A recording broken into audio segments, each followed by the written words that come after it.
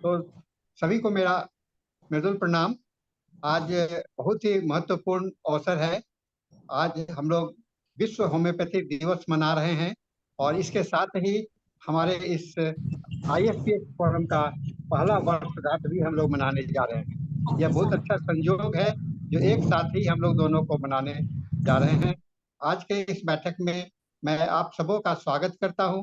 आइए हम लोग पहले 1 मिनट का शांति से प्रार्थना कर लें और उसके बाद में फिर आगे कार्यक्रम को चालू करेंगे।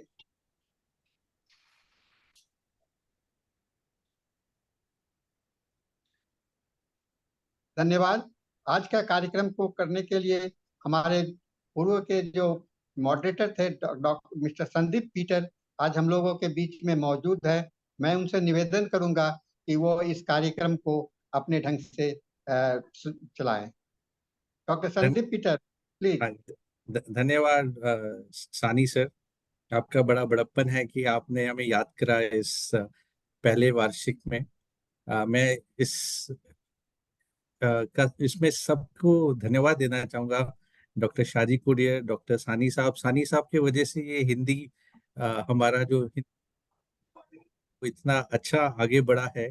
मैं कभी सोच भी नहीं सकता था कि ये ऐसे आगे बढ़ेगा। पर सानी सर, आपको मैं बहुत शुक्रिया अदा करना चाहूँगा। इसमें डॉक्टर क्रूप को भी बहुत शुरू में उन्होंने बहुत मदद करी है। डॉक्टर क्रूप को भी का बड़ा शुक्रगुजार हूँ। और होम्योपैथी ऐसी एक शाखा है दवाइयों की जिसको और भी आगे बढ़ना चाहिए है। तो ये एक बहुत बड़ा अच्छा एक इनिशिएटिव है। इसमें हम डॉक्टर शाजी कुडियर, डॉक्टर डिसिल्वा, इन सब का काफी योगदान है। काफी इन्होंने समय निकाल के इसको आगे बढ़ाया है। तो हम शुरू करते हैं। मेरे ख्याल से डॉक्टर सेठ नहीं है, तो डॉक्टर शाजी कुडियत, आप हमें एक थैंक यू नोट दें sir.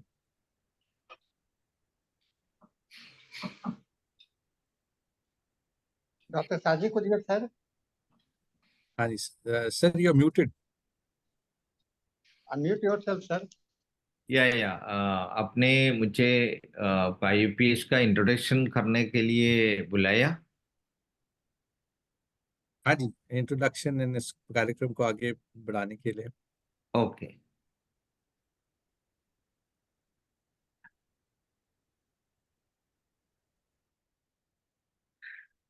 So Adरणीय Dr. Ismail Said sir, who is absent now, he will be joining soon. IUPH का अध्यक्ष डॉक्टर आनंद चतुर्वेदी मुख्य अतिथि, doctor MK Sahani sir, doctor मेरे मित्र और AHML के अध्यक्ष डॉक्टर गिरीश गुप्ता जी, doctor Kulwant Singh ji, doctor Kurup sir, प्रिय सहयोगियों और प्रतिभागियों, IUPH के निर्बाध दैनिक हिंदी जूम मीटिंग सत्र की इस पहली वर्षगांठ समारोह के अवसर पर मेरा कर्तव्य उन लोगों को IUPH के बारे में एक संक्षिप्त परिचय देना है, जो अंतर्राष्ट्रीय, राष्ट्रीय और स्थानीय स्तर पर हमारी ऐतिहासिक रूप से महत्वपूर्ण होम्योपैथी प्रचार गतिविधियों में देर से शामिल हुए हैं। IUPH का गठन महामारी कोविड-19 के समय किया गया था, जब वायरल संक्रमण की रोकथाम, उपचार और पुनर्वास में होम्योपैथी का वास्तविक संभावनाओं को स्वस्थ अस्तित्व के लिए, इसके लाभकारी उपयोग के लिए मानवता और दुनिया भर में जागरूकता के लिए अच्छी तरफ से निर्धारित नहीं किया गया था। एक तरफ से मैं डॉक्टर शाजी वर्गीस कुडियर वर्तमान IUPAC का उपाध्यक्ष और एक होम्योपैथी प्रेमी और शुभचिंतक इंजीनियर सलाहुद्दीन ने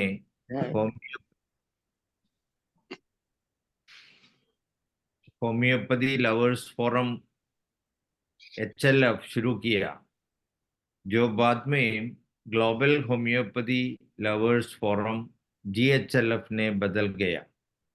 इसके साथ ही दूसरी ओर से केरल के कुछ अन्य होम्योपैथी डॉक्टरों जैसे doctor Ismail Seth, doctor Anil Kumar TP, doctor Shafiq S, homeopathy प्रेमी श्री बिलाल के साथ doctor Ravi M Nair sir आदि जैसे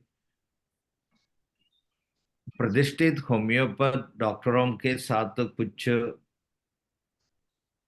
वीडियो बनाकर वायरल संक्रमण के खिलाफ होम्योपैथी को बढ़ावा देने शुरू कर दिया। GHLF ने लाइटेड लैम्प फॉर होम्योपैथी अभियान नाम एक अंतर्राष्ट्रीय कार्यक्रम आयोजित किया, जिसने 36 देशों के होम्योपैथी डॉक्टरों और समर्थकों को आकर्षित किया।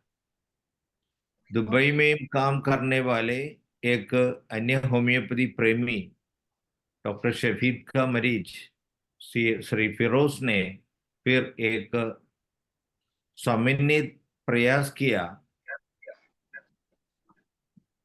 IFPH होम्योपैथी को बढ़ावा देने के लिए अंतर्राष्ट्रीय मंच के एक छत्र नाम के तहत गतिविधियों की 2 धाराओं को एक साथ जोड़ दिया।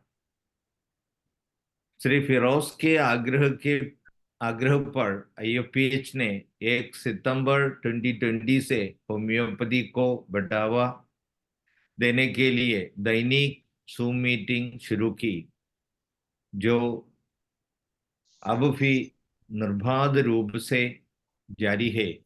हर दिन 3 भाषाओं में, हिंदी शाम 7 बजे से 8 बजे तक इंडियन स्टैंडर्ड टाइम, अंग्रेजी सत्र रात 8 बजे से 9 बजे तक IST, और स्थानीय मलयालम सत्र 9 बजे से 10 बजे तक IST। नियमित सत्र अब तक 1318 सत्रों का निर्बाध रूप से पहुंच चुके हैं। हमारा हिंदी सत्र ठीक 1 वर्ष पहले डॉक्टर MK सहानी सर के मजबूत नेतृत्व और मार्गदर्शन में श्री संदीप पीटर के नियमित संचालन के साथ शुरू हुआ था, जो अपनी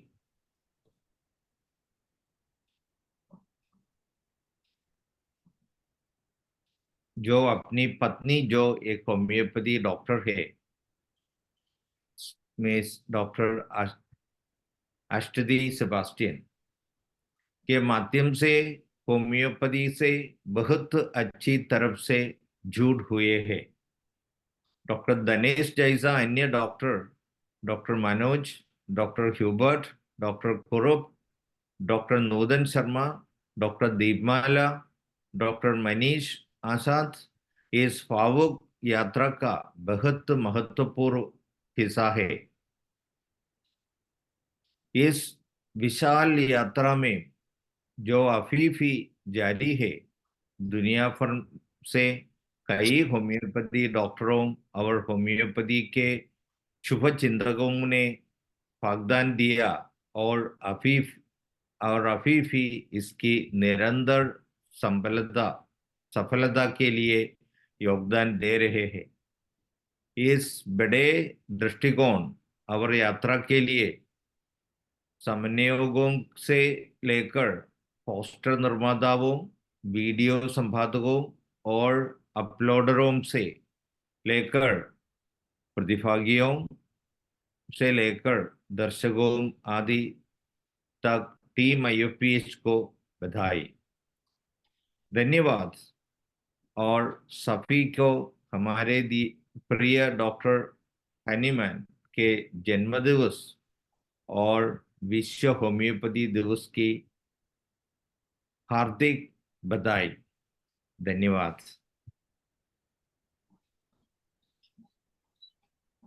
धन्यवाद डॉक्टर शाजी कुडियत। अब हमारे साथ डॉक्टर सेठ हैं। डॉक्टर सेठ, हम चाहेंगे कि डॉक्टर सेठ भी कुछ शब्द हमारे साथ। हेलो डॉक्टर सेठ, आप हैं? डॉक्टर सेठ को मैंने कोहोस्ट बना दिया है। Doctor Seth, you are here? Doctor Anand Chaturvedi joining just now. Sets are ended. Yes, he's the.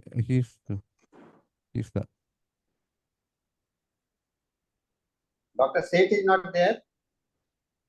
He is here, sir. Kindly, he should speak for a few minutes.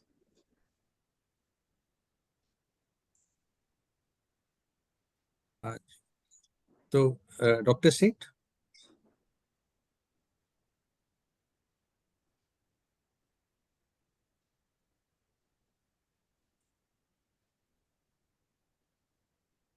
तो जब तक डॉक्टर सेठ हमारे साथ जुड़ेंगे, हम समय ना व्यस्त करते हुए चाहेंगे डॉक्टर श्रीधर क्रूप अगर हमारे साथ कुछ शब्द बोल सकें।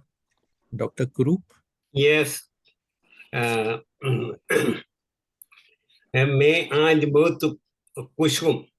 आज सामुएल हनुमान का 269 जन्मदिन की अवसर पर और हमारा एक साल का पूरा होने का IFPH का एक अवसर पर मुझे आप सबको लोगों के सामने बहुत बात करने का मौका देने के लिए धन्यवाद करते हुए आज अतिथियों को एक सूम समारोह में खुला दिल से स्वागत करते हैं। जो रास्ता हनुमान ने हमको किया था उसको आगे अनुसंधान और अपने परिश्रम से बढ़ाना है और इसी बात को शुरू करना सभी को मदद चाहिए। धन्यवाद। हमारा हनुमान का बर्थडे का अवसर पर और एक साल का हमारा एक हिंदी का, इसके लिए सभी इधर बैठने वाला सभी को मेरा दिल के अंदर से धन्यवाद देते हुए मैं इसके लिए अवसर दिया वाला इसका आयोजन किया वाला सभी को मेरा दिल से मैं धन्यवाद करने के चाहता हूँ। स्पेशली हमारा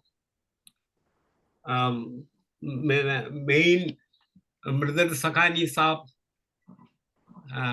शाजी कुडियात, हमारा Ismail Seth, doctor Anand Chaturvedi, doctor Dhanesh, Girish Gupta, Gunwant Singh, doctor Girish Gupta, doctor Gunwant Singh, doctor Kalyan Swaroop, doctor Ram Pravesh Shakha, doctor Nitin Sharma, doctor Deepmala, doctor Manish,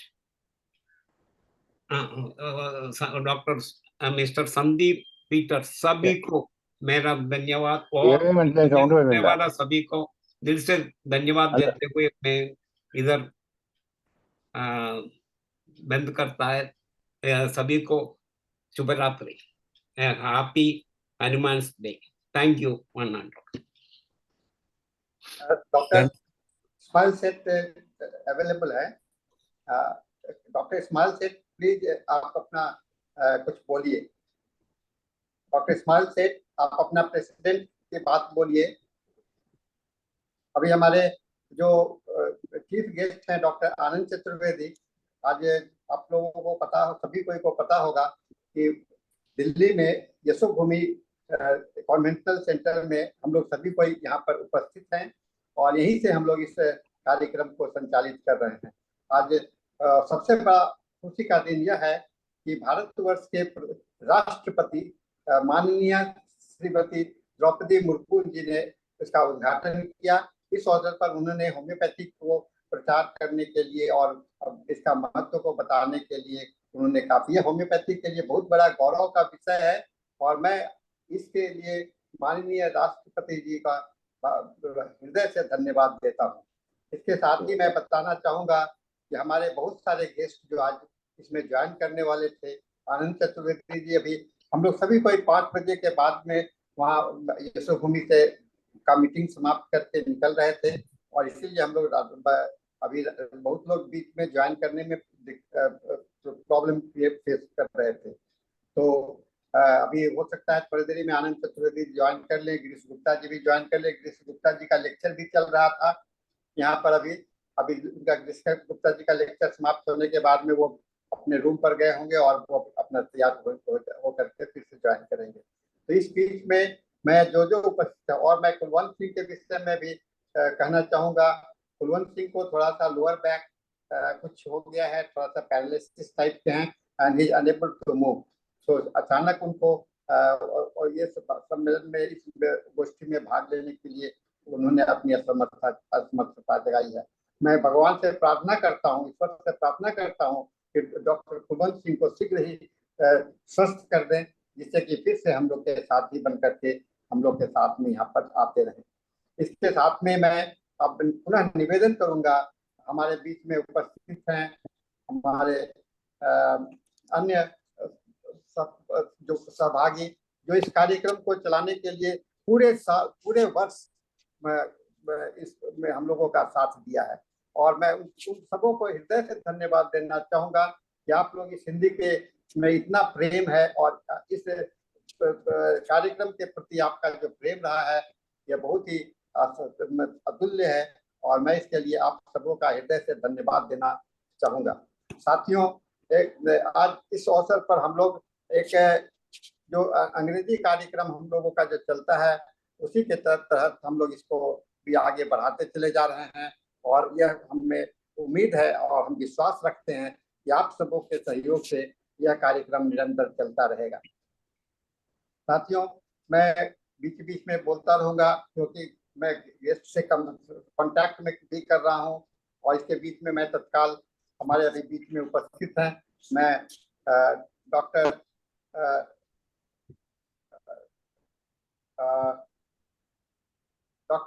Ismail Seth, doctor Ismail सेठ आप ज्वाइन कर चुके हैं प्लीज। हाँ, तो अभी गए हैं। हाँ, ओके ओके, अभी मिल गया, माफ करो अभी मिल गया मुझे। कोई गलत हो गया हमारे लिंक करने के। हाँ, आप बताइए। माफ करना सब लोग।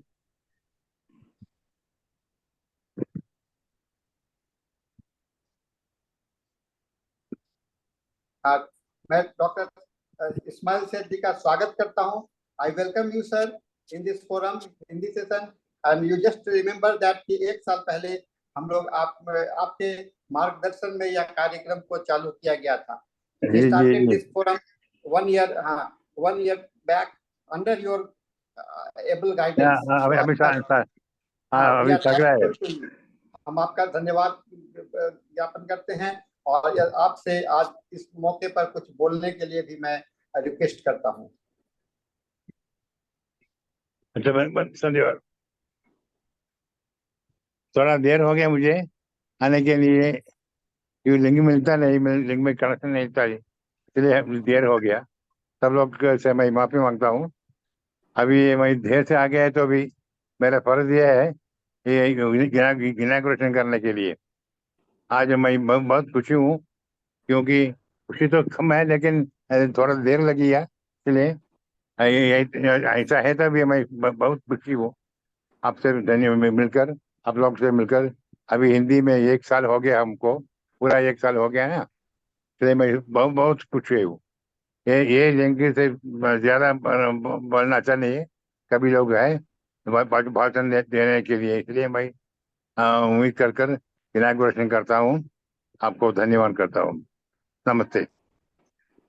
हाँ, धन्यवाद सर। आपका बहुत अच्छा आशीर्वचन मिला, हम लोगों को ब्लेसिंग्स है, और आपके मार्गदर्शन में यह कार्यक्रम हमेशा चलता रहेगा। हम लोग इसका आश्वासन आपको देते हैं। साथियों, आज हमारे बीच में हमारे बहुत ही पुराने साथी भी हैं, और इस मंच के साथ में जुड़े रहे, निरंतर हमेशा हम लोगों का साथ दिया, मार्गदर्शन किया। और मैं डॉक्टर कल्याण स्वरूप जी को रिक्वेस्ट करता हूं कि आप कल्याण स्वरूप जी आज इस अवसर पर कुछ अपने दो शब्द को बताएं।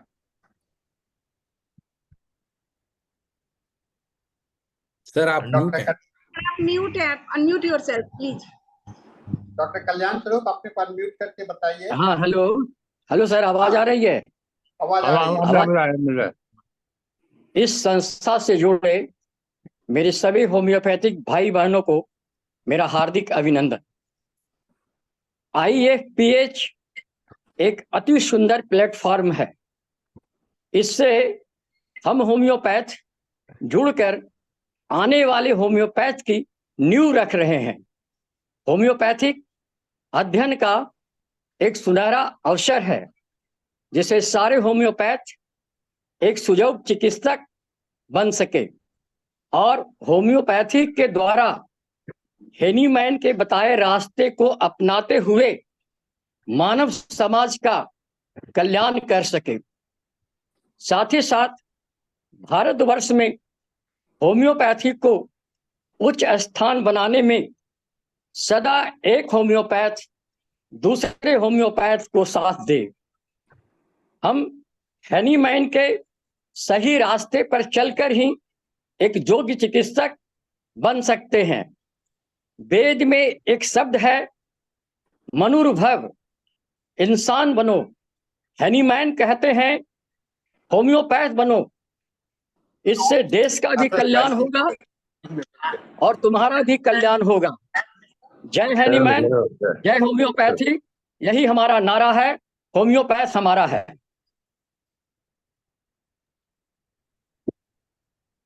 धन्यवाद धन्यवाद सर, बड़ा अच्छा लगा आपसे आपकी आवाज सुन के। इसके बाद मैं रिक्वेस्ट करूंगा, आप सभी को पता होगा, हम लोग निरंतर डॉक्टर धनेश जी का, जो हम लोगों को हमेशा एक गाइड के रूप में और हमेशा हम लोगों को मदद करते रहे हैं। हिंदी सेशन और अंग्रेजी सेशन को चलाने में सबसे ज्यादा सहयोग मुझे डॉक्टर धनेश जी का मिला है। और डॉक्टर धनेश जी इंग्लिश सेशन को पूरा मॉडरेट मैनेज करते थे। आज हम लोग दोनों को मिल करके उसको मैनेज कर रहे हैं। मैं डॉक्टर धनेश जी से रिक्वेस्ट करूंगा कि आप भी इस मौके पर, क्योंकि आपका सहयोग हिंदी सेशन को चलाने में काफी रहा है। और कल भी एक छोटी सी घटना है। कल हम लोग, मैं फ्लाइट से उतरा ही था दिल्ली पहुंचने के लिए, तो वहां पर हमारा कोई, और फिर बाकी सभी हमारे मनीष आजाद भी जो थे, उनको भी रास्ते में थे, तो हम लोग कनेक्ट नहीं हो सके। तो इन्होंने इन्होंने संचालित किया। मैं डॉक्टर धनेश जी, इसके लिए आपको मैं धन्यवाद देता हूं, और मैं आपसे निवेदन करता हूं कि आप कृपया अपने इस मौके पर कुछ अपना बात रखें। सबको नमस्कार। I'm very happy to be here to talk on this anniversary session of the IAB Hindi Zoom session of IABH, and we are very happy to have such a legend. Sahani sir leading from the front with Sandeep Peter, Dr. Devamala, Dr. Nutan Sharma, Dr.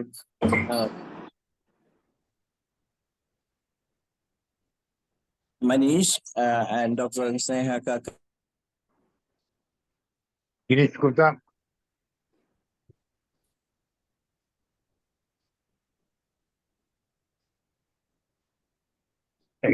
Doctor Girish Gupta, आप गाड़ी में हैं?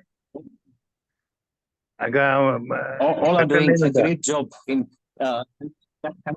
continuing the session. Sir, can you hear me? Here is some disturbance. Yeah, you are audible, sir. Yeah. Audible, audible. Anyway, I congratulate all of you for bringing such a platform and making it a wonderful platform for bringing up homeopathy and to promote homeopathy among public. Definitely, our Hindi session will reach to the public, and more people will share our Hindi, share and watch our Hindi programs every day. Thank you for giving me such a time to speak on this occasion, to make a facilitation speak in this occasion. Thank you all. Thank you, sir. Thank you doctor Dhanesh, आपने बहुत ही है और एक बहुत सबसे अच्छी बात है जो एक साल मैंने महसूस किया, हम लोग हिंदी सेशन के स्पीकर को इंग्लिश सेशन में भेजे और इंग्लिश सेशन के कुछ स्पीकर हिंदी में आए, तो इससे दोनों सेशन को चलाने में हम लोगों को काफी मदद मिला। और इससे मैं समझता हूँ कि होम्योपैथी के लिए ये भाषा का जो दूरी है वह समाप्त हो गया, भाषा का जो बाधा है खत्म हो गया, क्योंकि आज मैं देखा कि साजी कुदियत जी इतने बढ़िया हिंदी बोल रहे हैं, डॉक्टर कुरुप जी भी हिंदी बोल रहे हैं, हमारे प्रेसिडेंट भी बहुत अच्छा हिंदी बोल रहे हैं और हमारे धनेश जी भी अपने बोलने का प्रयास कर रहे हैं। और मुझे लगता है अगले समय तक अगले वर्ष डॉक्टर धनेश जी भी बहुत अच्छा हिंदी में हम लोगों को बात करेंगे। तो मैं आज मैं बहुत खुश हूँ और मुझे खुशी हो रही है ये इस मौके पर। अब मैं अपने दूसरे साथी को बुलाना चाहूंगा जो कि निरंतर कार्यक्रम में जुटते रहे हैं, लोगों को धन्यवाद भी देते रहे, बधाई भी देते रहे और कुछ मार्गदर्शन भी करते रहे। वह भी रेगुलर इसमें अपने शाम के समय में अपने क्लिनिक में बैठ जाते हैं और उनका नाम है डॉक्टर राम प्रवेश शाह। डॉक्टर राम प्रवेश शाह बिहार के ही रहने वाले हैं और इनसे मेरी बात हुआ करती है और हम लोग सभी को मिलकर के ये इसमें है। मैं डॉक्टर राम प्रवेश जी को रिक्वेस्ट करूंगा कि आप कृपया इस मौके पर फेलिसिटेशन का 2 शब्द बोले। सर बहुत बहुत धन्यवाद डॉक्टर सानी सर। आज बहुत खुशी, अंदर से बहुत खुशी है कि हमारे IFPH का हिंदी सेशन का वर्षगांठ मना रहे हैं, साथ साथ विश्व होम्योपैथिक दिवस मना रहे हैं। इससे खुशी और कुछ नहीं होगा। जिस तरह से IFPH कंटिन्यू 1 साल हिंदी सेशन हुआ, उसमें इतना फायदा हुआ है, सभी को फायदा हुआ है।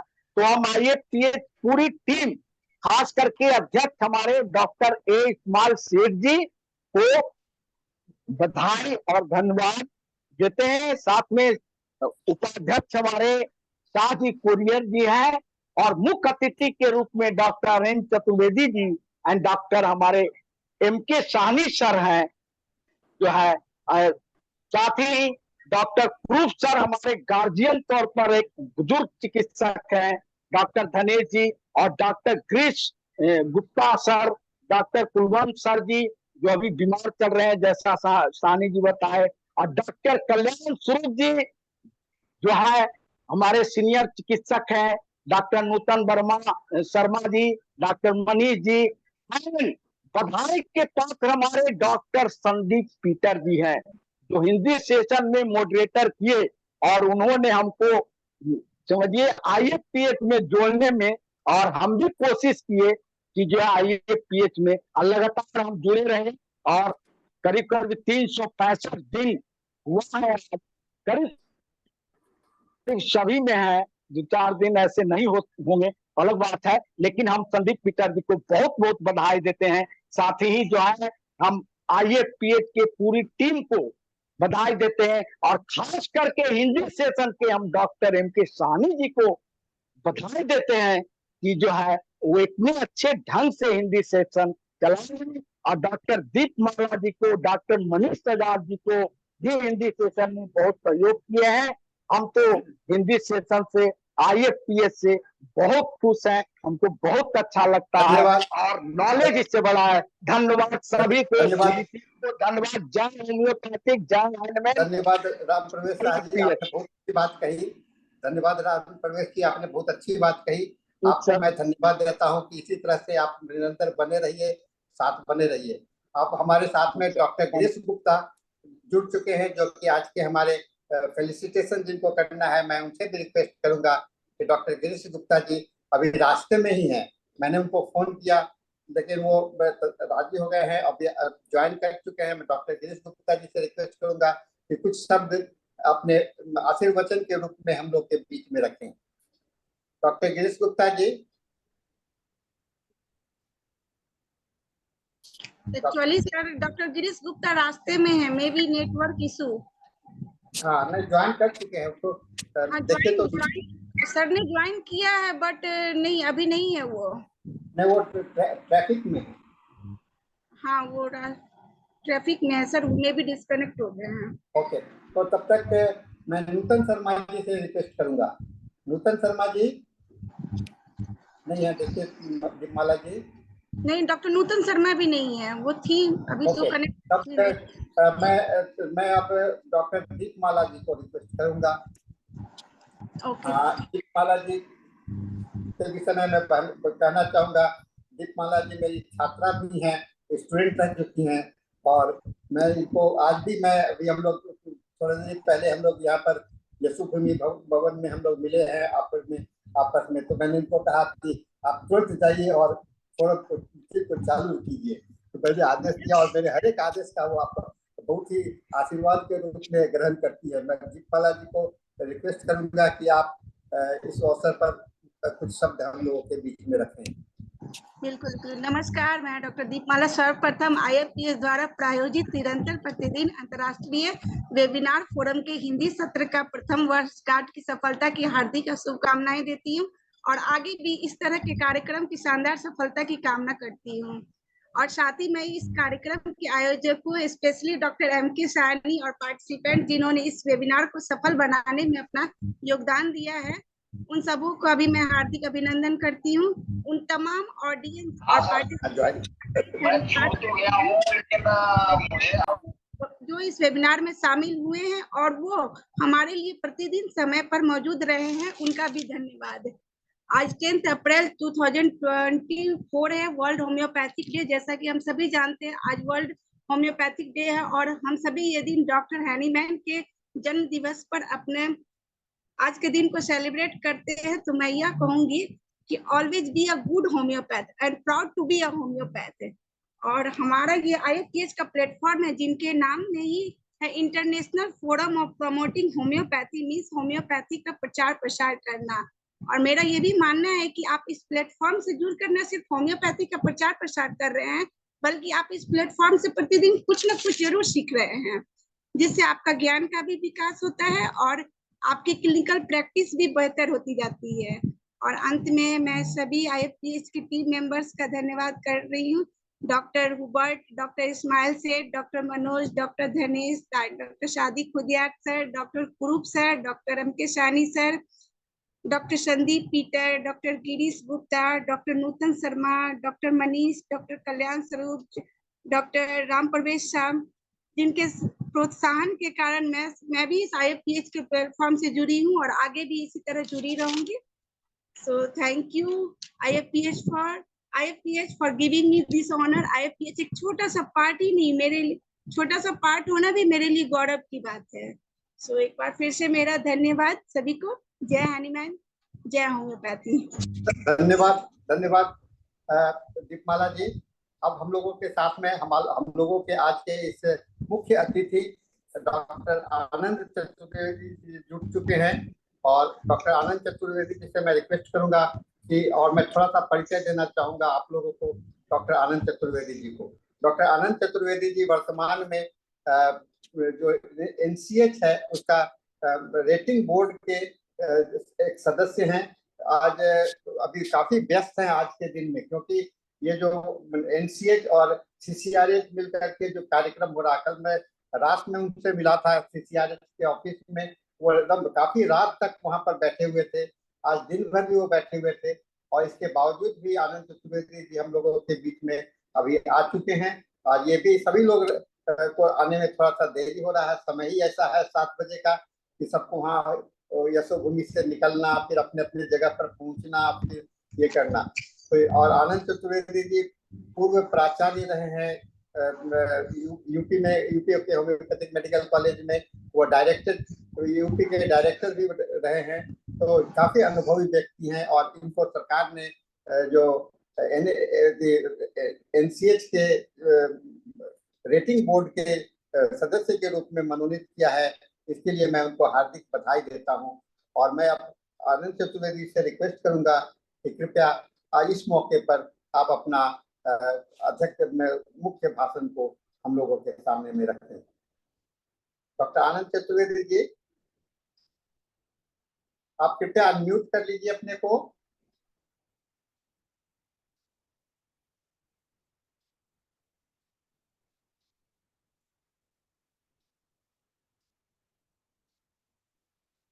कनेक्ट नहीं हो रहे हैं लगता है क्या?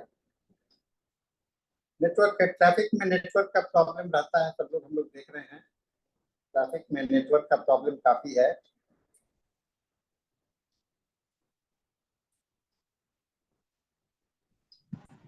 सर अभी रास्ते में ही है, ट्रैफिक में, कार में ही नेटवर्क। हाँ, अभी अभी बात हुई है कि बोले कि गिरीश गुप्ता जी भी रास्ते में हैं, सब लोग रास्ते में ही हैं। तब तक मैं कार्यक्रम को जारी रखने के लिए मैं रिक्वेस्ट करूंगा हम लोगों के सबसे युवा, सबसे यूथ हम लोगों के जो संचालक रहे हैं डॉक्टर मनीष आजाद। डॉक्टर मनीष आजाद जी बनारस के रहने वाले हैं और बनारस से हम लोगों को समय समय पर जब हम लोग को कल मैंने इनको कहा था और कि इस कार्यक्रम को चलाइए, लेकिन डॉक्टर मनीष आजाद को थोड़ा सा प्रॉब्लम हो गया, बस में थे और उनको कार्यक्रम पर लेट से। मैंने कहा कि ठीक है, कोई बात नहीं, ऐसा होता ही रहता है सबके साथ में, तो आप फिर ऐसे निरंतर आते रहिए। और कल मनीष आजाद जी का सेशन भी है इस फोरम पर, तो मैं डॉक्टर मनीष आजाद जी को निवेदन करूंगा कि आप इस अवसर पर अपनी बात को यहाँ पर रखें। जी thank you sir, thank you very much. And सबसे पहले तो सभी का धन्यवाद जिन्होंने मुझे IFPH जैसे प्लेटफॉर्म पे जोड़ने के लिए सोचा और जोड़ा। सो इसमें सबसे बड़ा थैंक यू तो साहनी सर का, जिन्होंने मुझे IFPH जैसे प्रेस्टिजियस प्लेटफॉर्म के साथ जोड़ा और मुझे इस लायक समझा कि मैं यहाँ पे कुछ कंट्रीब्यूशन दे सकता हूँ, चाहे अपने लेक्चर्स के थ्रू चाहे मॉडरेशन के थ्रू। तो सबसे पहले तो साहनी सर को बहुत बड़ा थैंक यू। इसके अलावा हर वो लोग जो यहाँ रेगुलर आके हमें सुनते हैं या कुछ भी यहाँ से समझ के जाते हैं, उनको बहुत बड़ा थैंक यू कि वो यहाँ आते हैं, वो अपना वक्त हमें देते हैं और थोड़ा भरोसा रखते हैं हम पे कि हम कुछ उनको समझा सकते हैं या सिखा सकते हैं। सो वो लोग जो रेगुलर इस प्लेटफॉर्म के साथ जुड़े हुए हैं उनका बहुत बहुत धन्यवाद। आज हमारे साथ बहुत सारे लोग जो बहुत सीनियर हैं वो जुड़े हुए हैं, तो मैं उन सभी को थैंक यू बोलना चाहता हूँ। जैसे बार बार नाम लिया जा रहा है कि शाहजी कुद्यत सर हैं, इस्माइल सेठ सर हैं, TN श्रीधर कुरूप सर हैं, उनका एक्सपीरियंस ऑब्वियसली बहुत है, तो उनको बहुत बड़ा थैंक यू यहाँ पे रहने के लिए। आनंद चतुर्वेदी सर हैं हमारे साथ, साहनी सर हैं, राम प्रवेश शाह सर हैं, कल्याण स्वरूप सर हैं, दीपमाला जी हैं ही, नूतन शर्मा जी भी रहती हैं यहाँ पे, संदीप पीटर सर हैं आज। तो आप सभी लोग जो यहाँ पे जुड़े रहते हैं और हमें कुछ ना कुछ सिखाते रहते हैं, इसके लिए आपका बहुत बहुत धन्यवाद।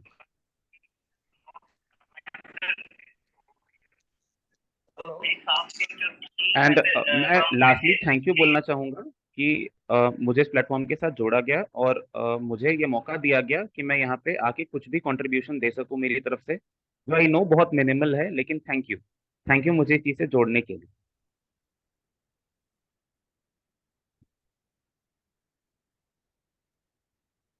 Sahani sir, Anand Chaturvedi sir available.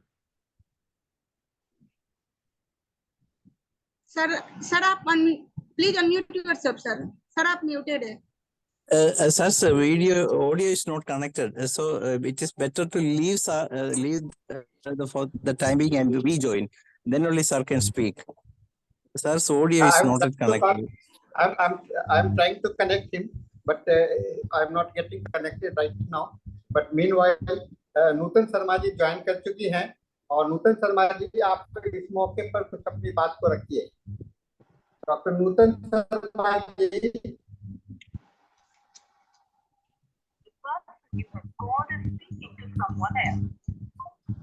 Doctor Nutan Sharma ji, doctor Nutan Sharma जी आप, हाँ, आप अपना वीडियो ऑन करके आप कुछ बोलिए। डॉक्टर नूतन शर्मा जी भी अभी दिल्ली में ही है। हम लोग हाँ मुलाकात हुई थी अभी। हेलो। यस मैम, आपकी आवाज आ रही है। डॉक्टर नूतन शर्मा, आपकी आवाज आ रही है। एक्चुअली डॉक्टर दीपा ना मुझे है ना, मैं थोड़ा ट्रैवल कर रही हूँ तो सुनाई नहीं दे रहा है। मैं क्यों बोलना चाहती हूँ। आपकी आवाज आ रही है दीपमाला जी? आपकी आवाज आपकी आवाज आ रही है मैम, कंटिन्यू करें। अच्छा अच्छा अच्छा। मैं ये कहना चाहती हूँ कि पिछले 1 साल से बहुत चैलेंजिंग था ये शुरू करना और इसको कंटिन्यू रखना और सेट ऑफ स्पीकर्स को फिक्स करना और ईच डे, हर दिन में। और ये बहुत बखूबी से जो प्लानिंग किया, पूरा जो ऑर्गेनाइज किया, वो साहनी सर को उसका क्रेडिट जाता है। साहनी सर ने बहुत ही एडवांस में सभी स्पीकर्स, जाने माने स्पीकर्स को इनवाइट किया और हम लोगों ने, डॉक्टर मनीष हो गए, डॉक्टर दीपमाला, मैं हो गई, हमारा छोटा छोटा कंट्रीब्यूशन रहा और इतना ज्ञान मिला, इतना बढ़ चढ़ के आया कि मैं आपको यहाँ पे ये कहना बताना चाहूंगी कि मैं कभी भी किसी कॉलेज में जाती हूँ तो मुझे लोग जान जाते हैं कि यही है वो IFPH वाली मैडम जो मॉडरेट करती हैं। तो ये और जो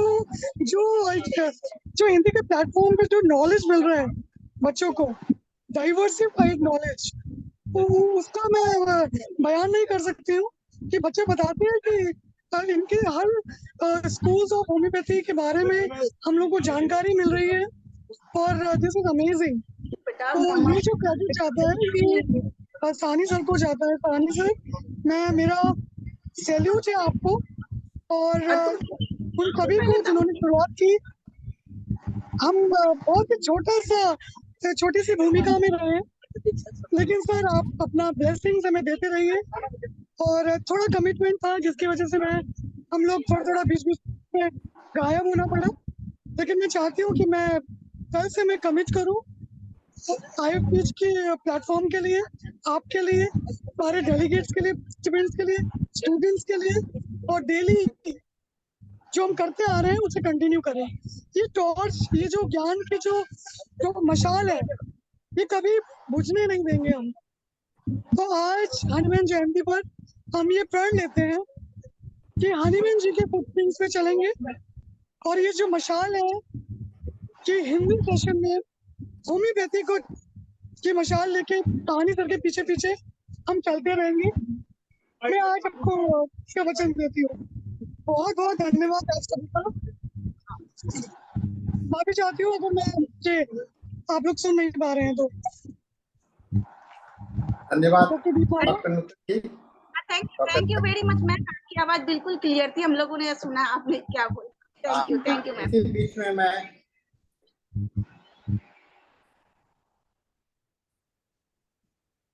एक मिनट में आनंद चतुर्वेदी सर, डॉक्टर आनंद चतुर्वेदी हैं हमारे साथ। डॉक्टर आनंद चतुर्वेदी उसका ऑडियो नहीं कनेक्ट किया है। डॉक्टर आनंद चतुर्वेदी जी अभी ज्वाइन कर रहे हैं, थोड़ा सा डिस्कनेक्ट करके मैंने उनको कहा कि आप ज्वाइन कीजिए, अभी कर रहे हैं। तब तक हमारे साथ में एक और बहुत वरिष्ठ महिला हैं, डॉक्टर रमा देवी। डॉक्टर रमा देवी जी, आप भी कुछ इस मौके पर बोलिए। Doctor Rama Devi ji.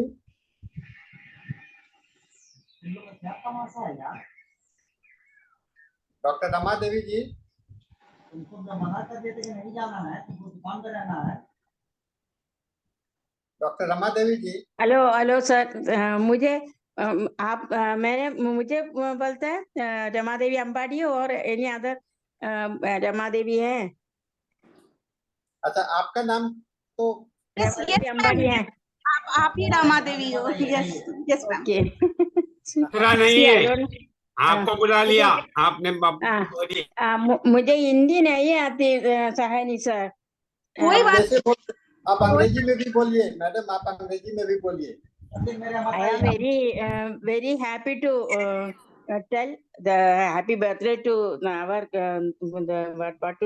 our father, Sir Homeopathy doctor's father, we have got only one father to direct, show. Only one daughter, one father. I am very happy to tell that we are celebrating the 269th birthday. I am very happy and congratulate you all for celebrating this. Thank you a lot. इसके साथ में हम लोग के साथ में doctor Hubert जी भी हैं। Doctor Hubert. Hello sir. हाँ मेरे आई स्पीक इन, मुझे हिंदी नहीं मालूम, थोड़ा थोड़ा हिंदी मालूम है। सर आपको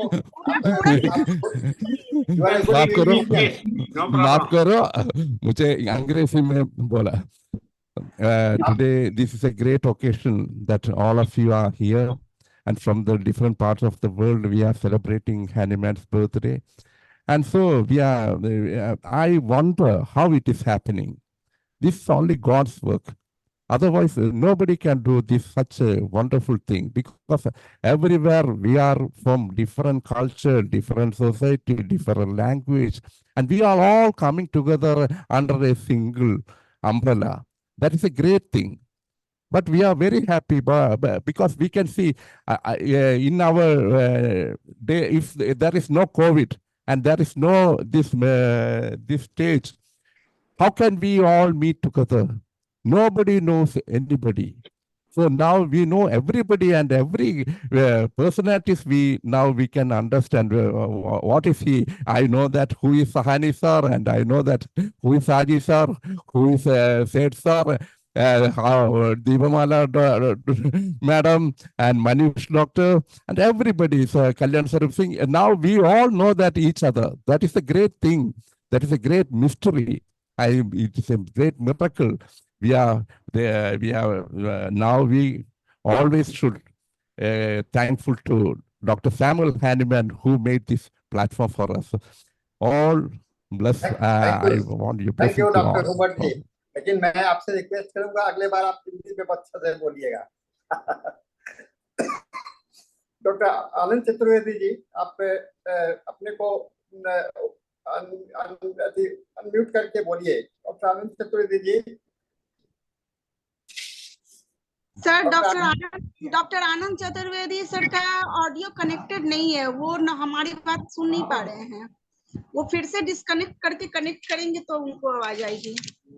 मैं उनको बोला हूँ, पता नहीं कौन नहीं पा रहा लगता उनका ऑडियो ही नहीं कनेक्ट है, तो वो उनको हमारी कोई भी बात नहीं सुनाई दे रही है। Now, Dr. Narendra Sharma's audio is connected, sir. Who? Narendra Sharma ji. Doctor Narendra Sharma sir, आप कुछ कहना चाहेंगे? दो शब्द आप भी बोले sir. Sir kindly unmute yourself, अपने आप को अनम्यूट करें। अब बोल सकते हैं डॉक्टर नरेंद्र शर्मा जी, आप कहाँ से हैं? आप अपनी बात को रख सकते हैं doctor Narendra Sharma ji. Doctor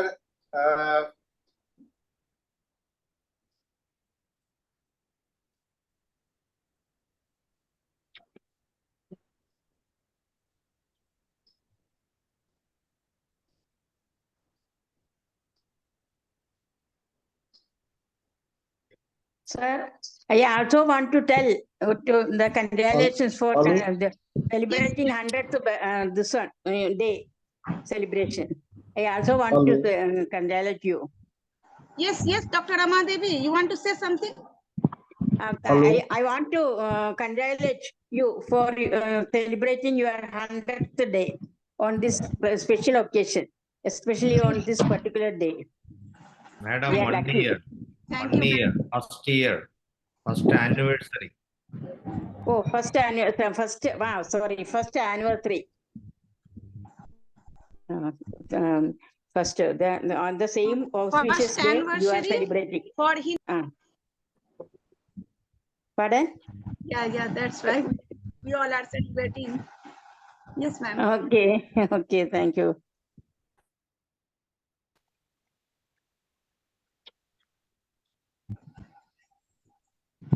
Narendra Sharma ji. Narendra Sharma ji हैं, जबकि इनका भी लगता है ऑडियो कनेक्ट नहीं है। हेलो हेलो, कौन बोल रहे हैं? കേൾക്കാമോ? या बोलिए बोलिए। നമ്മുടെ 9 മണിക്കുള്ള പ്രോഗ്രാം डॉक्टर मनोज, आप हैं इधर में, तो आप कृपया बात कीजिए। Doctor Manoj, doctor Manoj.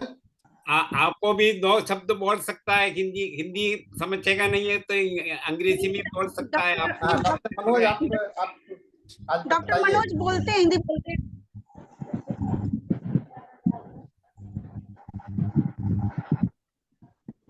Dr. Manoj, you can also 1 or 2 minutes you can speak. Thank you, sir. Thank you, Sahani sir. बहुत धन्यवाद.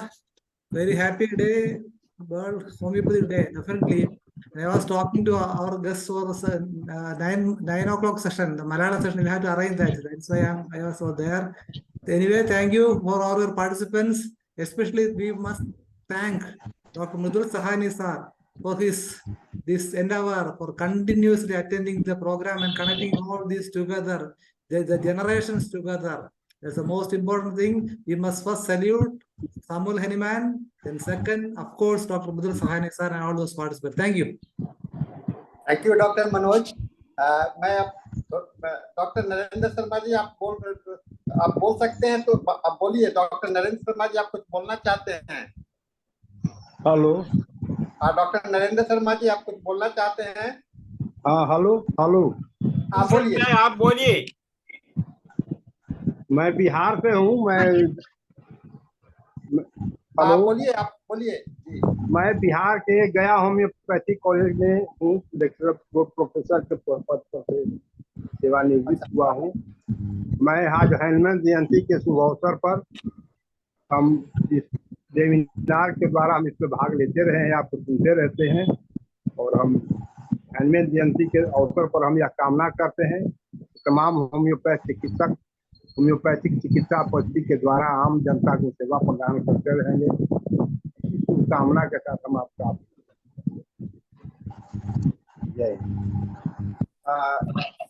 धन्यवाद डॉक्टर नरेंद्र जी। ऐसे ही आप लोग जुड़ते रहिए। डॉक्टर ब्रिजनंदन कुमार हैं कोई? डॉक्टर ब्रिजनंदन कुमार जी, आप कुछ कहना चाहेंगे? Doctor Brijnandan Kumar.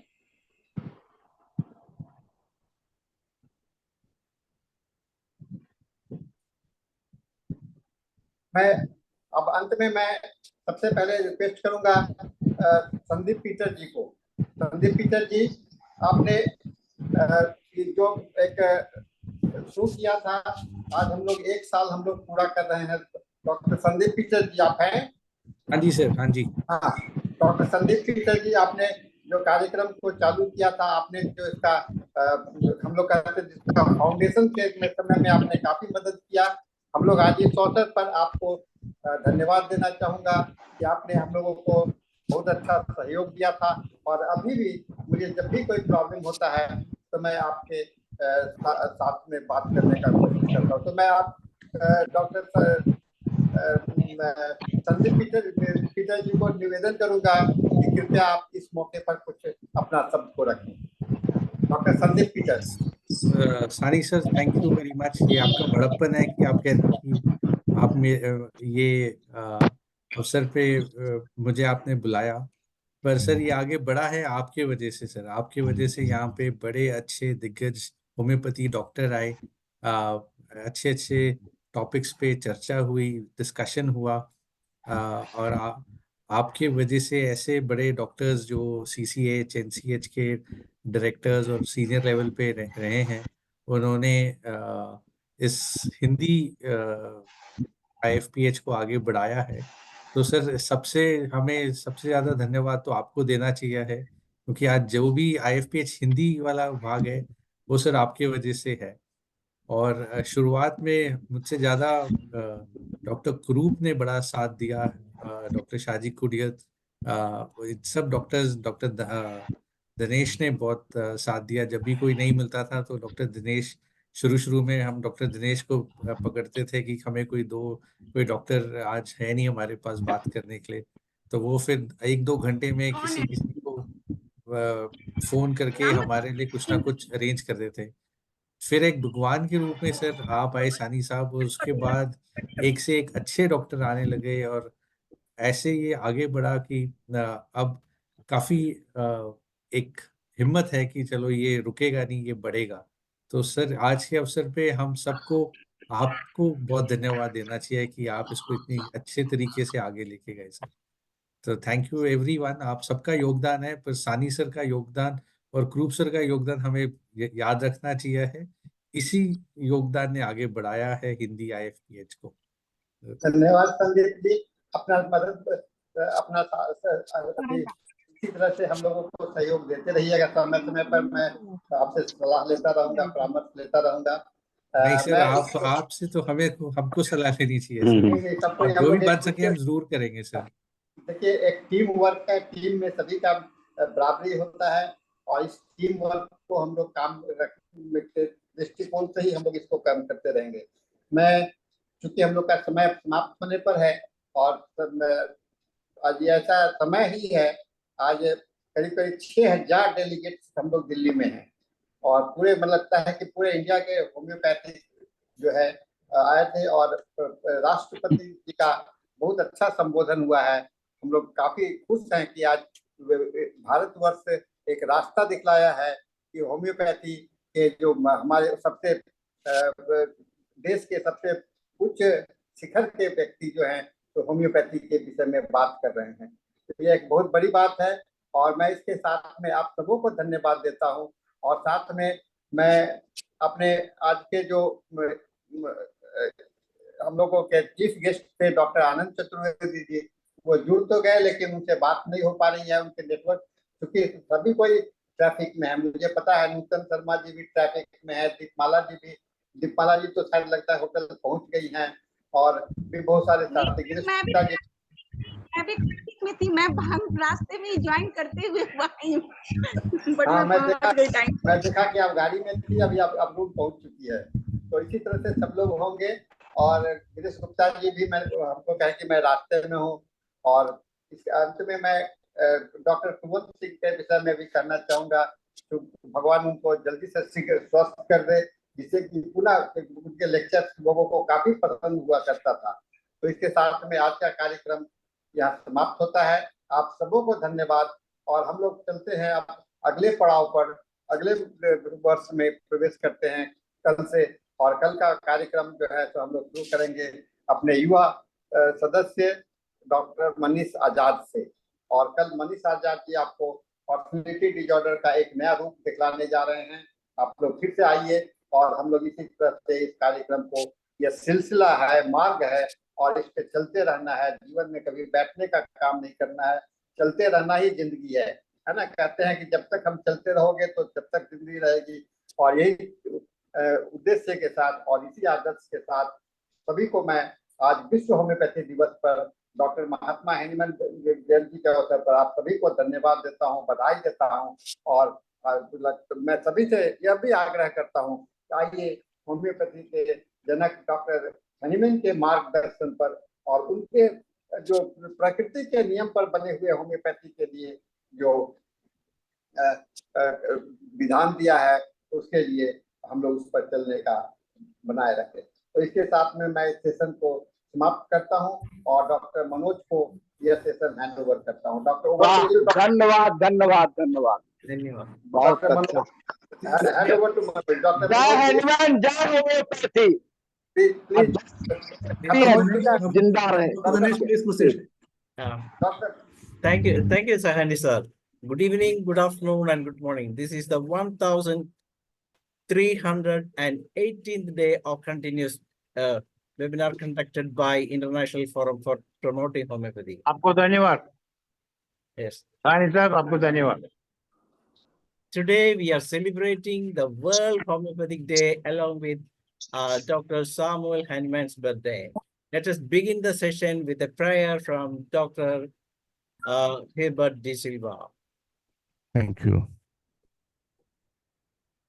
It is good to sing praise to our God, co-restoring the health of man.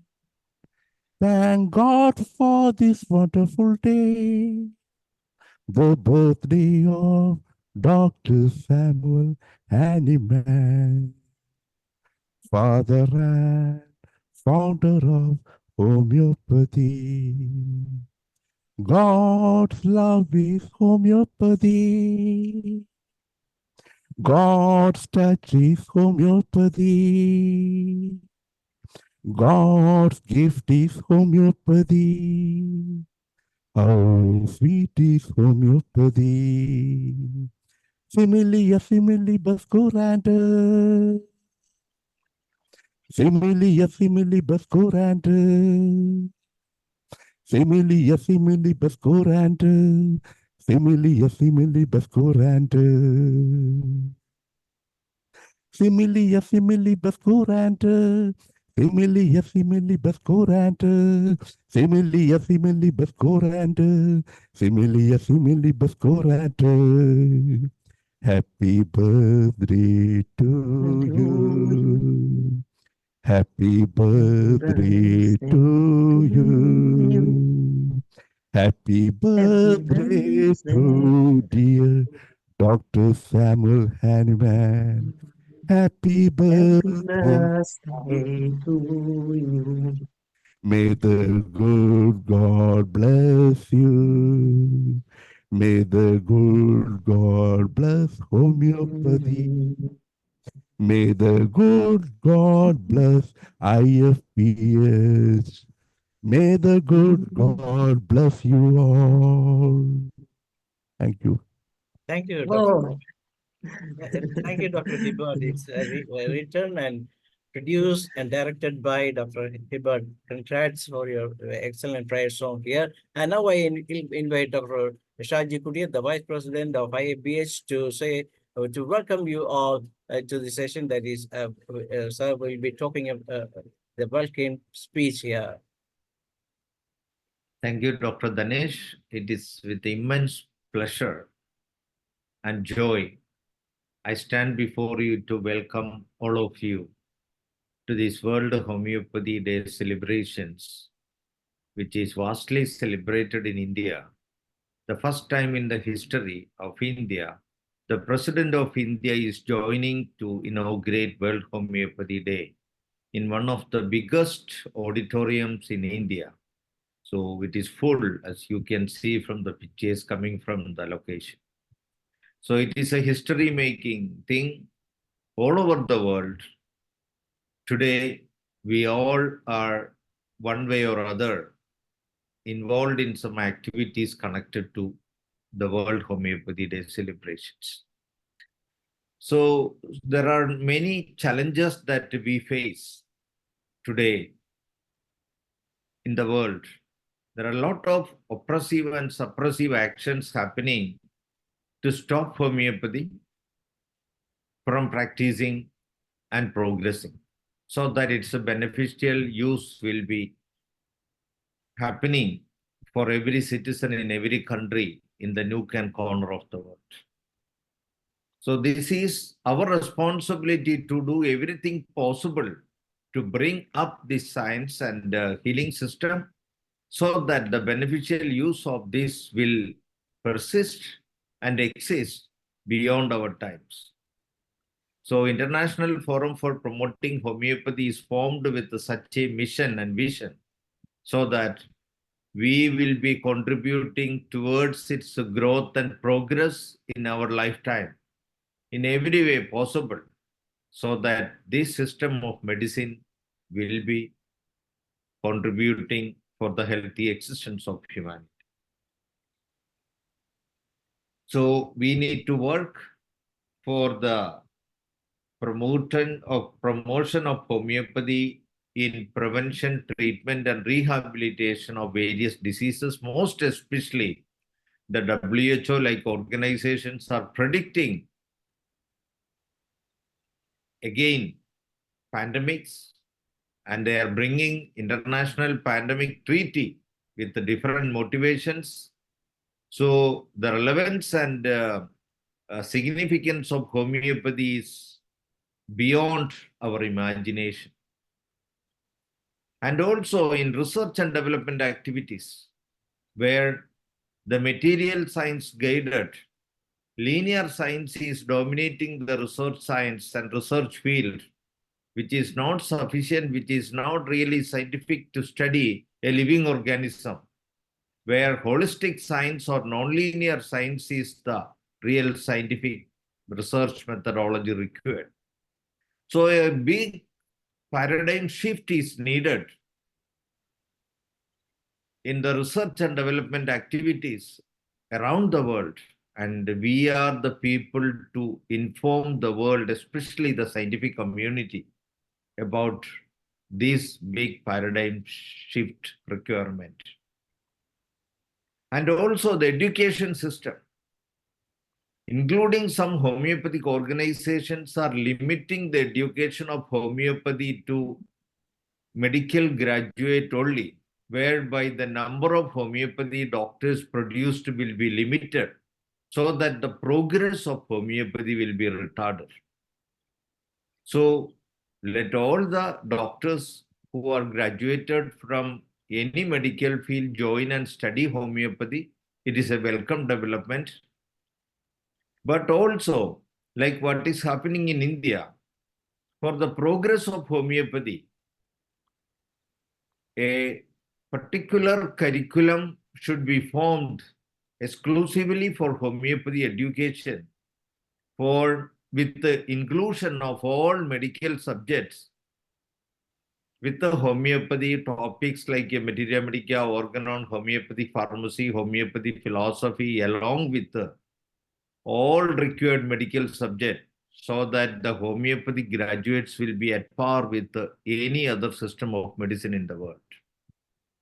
Such an independent medical modernization in homeopathy will increase the number of homeopathy doctors around the world, and that will definitely help the progress of homeopathy also.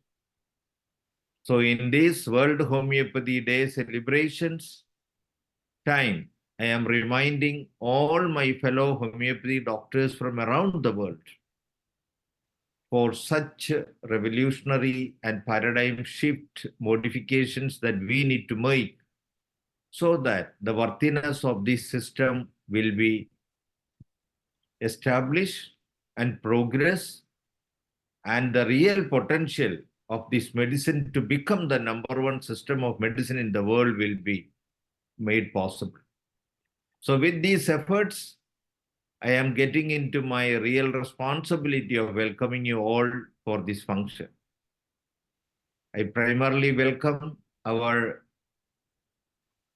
very dear, respectable Dr. Ismail Seth sir, who is the founding president and our all-time passionate runner for homeopathy wherever he needs to run.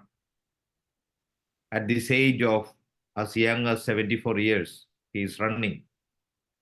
With the 3 vertebrae broken, he is the fastest run among all of us. Oh, 4 vertebrae. 4 vertebrae. 76 years old. Sorry, 2 mistakes. It's not 74, He 76. reduced one Not 3 vertebra vertebrae, but and 4 vertebrae. 2-year-old. Yeah. Okay. So I pardon for my mistake.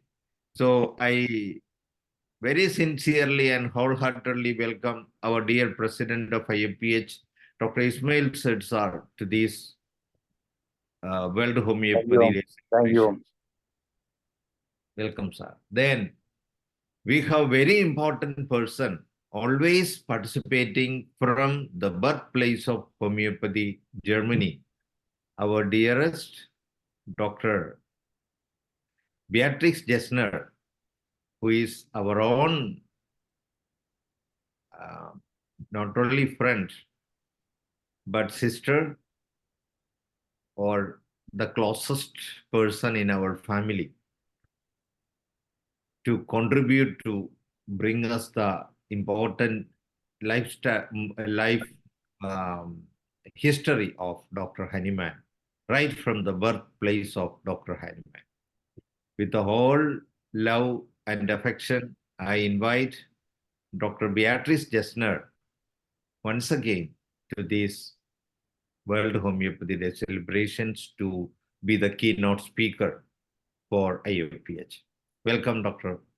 Beatrice. Thank you, Dr. Shadi. Thank you very much. It's such a great pleasure to be with you. Thank you very much for the invitation.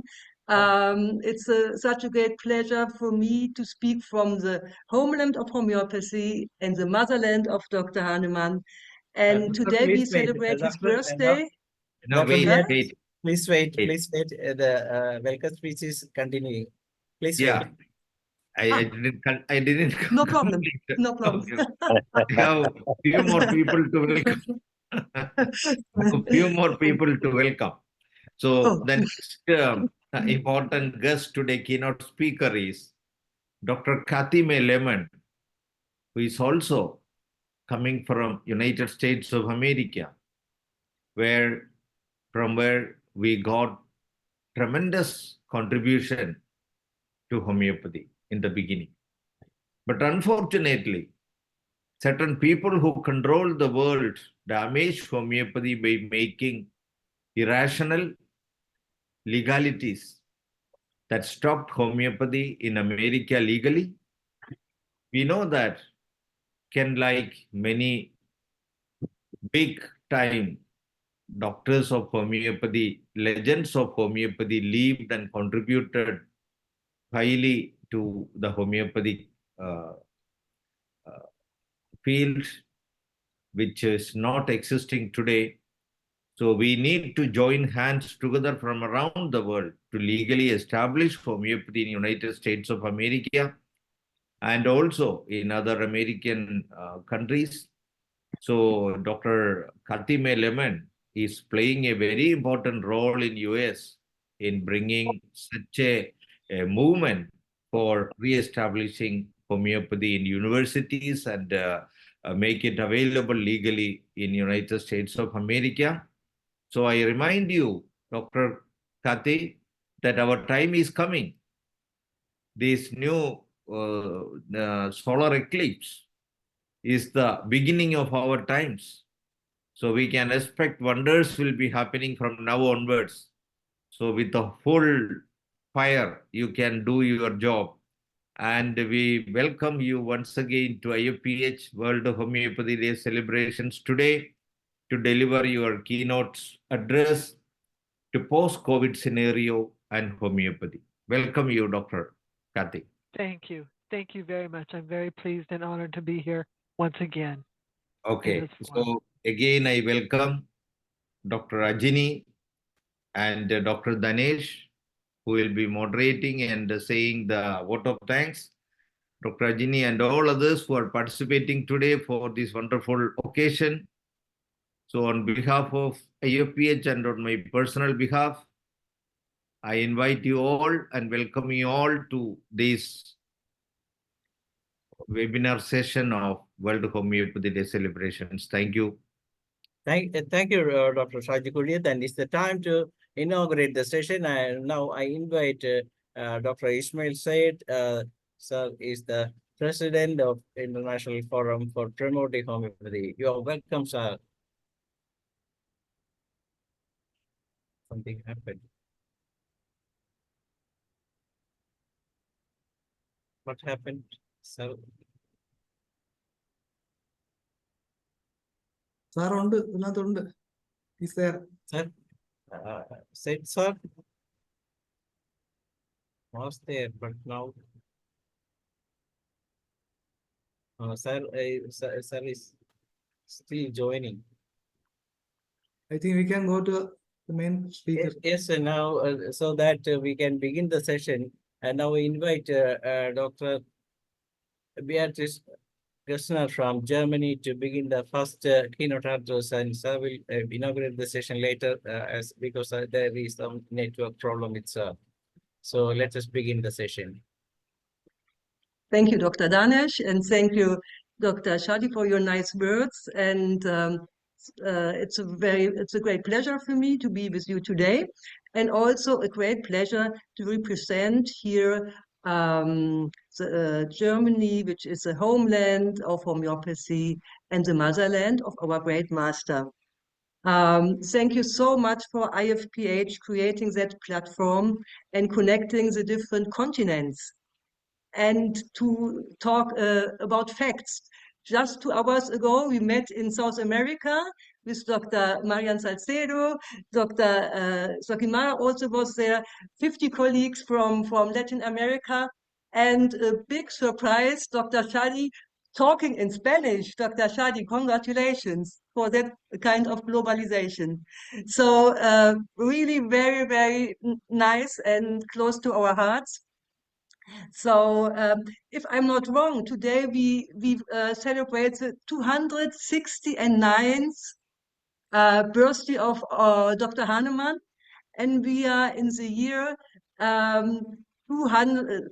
Okay, and if we celebrate a birthday, we like to have our family around us and our friends.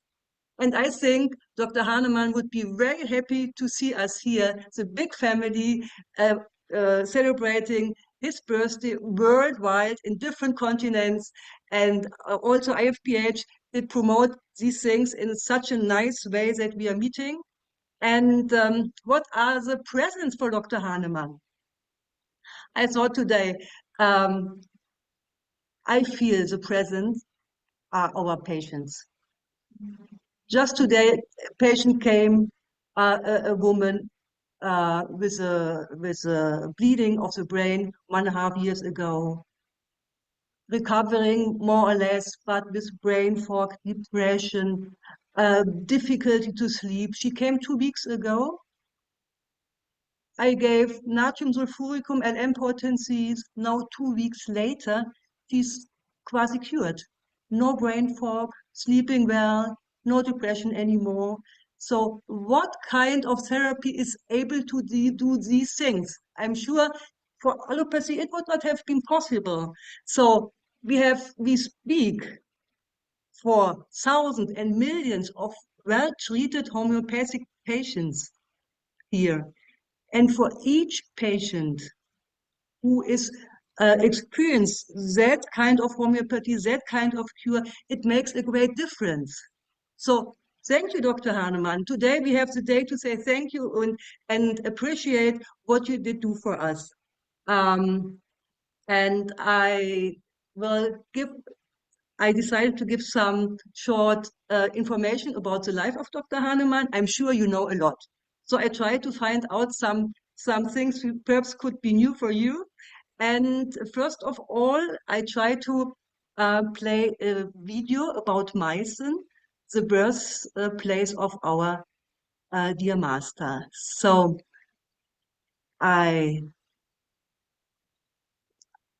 could you please share the screen?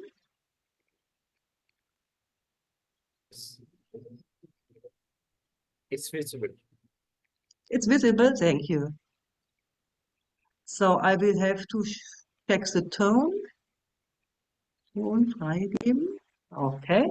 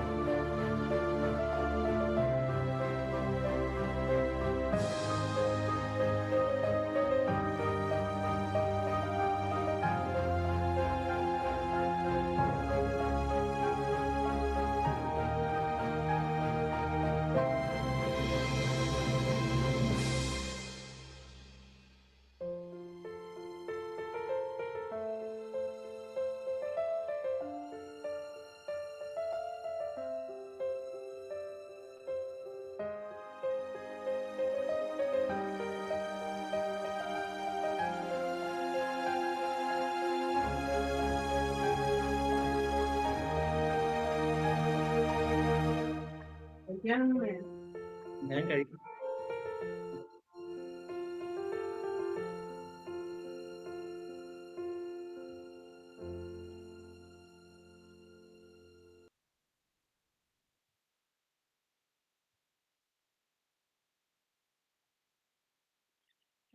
this was the birthday of our master, and now I try to find my PowerPoint.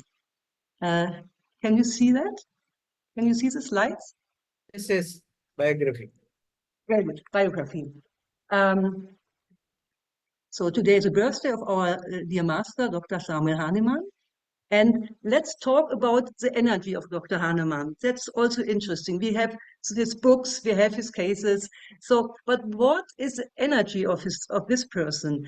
And first we start with the name. The name also gives energy. The parents give the energy to the child with a name. So his name is Christian, which is a Greek word, means disciple of Christ.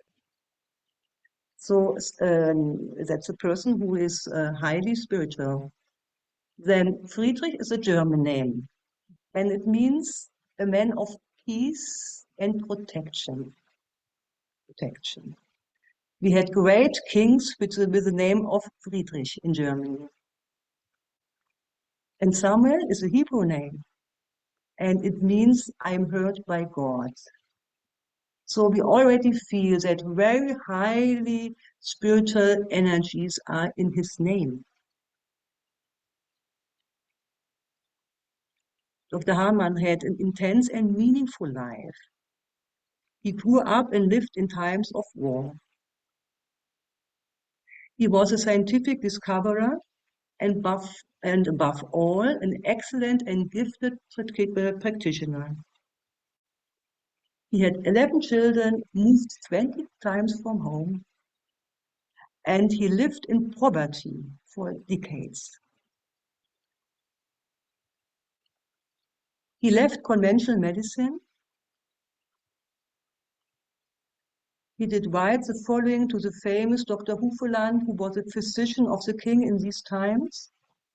He did write, I have a conflict of conscience.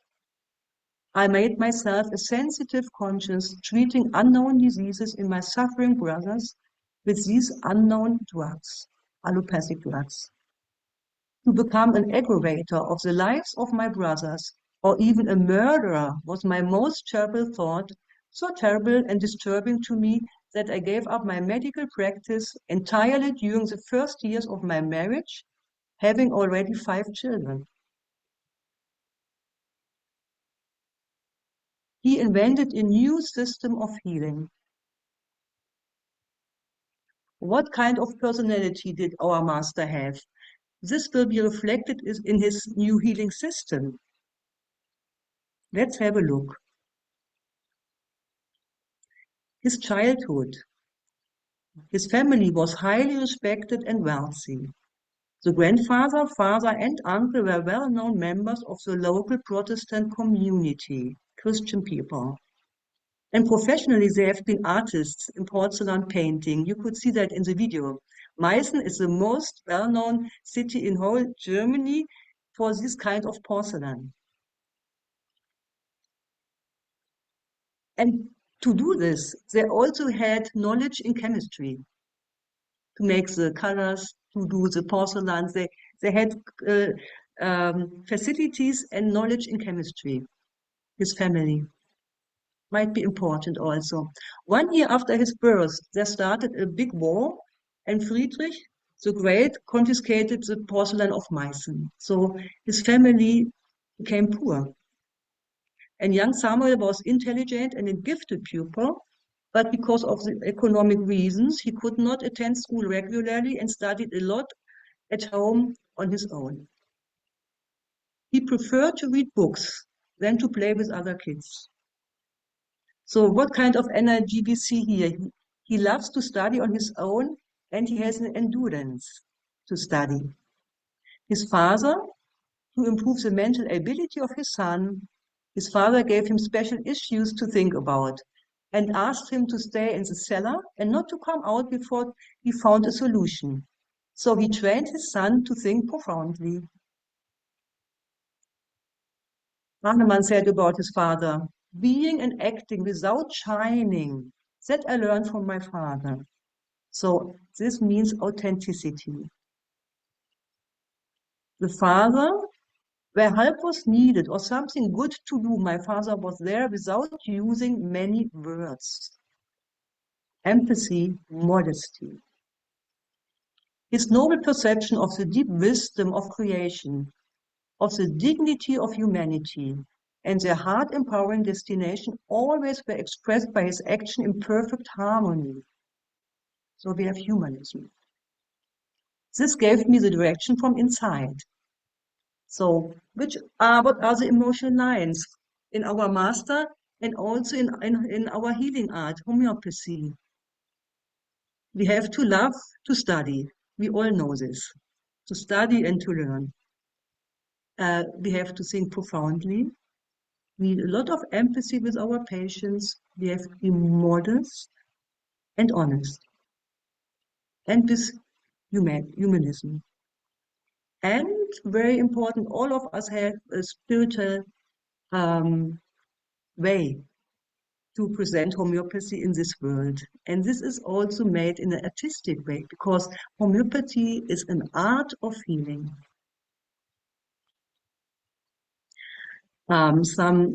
Let's talk about some biographic dates. In 1775, Dr. Hahnemann started his studies of medicine in Leipzig, one of the most famous universities of Germany in that time. In that time, there was a lot of theory and confusion in medicine. They discovered that the hypothesis of Dr. Galen about the 5 different fluids in the body, which was believed in for centuries, was not correct. Development of him as a physician. In 76, Dr. Hahnemann changed his university, went to Vienna, Austria, where Dr. Quarin, the physician of the Queen, was teaching a different approach in the way that the most important point is to observe the patient, as already Hippocrates said. Dr. Hahnemann became his private and well-respected student. Here in Vienna, the roots were laid for the strong impact of observing the patient. Later, at the end of his life, Dr. Hahnemann had filled more than 54 books, 100 pages, with the notes of his patients. That was very, very unusual in that time.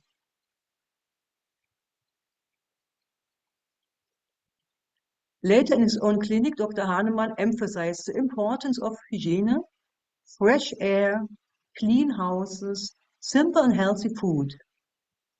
He himself was living a very simple life in very poor and small villages, surrounded by nature. Like the principle of Hippocrates, he tried to strengthen the own healing capacities of the body of his patients and to give a less medical drug as possible. Dr. Hahnemann was very determined to develop his practical work only on precise observation and not on the various theories of his time. Here we can see his first stethoscope. It was new in this time. One of his main principles was that every human being is different and has to be treated in a specific and individual manner with softness, attention, and care for the individual needs of the constitution. Just to make clear, also the time he needed to develop his art of healing. We have 1790, the China experiment, we all know. 6 years later, he published his curing method, Similia similibus curentur. In 1810, he published his first edition of the Organon, that is 20 years after the China experiment. And 18 years later, he did write the chronic diseases.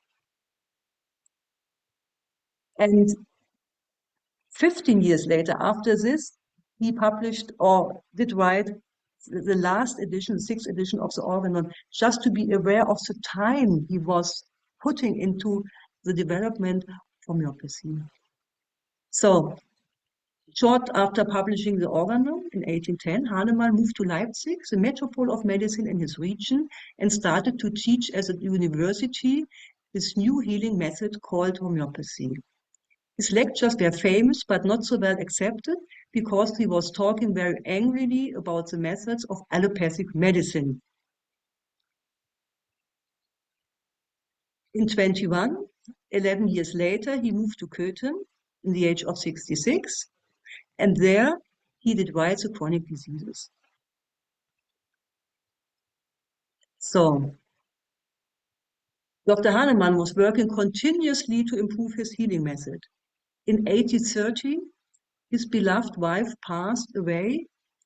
He continued to live together with two unmarried daughters, preparing himself for the perspective of his age. He was now 75 years old.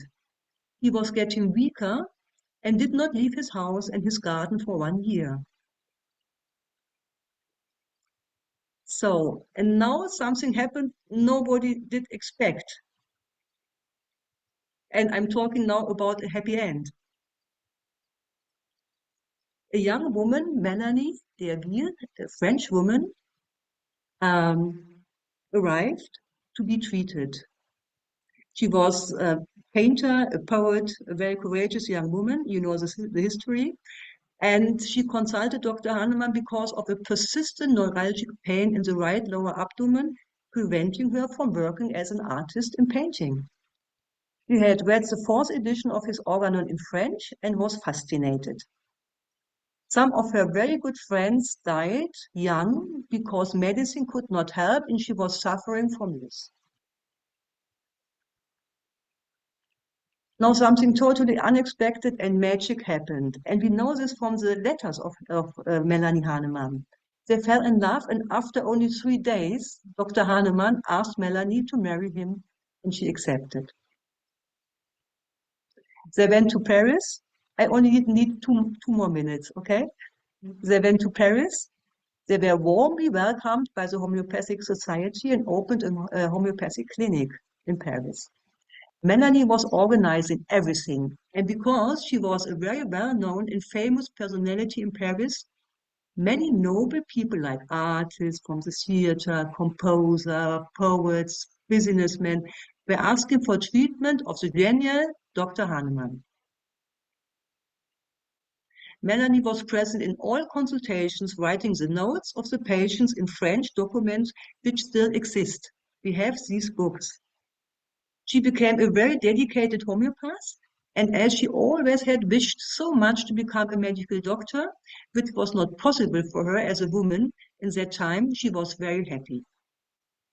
Dr. Hahnemann later did write to his best friend, Clemens from Bönninghausen, that she was so eager to study and experience homeopathy that she became his best student. For Dr. Hahnemann, it was one of the happiest times in his life, together with his beloved second wife, surrounded by patients and intellectual people which had a great respect for him and were fascinated by homeopathy.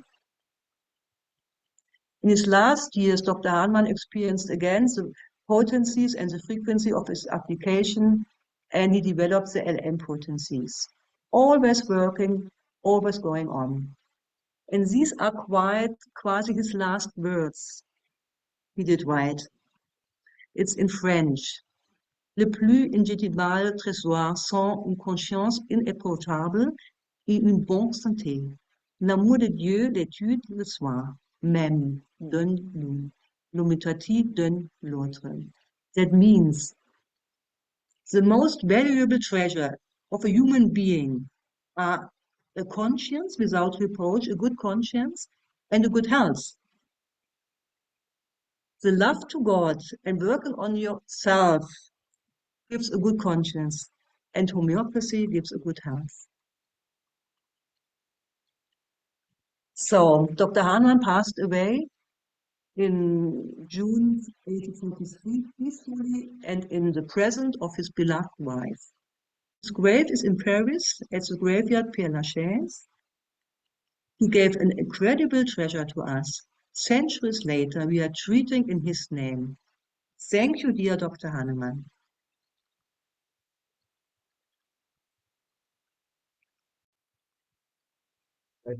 Thank you, Dr. Beatrice, for an excellent biography of showing the biography of Dr. Hahnemann.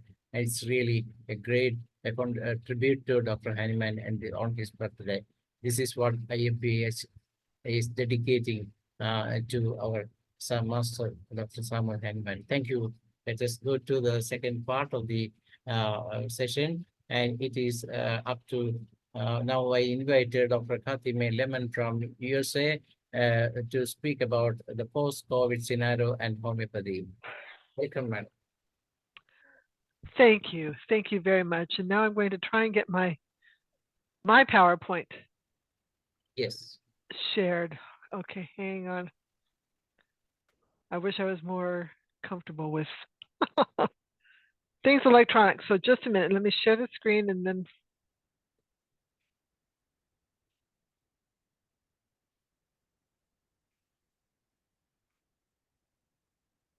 Okay. Oh.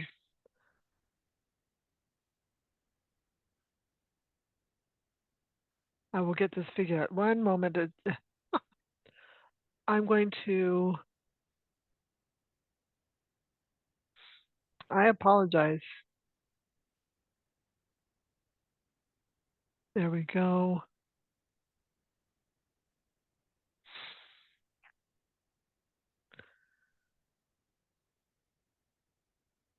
Almost there. Stepping.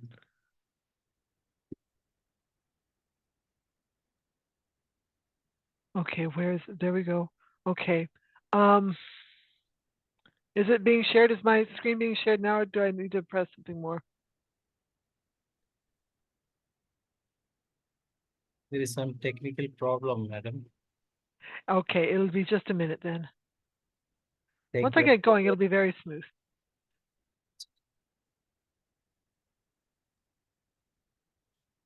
Yes. Okay, do you see my screen now? Yes, it's coming. Okay, well, here we go. Thank you very much. It's always an honor for me to be able to share with the International Forum for Promoting Homeopathy. It is a pleasure for me to speak. I love what I do. I love what I do with homeopathy, and I love what I share. And I'm very, very grateful to be able to share on this HAHNEMAN'S birthday. There is so much that HAHNEMANN has provided for us, that Dr. Beatrix, that you so beautifully shared with us. Let's see if my screen will share. There we go.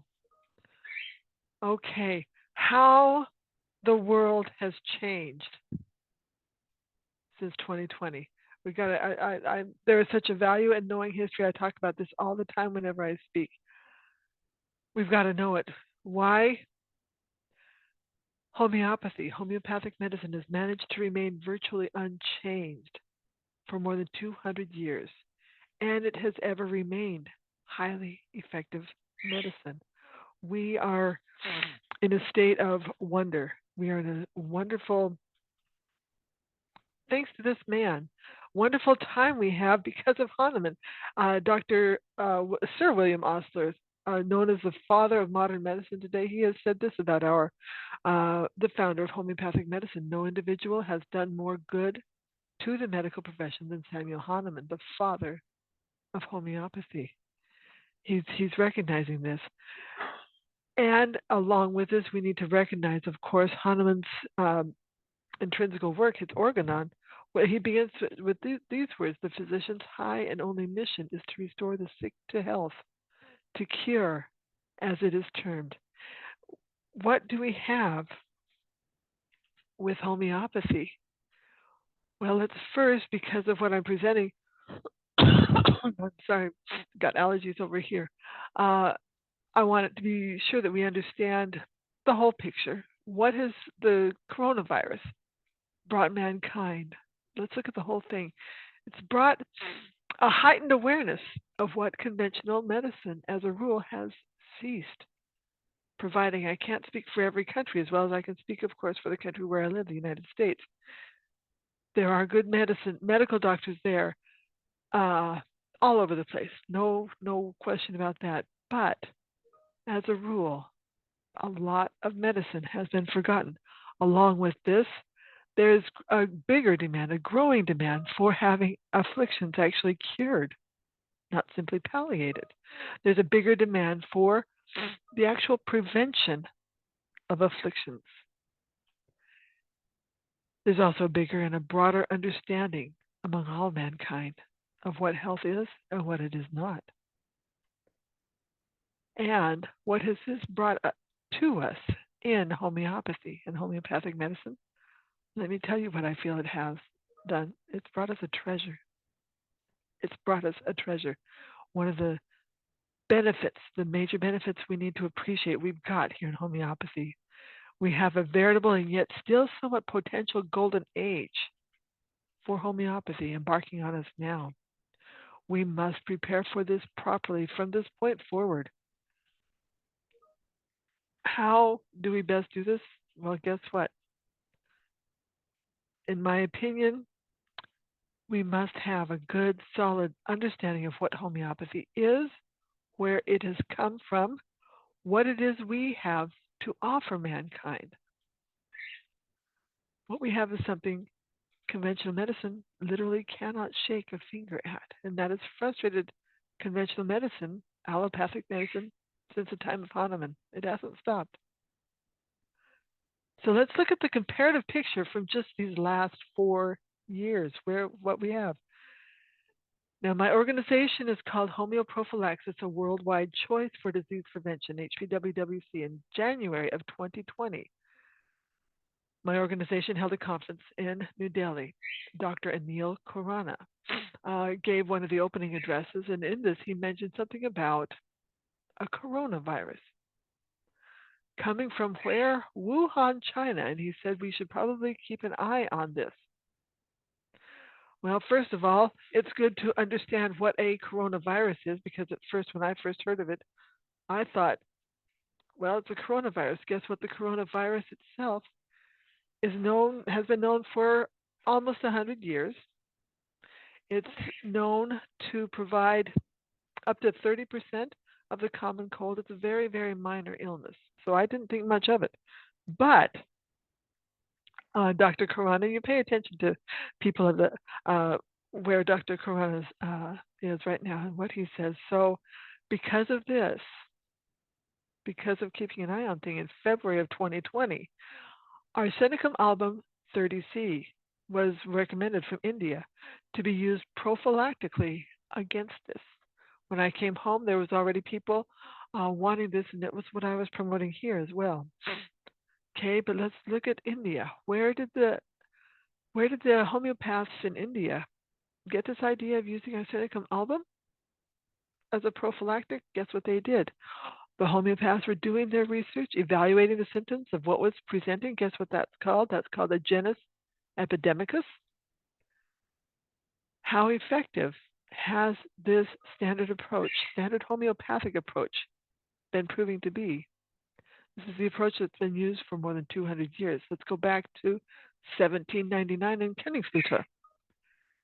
An outbreak of highly contagious scarlet fever was happening. Hahnemann was asked to go there to help with it. He observed, he noted the symptoms. He noted too that these were different than the previous scarlet fever outbreaks, for which opium and ipecacuanha he found to work very effectively.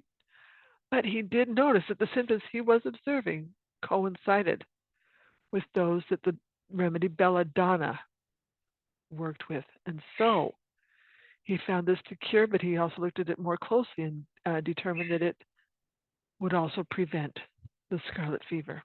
So he began what has become known as homeoprophylaxis, or the prophylactic use of homeopathic medicine. So let's bring that forward to today.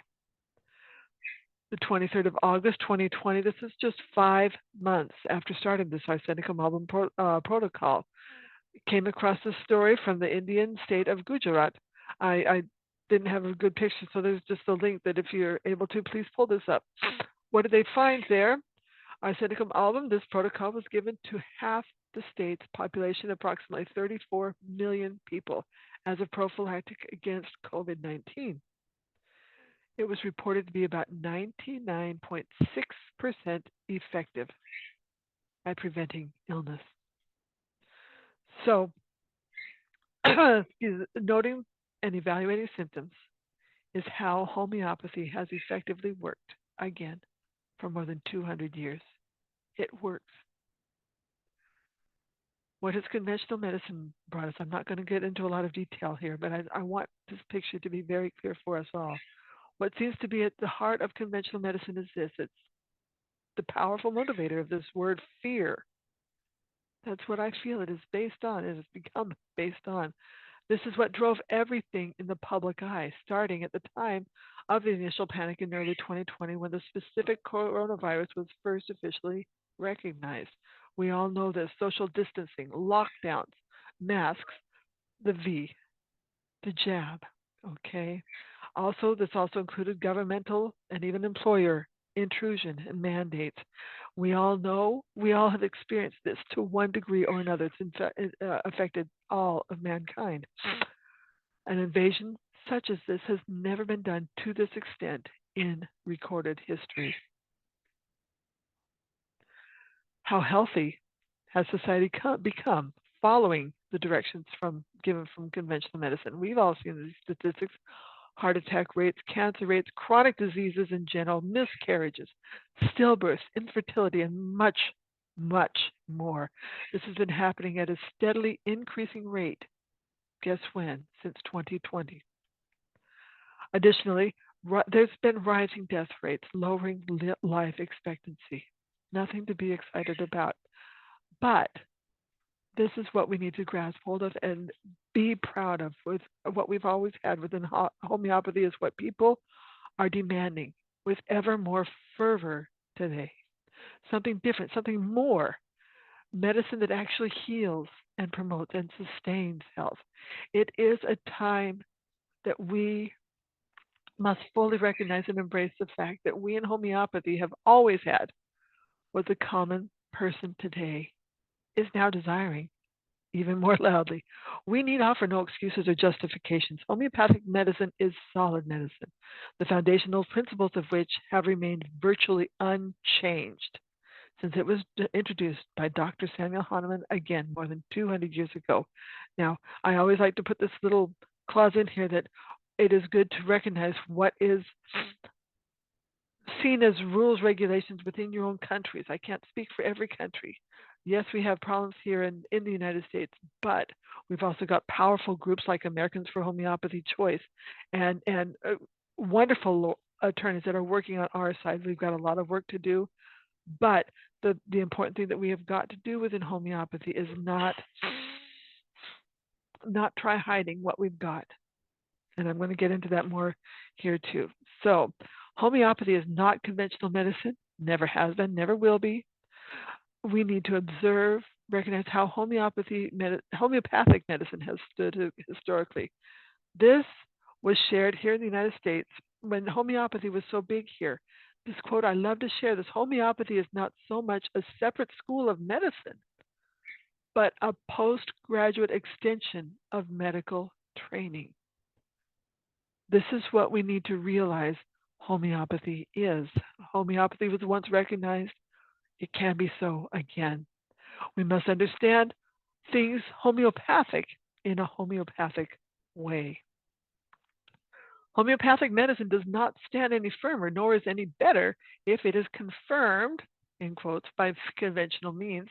It is effective medicine because it works. Now I have a 5th and 6th edition of the Organon combined, done by Dajin and Borica. And right on page 57, in the contents, these gentlemen here, provided this note that we need to recognize too. It is unnecessary for the cure to know how the vital force produces the symptoms. All right. Now, a bit of history here too. Homeopathy has been part of royal life in the UK since 1835, when King William IV's wife, Queen Adelaide, was cured of a serious illness by it, homeopathy, when all other medicines failed. Homeopathy was huge here in the United States. It's becoming so again. The American Institute of Homeopathy was established in 1844. It's still running strong today, but guess what? The American Medical Association was not established till 1847. Conventional medicine and disease prevention, let's look at this too. Why was there nearly 100-year gap between Jenner's presenting of the smallpox vaccine in 1796 and then the cholera and rabies from 1880 and 1885? Why was there such a long gap between the first and then the next one? Well, I found this quote by a gentleman, Davin Parker, who said this in 2021. He said, the long delay could be attributed, at least in part, to inadequate disease theories. Well, let's go back to Robert Ellis Dudgeon. He said in 1854, the allopathic school of the present day does not concern itself much with medicinal prophylactics. By comparison, Hahnemann from 1799 discovered about belladonna, the prophylactic use of homeopathic medicine that's been studied ever since that time. Dudgeon, in the same lecture from 1854, he says this: the same rule that guides the homeopathist to the selection of a remedy should also lead him to the discovery of a prophylactic. It's that intertwined. It's that much a part of homeopathy. Homeopathy was doing it first. So let's look at the views of medicine and healthcare. I love these two terms. Conventional or orthodox medicine likes to use the term pathogenic. What is that? Pathos, and what that focuses on what makes a person sick. Whereas we within homeopathy are more salutogenic.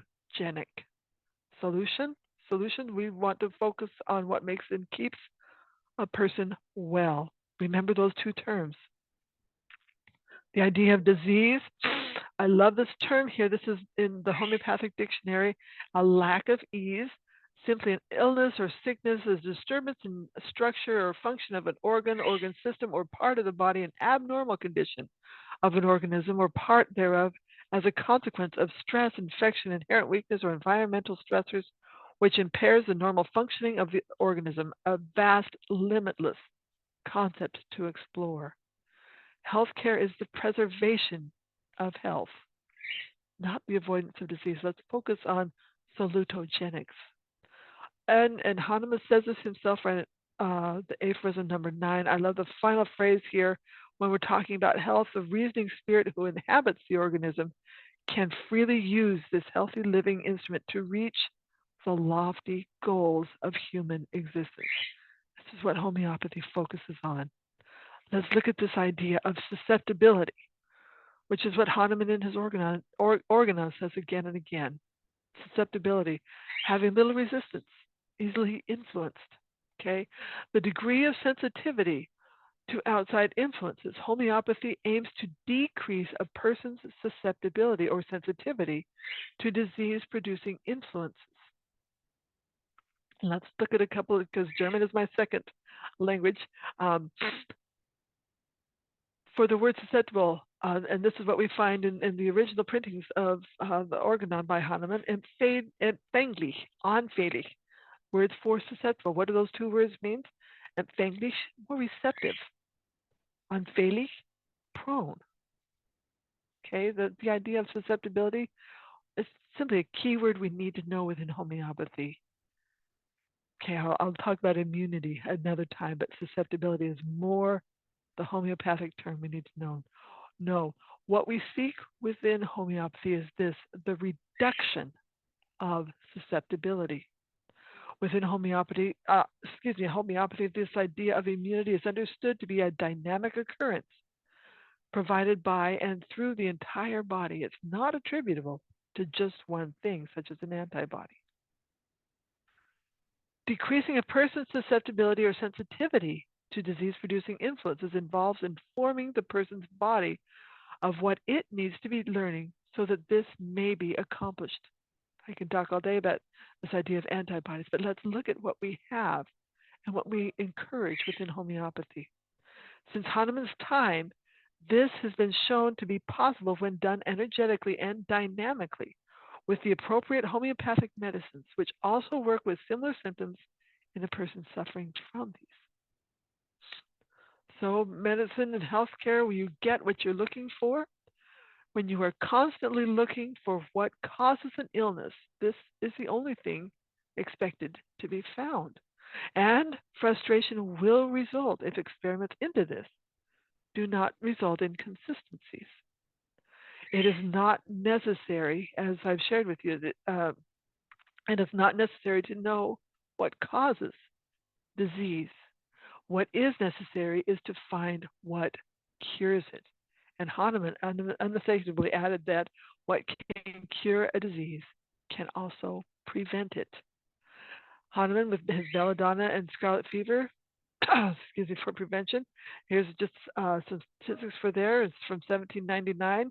This is Dudgeon again. 1,646 children were exposed to scarlet fever, only 123 contracting it. That's a record of less than 10% infected by an illness that normally has an infection rate of about 90%. Okay, it works. Hahnemann did not do experiments into whether belladonna caused scarlet fever. To him, this was irrelevant. He determined that it cured it. So he did experiments and concluded it will also prevent it. Hahnemann, from this point forward, worked from this understanding of how homeopathic medicines work. Yes, madam. Our time Yes. is about to finish. Okay, I am almost done. Thank you. So upon finding scarlet fever, Hahnemann said this: the perfect prevention of infection and the discovery of a means whereby this divine aim may be surely attained offers infinite advantages over any mode of treatment, be it of the most incomparable kind soever. And I'm confident he was talking about much more than scarlet fever when he said that. Basically, prevention is better than cure. So what can cure disease can and does help promote resistance or reduce susceptibility to this disease and similar conditions as well. There is essentially nothing more homeopathic than its prophylactic use. So we have the wonderful similia similibus curentur. To that should be added similis, similes, impedit, like prevents like. So just a couple of quotes here. Burnett, the law of similars also applies to the prevention of disease. Grimmer, 1949, as the law of similars excels in the power to cure, it excels more forcibly and certainly in the art of disease prevention. And Dr. Rajman Chanda shared this at the conference in Delhi in 2020. He said the reason homeopathy is known throughout the world today is because of its effectiveness in homeoprophylaxis. In conclusion, let me just share this with you.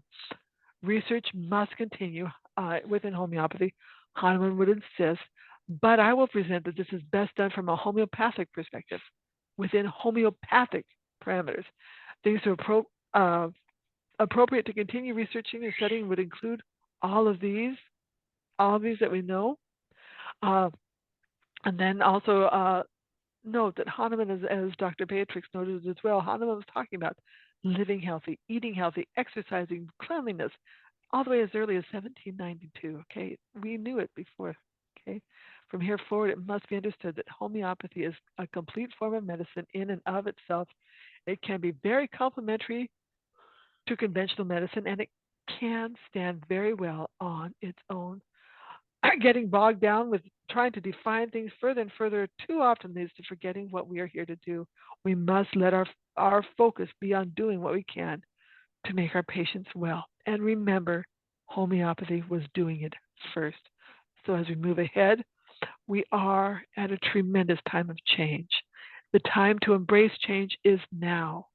This is what the world is calling for, and this is what we have always had in homeopathy. It is something whose time has finally come.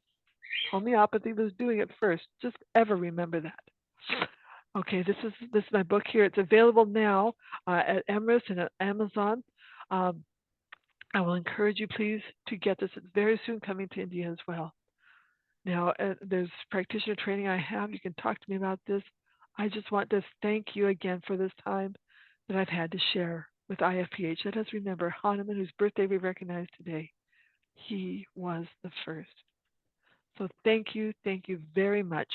Yes, for this. thank you, Dr. Kathy Lemon from USA to bring a wonderful presentation in this forum about the post-COVID My scenario. pleasure. And thank you for such a wonderful session. Now I invite Dr. Bob Lim to say what of thought.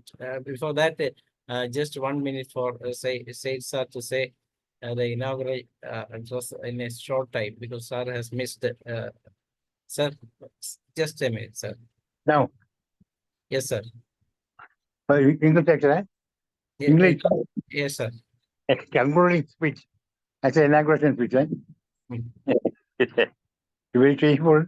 I came the last so concluding speech is become the inauguration speech. Anyway, we are growing up.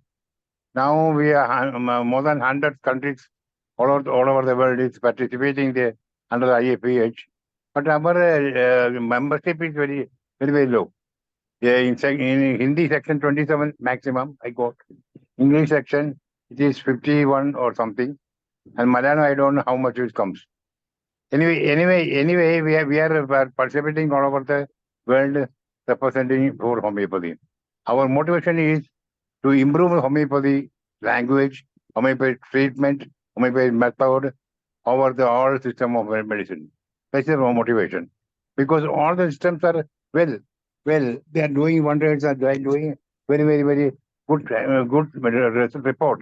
But under the principle, suppose we consider the principles of medicine, the homeopathy is only the system of medicine. Under the principle, it will curing or relieving the diseases. That's why our motivation. That's our great thing, no? We are under the principle, similar Quran door, minimum dose. See, that is our principle. That we are putting on our hands. We are doing wonders with that principles. But allopathy medicine is a massive process. Ayurveda is there. I'm not blaming all that. All the system, of course, they're doing one way, good report. But without harming our vital force, without harming our life, without any reaction, side effects, and with a minimum dose, only homeopathy stands as a principal medicine. That is our great thing, you know. Okay, sir. Please inaugurate, sir. Please say the inauguration. That is Dr. said. Anyway, I'm inaugurating the section, the last moment. Thank you very much.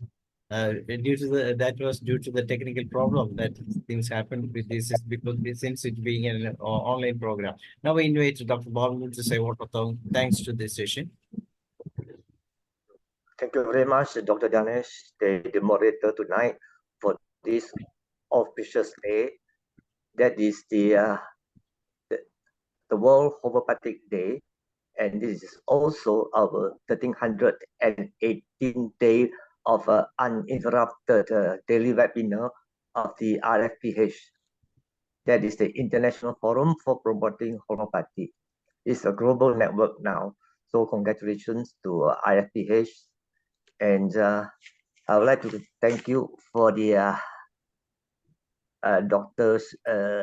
Ismail Said, the president of the IFPH, for the inauguration, and our secretary, Dr. and is a vice president, Dr. Saji Wadis.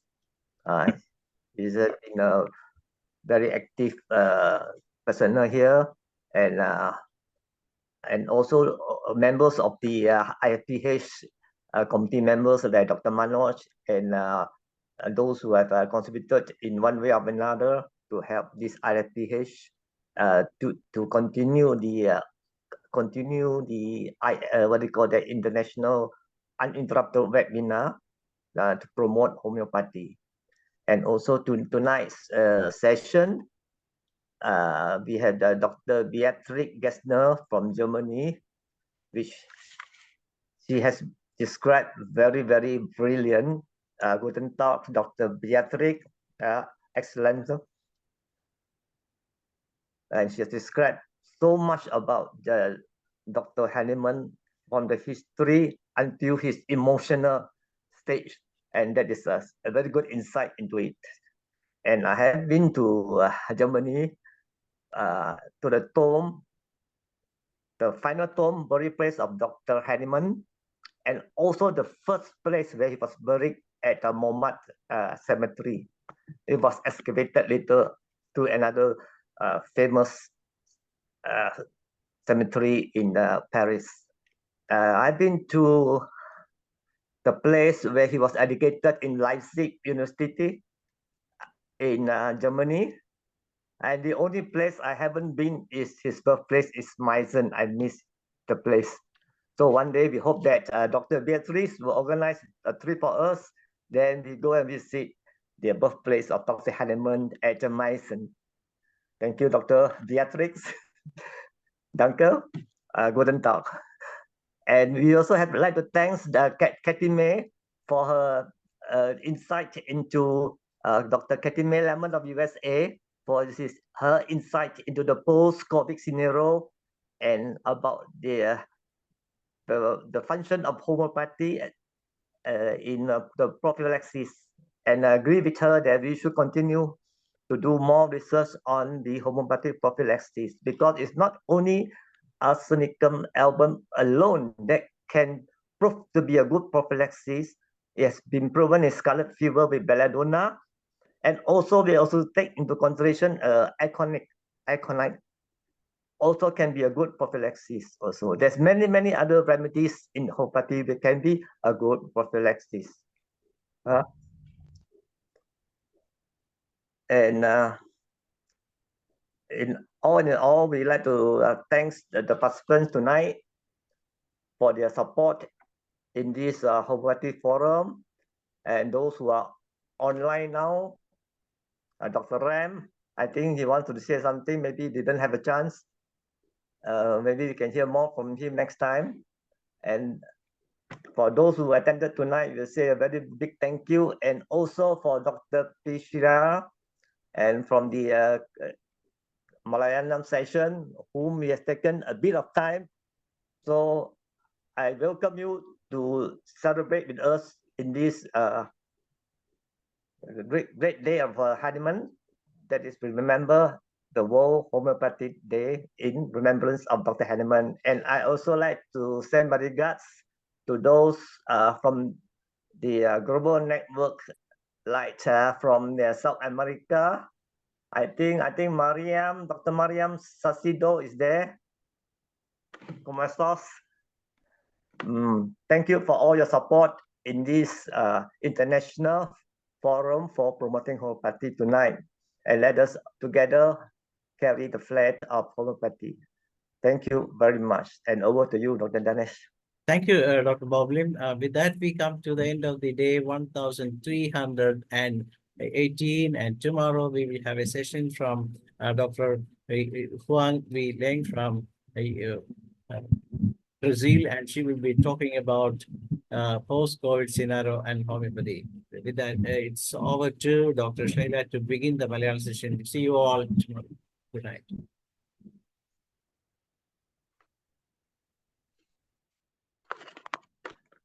Thank you, Dr. Dhanesh. Thank you, all doctors and all doctors in English session. എല്ലാവർക്കും നമസ്കാരം. ഇന്ന് IFPHന്റെ ഇടതടവില്ലാതെ തുടർന്നു വരുന്ന web പരമ്പരയുടെ 1318 ദിവസമാണ് ഇന്ന്.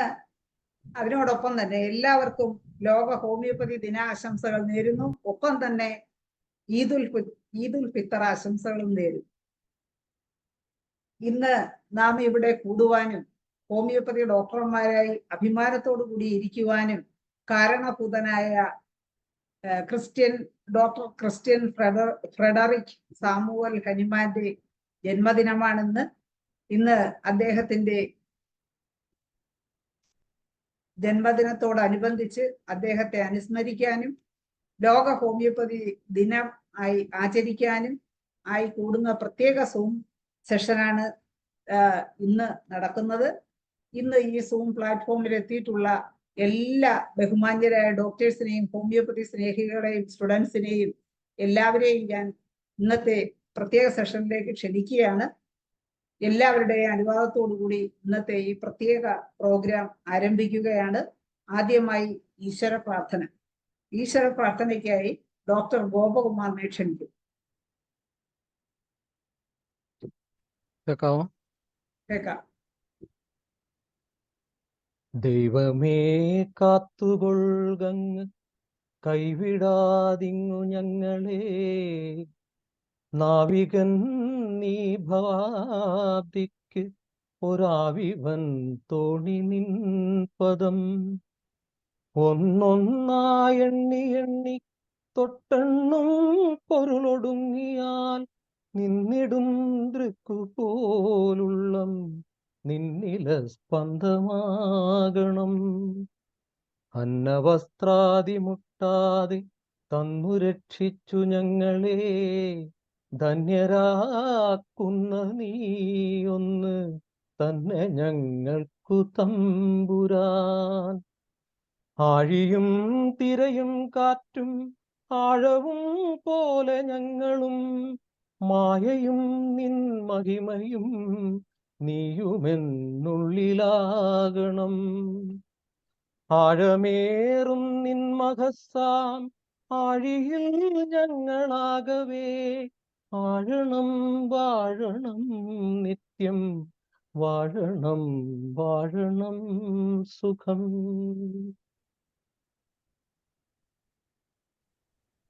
Okay ഡോക്ടറെ, നന്ദി. അടുത്തതായി സ്വാഗത പ്രസംഗമാണ്. അതിനായി നമ്മുടെ IFPHന്റെ ആദരണീയനായ ഡോക്ടർ മനോജ് GSനെ ക്ഷണിക്കും. നന്ദി ശൈല ഡോക്ടറെ. നമ്മള് പ്രാർത്ഥന ആലോചിച്ചതുപോലെ ആഴണം വാഴണം ആഴമേറുന്നിൻ മഹസ്. അപ്പൊ ഈ ആഴമേറുന്ന മഹസ്സം എന്താണെന്ന് അറിയണമെങ്കിൽ ഹോമിയോപ്പതിയുടെ സൈലീഷ്യ എന്നൊരു മെഡിസിനിലേക്ക് നോക്കിയാൽ അറിയാം.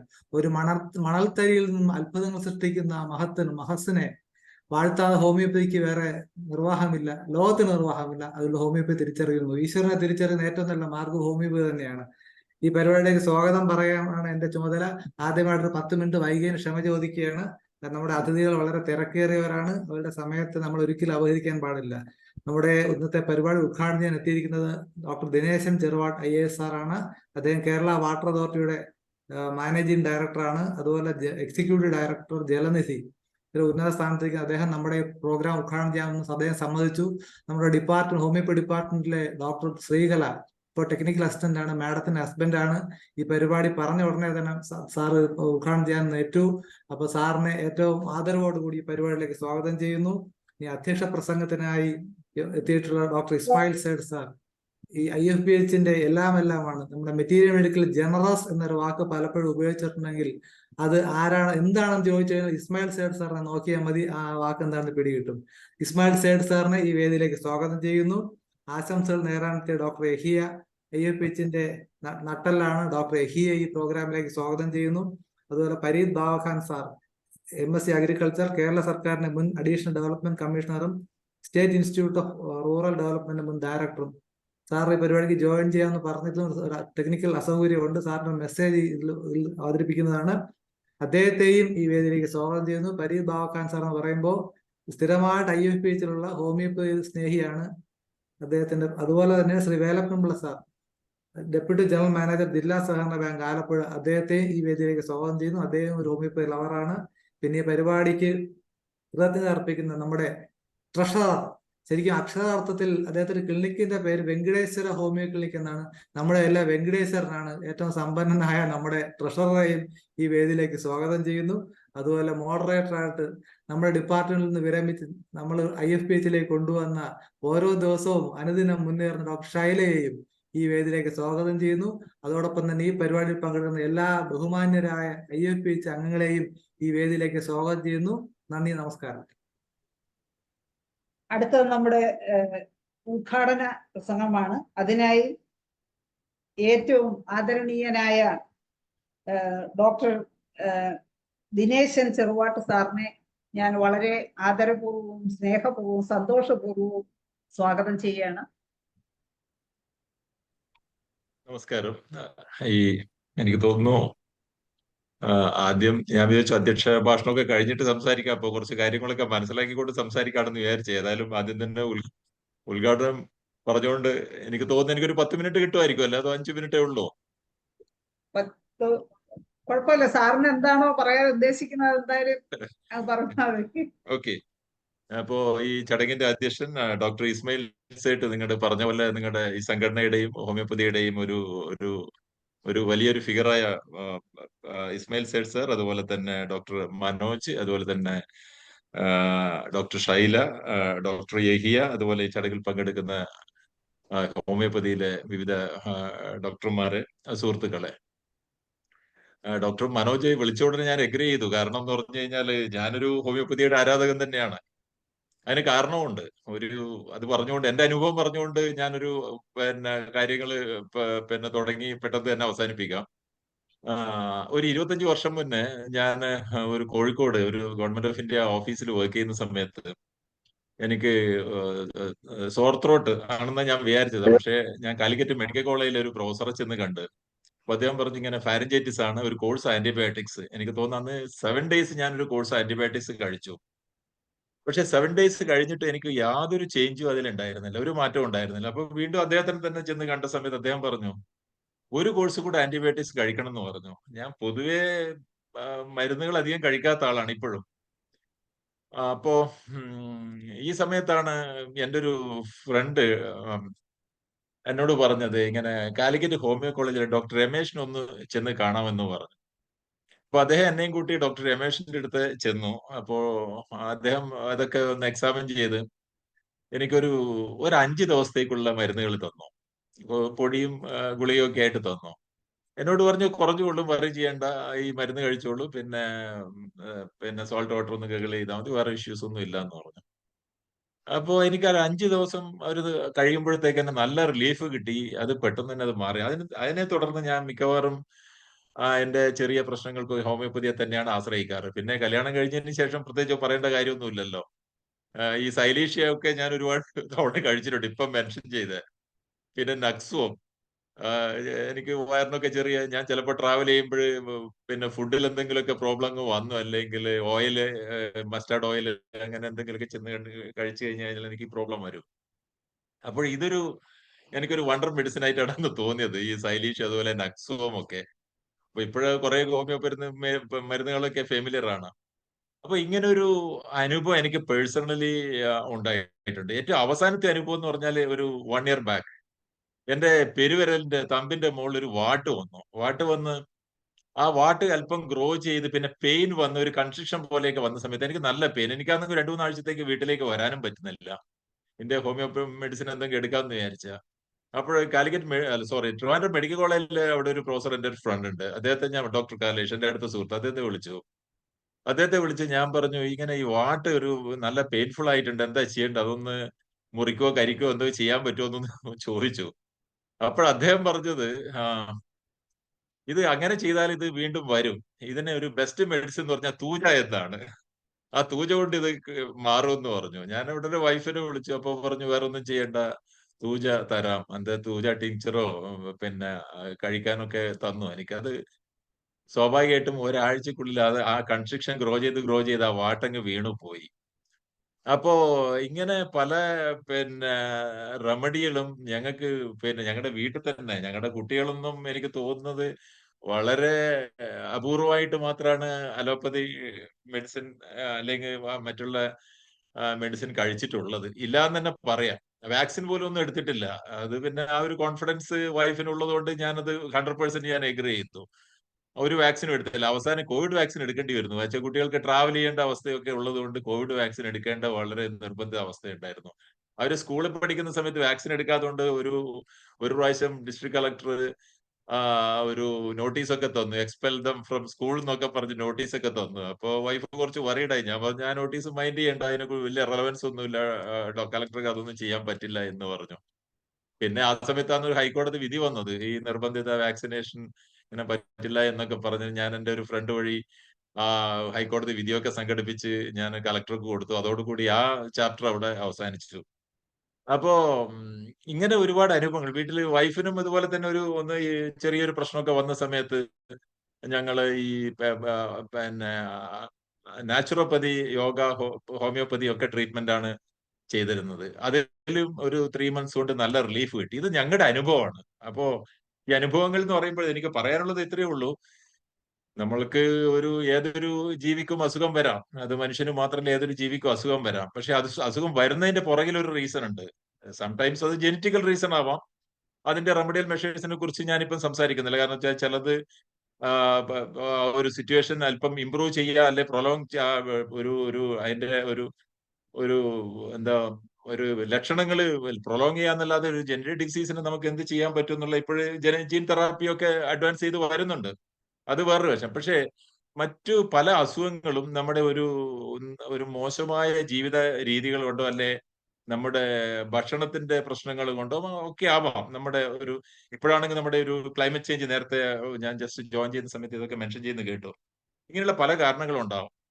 അപ്പോ നമ്മുടെ ഒന്നാമത്തെ കാര്യം നമ്മൾ ആരോഗ്യത്തോടെ ജീവിക്കുക എന്നുള്ളതാണ്. അപ്പോ ഞാൻ ഈ പരിസ്ഥിതി കാര്യങ്ങളിലൊക്കെ കുറച്ച് താല്പര്യമുള്ളതാണ്. അപ്പൊ ഞാൻ മിക്കവാറും പറയാറുണ്ട്, ഒരു മനുഷ്യന്റെ 3 ബേസിക് റിക്വയർമെന്റ്സ് എന്ന് പറയുന്നത് ഒന്ന് clean air, clean water and clean food എന്നുള്ളതാണ്. അപ്പോ നമുക്ക് അറിയാം ഇത് 3ഉം ഇന്ന് നമുക്ക് എന്തുമാത്രം ക്ലീൻ ആയിട്ട് കിട്ടുന്നുണ്ടെന്നുള്ളത്. സ്വാഭാവികമായിട്ടും അത് നമ്മുടെ ആരോഗ്യത്തെ ബാധിക്കും. അപ്പോ പിന്നെ മനുഷ്യനായിട്ട് മാത്രം ഇവിടെ ഭൂമിയിൽ ജീവിക്കാൻ ഒരിക്കലും പറ്റില്ലല്ലോ. നമ്മുടെ ഒരുപാട് ജീവജാലങ്ങൾ, microbes, even virus, bacteria, fungi, microbes, അതുപോലെ തന്നെ മറ്റു ജീവികളെല്ലാം നമ്മുടെ ആരോഗ്യത്തെ സ്വാധീനിക്കുന്നുണ്ടെന്നുള്ള കാര്യം പിന്നെ എല്ലാവർക്കും അറിയാവുന്ന കാര്യമാണ്. അപ്പോ ഇത് നമുക്ക് ഇവയോടെല്ലാം ഒരു രമ്യതയിൽ, ഒരു കോഎക്സിസ്റ്റൻസോട് കൂടി മാത്രമേ നമുക്ക് നമ്മുടെ ആരോഗ്യം സംരക്ഷിക്കാൻ പറ്റൂ എന്നുള്ളത്. അതുകൊണ്ട് നമ്മളിപ്പോൾ വൺ ഹെൽത്തിനെ കുറിച്ച് സംസാരിക്കുന്നു. ഇപ്പം കോവിഡ് വന്നു. കോവിഡ് വന്നപ്പോൾ അതിന്റെ സോഴ്സിനെ കുറിച്ച് ഒരുപാട് ഡിസ്കഷൻസ് വന്നു. അപ്പോ ഇപ്പം പുതിയ വൈറസുകളുടെ ഒരു എമർജൻസിനെ കുറിച്ച് പറഞ്ഞു. ഇതിനൊക്കെ കാരണം ഒരു ബേസിക്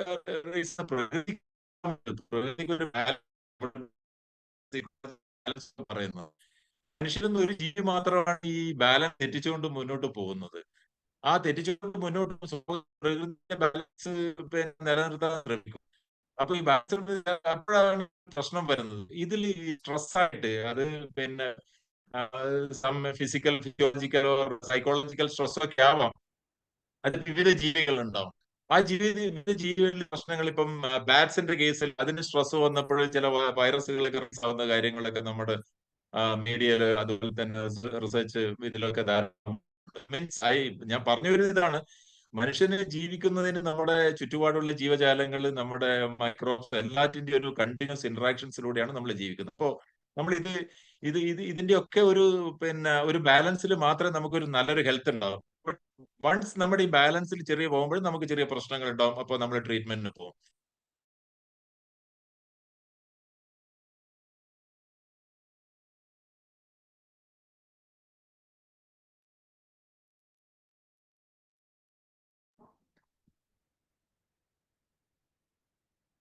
എനിക്കിവിടെ നെറ്റ്വർക്കിന് ചെറിയൊരു പ്രോബ്ലം ഉള്ളു, അതുകൊണ്ട് ഇടയ്ക്കൊന്ന് ഡിസ്കണക്ട് ആയി പോകുന്നു. സോറി, ഇപ്പൊ കേൾക്കാമല്ലോ അല്ലേ? കേൾക്കാം. അപ്പോൾ നമ്മുടെ ഏത് ചികിത്സാ രീതി തിരഞ്ഞെടുക്കണമെന്ന് വരുമ്പോഴാണ് നമ്മുടെ മുന്നിൽ ഒരു പ്രശ്നം. അപ്പൊ അവിടെയാണ് പലപ്പോഴും ചില മെഡിക്കൽ സിസ്റ്റം മാത്രമാണ് എഫിഷ്യന്റ്, നോബിൾ, മറ്റുള്ള മെഡിക്കൽ സിസ്റ്റം അത്ര നല്ലതല്ല എന്നുള്ള രീതിയിലുള്ള പ്രചാരണങ്ങൾ നടന്നു. നമ്മൾ ഇതിൽ മനസ്സിലാക്കേണ്ട ഒരു കാര്യം, കേൾക്കാമല്ലോ? ബ്രേക്ക് ആവുന്നുണ്ടോ? കേൾക്കാം സാറേ, കേൾക്കാം. നമ്മൾ ഏത് മെഡിക്കൽ സയൻസ് തിരഞ്ഞെടുക്കണം എന്നുള്ളൊരു ഇഷ്യൂ വരുമ്പോൾ നമ്മൾ ഒരു കാര്യം മനസ്സിലാക്കേണ്ടത് ഏതൊരു ബ്രാഞ്ച് ഓഫ് സയൻസ് ആയാലും ആ ബ്രാഞ്ച് ഓഫ് സയൻസ് തനിയെ ഡെവലപ്പ് ചെയ്ത് വന്നതല്ല. മറ്റുള്ള എല്ലാ ബ്രാഞ്ച് ഓഫ് സയൻസിന്റെയും കോൺട്രിബ്യൂഷനോട് കൂടിയിട്ടാണ് എല്ലാ ബ്രാഞ്ചുകളും ഡെവലപ്പ് ചെയ്ത് വരുന്നത്. അത് ഏത് ബ്രാഞ്ചായാലും, ഇപ്പം മോഡേൺ മെഡിസിൻ, നമ്മളിപ്പം അലോപ്പതിക് മെഡിസിൻ സിസ്റ്റം ആണെങ്കിലും അതിൽ എല്ലാത്തിന്റെയും കോൺട്രിബ്യൂഷൻ, ഫിസിക്സിന്റെ ആയാലും നമ്മുടെ മോഡേൺ ഡയഗ്നോസ്റ്റിക് ടൂൾസ് പലപ്പോഴും ഫിസിക്സ്, മാത്തമാറ്റിക്സിന്റെ കോൺട്രിബ്യൂഷൻ ആവാം, കെമിസ്ട്രിയുടെ കോൺട്രിബ്യൂഷൻ, ഫാർമക്കോളജി, അതുപോലത്തെ നമ്മുടെ life sciences, other branch of life sciences, നമുക്ക് വിവിധ പ്ലാന്റ്സിനെ കുറിച്ച്, അനിമൽസിനെ കുറിച്ചും ചിലപ്പോൾ അതിന്റെ കൃത്യമായ ഐഡന്റിറ്റി നമുക്ക് മനസ്സിലാക്കണമെങ്കിൽ ചിലപ്പോൾ അതിന്റെ ടാക്സോണമിയെ കുറിച്ച് ഒരു ബയോളജിസ്റ്റിന്റെ അല്ലെങ്കിൽ ഒരു ടാക്സോണമിസ്റ്റിന്റെ ഹെൽപ്പ് ആവശ്യമാണ്. അപ്പൊ ഫാർമക്കോളജിസ്റ്റിന്റെ അതിന്റെ എന്താണ് ആക്റ്റീവ് ഇൻഗ്രീഡിയന്റ്, ചിലപ്പോൾ ഫാർമക്കോളജിസ്റ്റിന്റെ അല്ലെങ്കിൽ ആ രീതിയിൽ ഡെവലപ്പ് ചെയ്യുന്ന ആൾക്കാരുടെ ഹെൽപ്പ് നമുക്ക് വേണ്ടി വരും. അപ്പോൾ ആ ഒരു ഇന്റർ ഡിസിപ്ലിനറി അപ്രോച്ച് നമുക്ക് എല്ലാ ബ്രാഞ്ചിനും അത് നമുക്ക് അത്യാവശ്യമാണ്. അതിൽ പലപ്പോഴും എനിക്ക് മനസ്സിലാവുന്നത് ഒരു മറ്റുള്ള ബ്രാഞ്ച് ഓഫ് സയൻസ് അല്ല, ഇപ്പം പലപ്പോഴും ഞാൻ കേട്ടു ഹോമിയോപ്പതി എഫിഷ്യന്റ് അല്ല, അല്ലെങ്കിൽ അത് പ്രൂവൺ അല്ല എന്നുള്ളതൊക്കെ പലപ്പോഴും അത് അല്ല. ചിലപ്പോൾ പിന്നെ ആയുർവേദത്തെ കുറിച്ചും അങ്ങനെ കേട്ടിട്ടുണ്ട്. പക്ഷെ അതിൽ ചിലപ്പോഴൊക്കെ പിന്നെ ഞാനൊരു TV നമ്മുടെ സംവാദത്തില് ഡോക്ടർ ഫസൽ ഗഫൂർ പറഞ്ഞത് കൃത്യമായിട്ട് ഞാൻ ഓർക്കുന്നു. അന്ന് വലിയൊരു സംവാദം നടന്നിട്ടുണ്ട്. അതിൽ ഹോമിയോപ്പതിക്ക് എഗെയിൻസ്റ്റ് ആയിട്ട് IMA ഒരു പ്രശസ്ത ഭാരവാഹി വളരെ അലിഗേഷൻസ് പല കൺട്രീസിലും നിരോധിച്ചാണ്, തെറ്റായ പല അലിഗേഷൻസ് ഒക്കെ ഉന്നയിച്ചിട്ടുണ്ടായിരുന്നു. പക്ഷെ നെക്സ്റ്റ് ഡോക്ടർ ഫസൽ പറഞ്ഞപ്പോൾ അദ്ദേഹം കാര്യം പറഞ്ഞിരുന്നു. ആയുർവേദിക് ട്രീറ്റ്മെന്റിനെ കുറിച്ച് ഇതുപോലെ ഒരു അലിഗേഷൻ ഒരു ഡോക്ടർ ഡോക്ടർ ഫസൽ ഗഫൂർ പറഞ്ഞു, എന്റെ ഒരു വ്യത്യസ്തമായ ഒരു അഭിപ്രായമാണ് എനിക്ക്. അത് കാരണം വെച്ചാൽ എനിക്ക് ഒരു പുറംവേദന വന്നപ്പോൾ, സ്പൈനൽ കോഡിന് ചെറിയ പ്രശ്നങ്ങളൊക്കെ വന്നപ്പോൾ ഞാൻ കോട്ടക്കൽ ആയുർവേദ വൈദ്യശാലയിൽ ഏകദേശം പുള്ളി 1 മാസോ 40 ഡേയ്സോ ചെന്ന് കിടന്ന് പുള്ളിക്ക് അത് റിലീഫ് വന്നു എന്നുള്ളത്.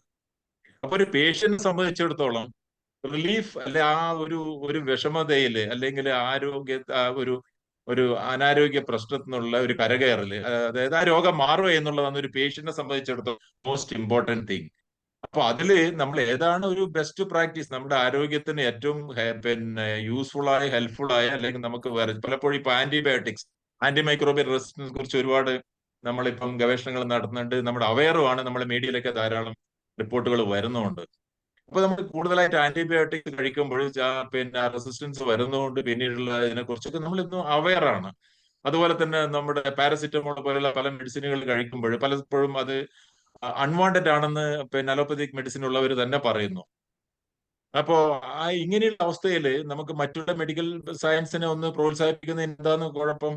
അതേസമയം മോഡേൺ മെഡിസിൻ ആവശ്യമായ ഘട്ടങ്ങൾ അതാവാം. നിങ്ങൾക്ക് ഒരു ഇമ്മീഡിയറ്റ് സർജറി, നമ്മുടെ ഇപ്പം ഒരു ആയുർവേദ ഡോക്ടറോ ഹോമിയോ ഡോക്ടറോ ആ പെർട്ടിക്കുലർ ഒരു പ്രിസൈസ് സർജറിക്ക് കോമ്പീറ്റന്റ് അല്ല, അല്ലെങ്കിൽ ട്രെയിൻഡ് അല്ല എങ്കിൽ ഓക്കെ, അത് കോമ്പീറ്റന്റ് അയാൾ ചെയ്തോട്ടെ. പക്ഷെ അതിന്റെ മെഡിസിൻ പാർട്ട് ഇനിയിപ്പോ എനിക്ക് തന്നെ ഞാനൊരു മേജർ സർജറി കഴിഞ്ഞിട്ട് ഡോക്ടറോട് ചോദിച്ചു ഇങ്ങനെ എന്തെങ്കിലും ചെറിയ ബുദ്ധിമുട്ട് ഉണ്ടാകുമ്പോഴത്തേക്ക് ഇങ്ങനെ ഹോമിയോപ്പതി മെഡിസിൻ കഴിച്ചാൽ മതിയോ എന്ന് ചോദിച്ചപ്പോൾ അദ്ദേഹം ഡോക്ടർ തന്നെ പറഞ്ഞു ഓക്കെ, ഒരു പ്രോബ്ലം ഇല്ല എന്ന് പറഞ്ഞൊരു അനുഭവം എനിക്കുണ്ട്. അപ്പൊ അത് അദ്ദേഹം എന്താണ് മോഡേൺ മെഡിസിന്റെ അങ്ങേയറ്റം വരെ സഞ്ചരിച്ച ഒരു ഡോക്ടറാണ്, അത്രയും വെൽ എക്സ്പീരിയൻസ്ഡ് ആണ്.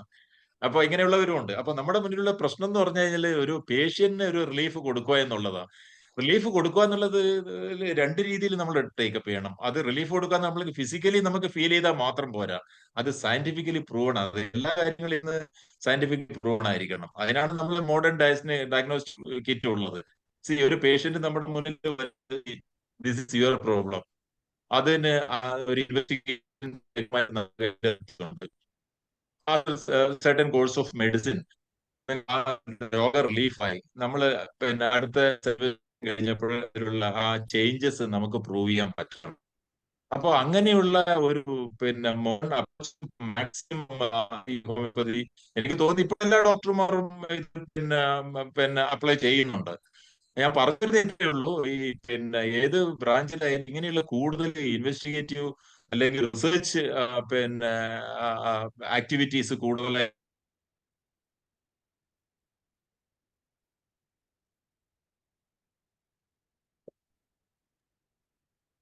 നെറ്റ് ഒന്ന് പോയിട്ടുണ്ട്. റേഞ്ച് കുറവാണെന്ന് പറഞ്ഞിരുന്നു. ഇപ്പോ അതിനകത്ത് ഓഡിയോ ഡിസ്കണക്ട് ആണെന്നേ ഉള്ളൂ. ഉണ്ട്, ലിസ്റ്റിലുണ്ട്. സോറി, ഇവിടെ എനിക്ക് ഒരു പൂർ നെറ്റ്വർക്ക് ഉള്ള ഏരിയ ആണ്. ഞാൻ ഇന്നിപ്പോ ജസ്റ്റ് ഡ്രൈവ് ചെയ്ത് ഞങ്ങൾ വന്നു. കേൾക്കാമല്ലേ? സാർ ഉദ്ഘാടനം കൂടെ ഞാൻ പെട്ടെന്ന് അവസാനിപ്പിക്കാം. ഒരു 1 or 2 minutes ഞാൻ അവസാനിപ്പിക്കാം. അപ്പോ ലൈക്ക് നമ്മുടെ ഏത് ബ്രാഞ്ച് ഓഫ് സയൻസിന്റെ അഡ്വാൻസ്മെന്റ് നോക്കിയാലും നമുക്ക് മനസ്സിലാവും. മോഡേൺ ടൈംസിൽ നമുക്ക് അതിനനുസൃതമായ നമുക്ക് എല്ലാ മീൻസും നമുക്ക് ഇന്ന് അവൈലബിൾ ആണ്. അത് മാക്സിമം നമ്മുടെ ആ ടെക്നോളജിയുടെ അല്ലെങ്കിൽ ഡെവലപ്മെന്റ്സിന്റെ other branch of sciences maximum നമ്മൾ ഹോമിയോപ്പതിയിൽ അപ്ലൈ ചെയ്യുകയാണെങ്കിൽ നമുക്ക് ഇതുപോലെയുള്ള ആക്ഷേപങ്ങൾ നമുക്ക് കൃത്യമായിട്ട് കൗണ്ടർ ചെയ്യാൻ പറ്റും എന്നുള്ളതാണ് എനിക്ക് ഈ അവസരത്തിൽ പറയാനുള്ളത്. അപ്പൊ ഇതിനിടെ നമ്മുടെ ഒരു സുഹൃത്ത് സംവാദത്തിൽ ഞാൻ പറഞ്ഞു, ഒരു എംടെക് മെക്കാനിക്കൽ എഞ്ചിനീയർക്ക് മെഡിസിനിൽ പിന്നെ നോബൽ പ്രൈസ് കിട്ടിയത് നമ്മൾ 2 വർഷം മുന്നേ കണ്ടതാണ്. It is his passion. അപ്പോൾ അദ്ദേഹത്തിന്റെ ആ മെക്കാനിക്കൽ എഞ്ചിനീയറിംഗിന് ശേഷമാണ്, അദ്ദേഹത്തിന്റെ പേര് ഞാൻ ജസ്റ്റ് ഇപ്പം മറന്നുപോയി, പിന്നെ അദ്ദേഹം ന്യൂറോ സയൻസസിലേക്ക് അദ്ദേഹത്തിന്റെ ഒരു റിസർച്ച് ഒരു ആറ്റിറ്റ്യൂഡ് അങ്ങോട്ട് മാറിയത്. അൾട്ടിമേറ്റ്ലി എന്താ സംഭവിച്ചത്, അദ്ദേഹത്തിന് മെഡിസിനിൽ what is his basic qualification എന്ന് വെച്ച് കഴിഞ്ഞാൽ is an M Tech in mechanical engineering എന്നുള്ളതാണ്.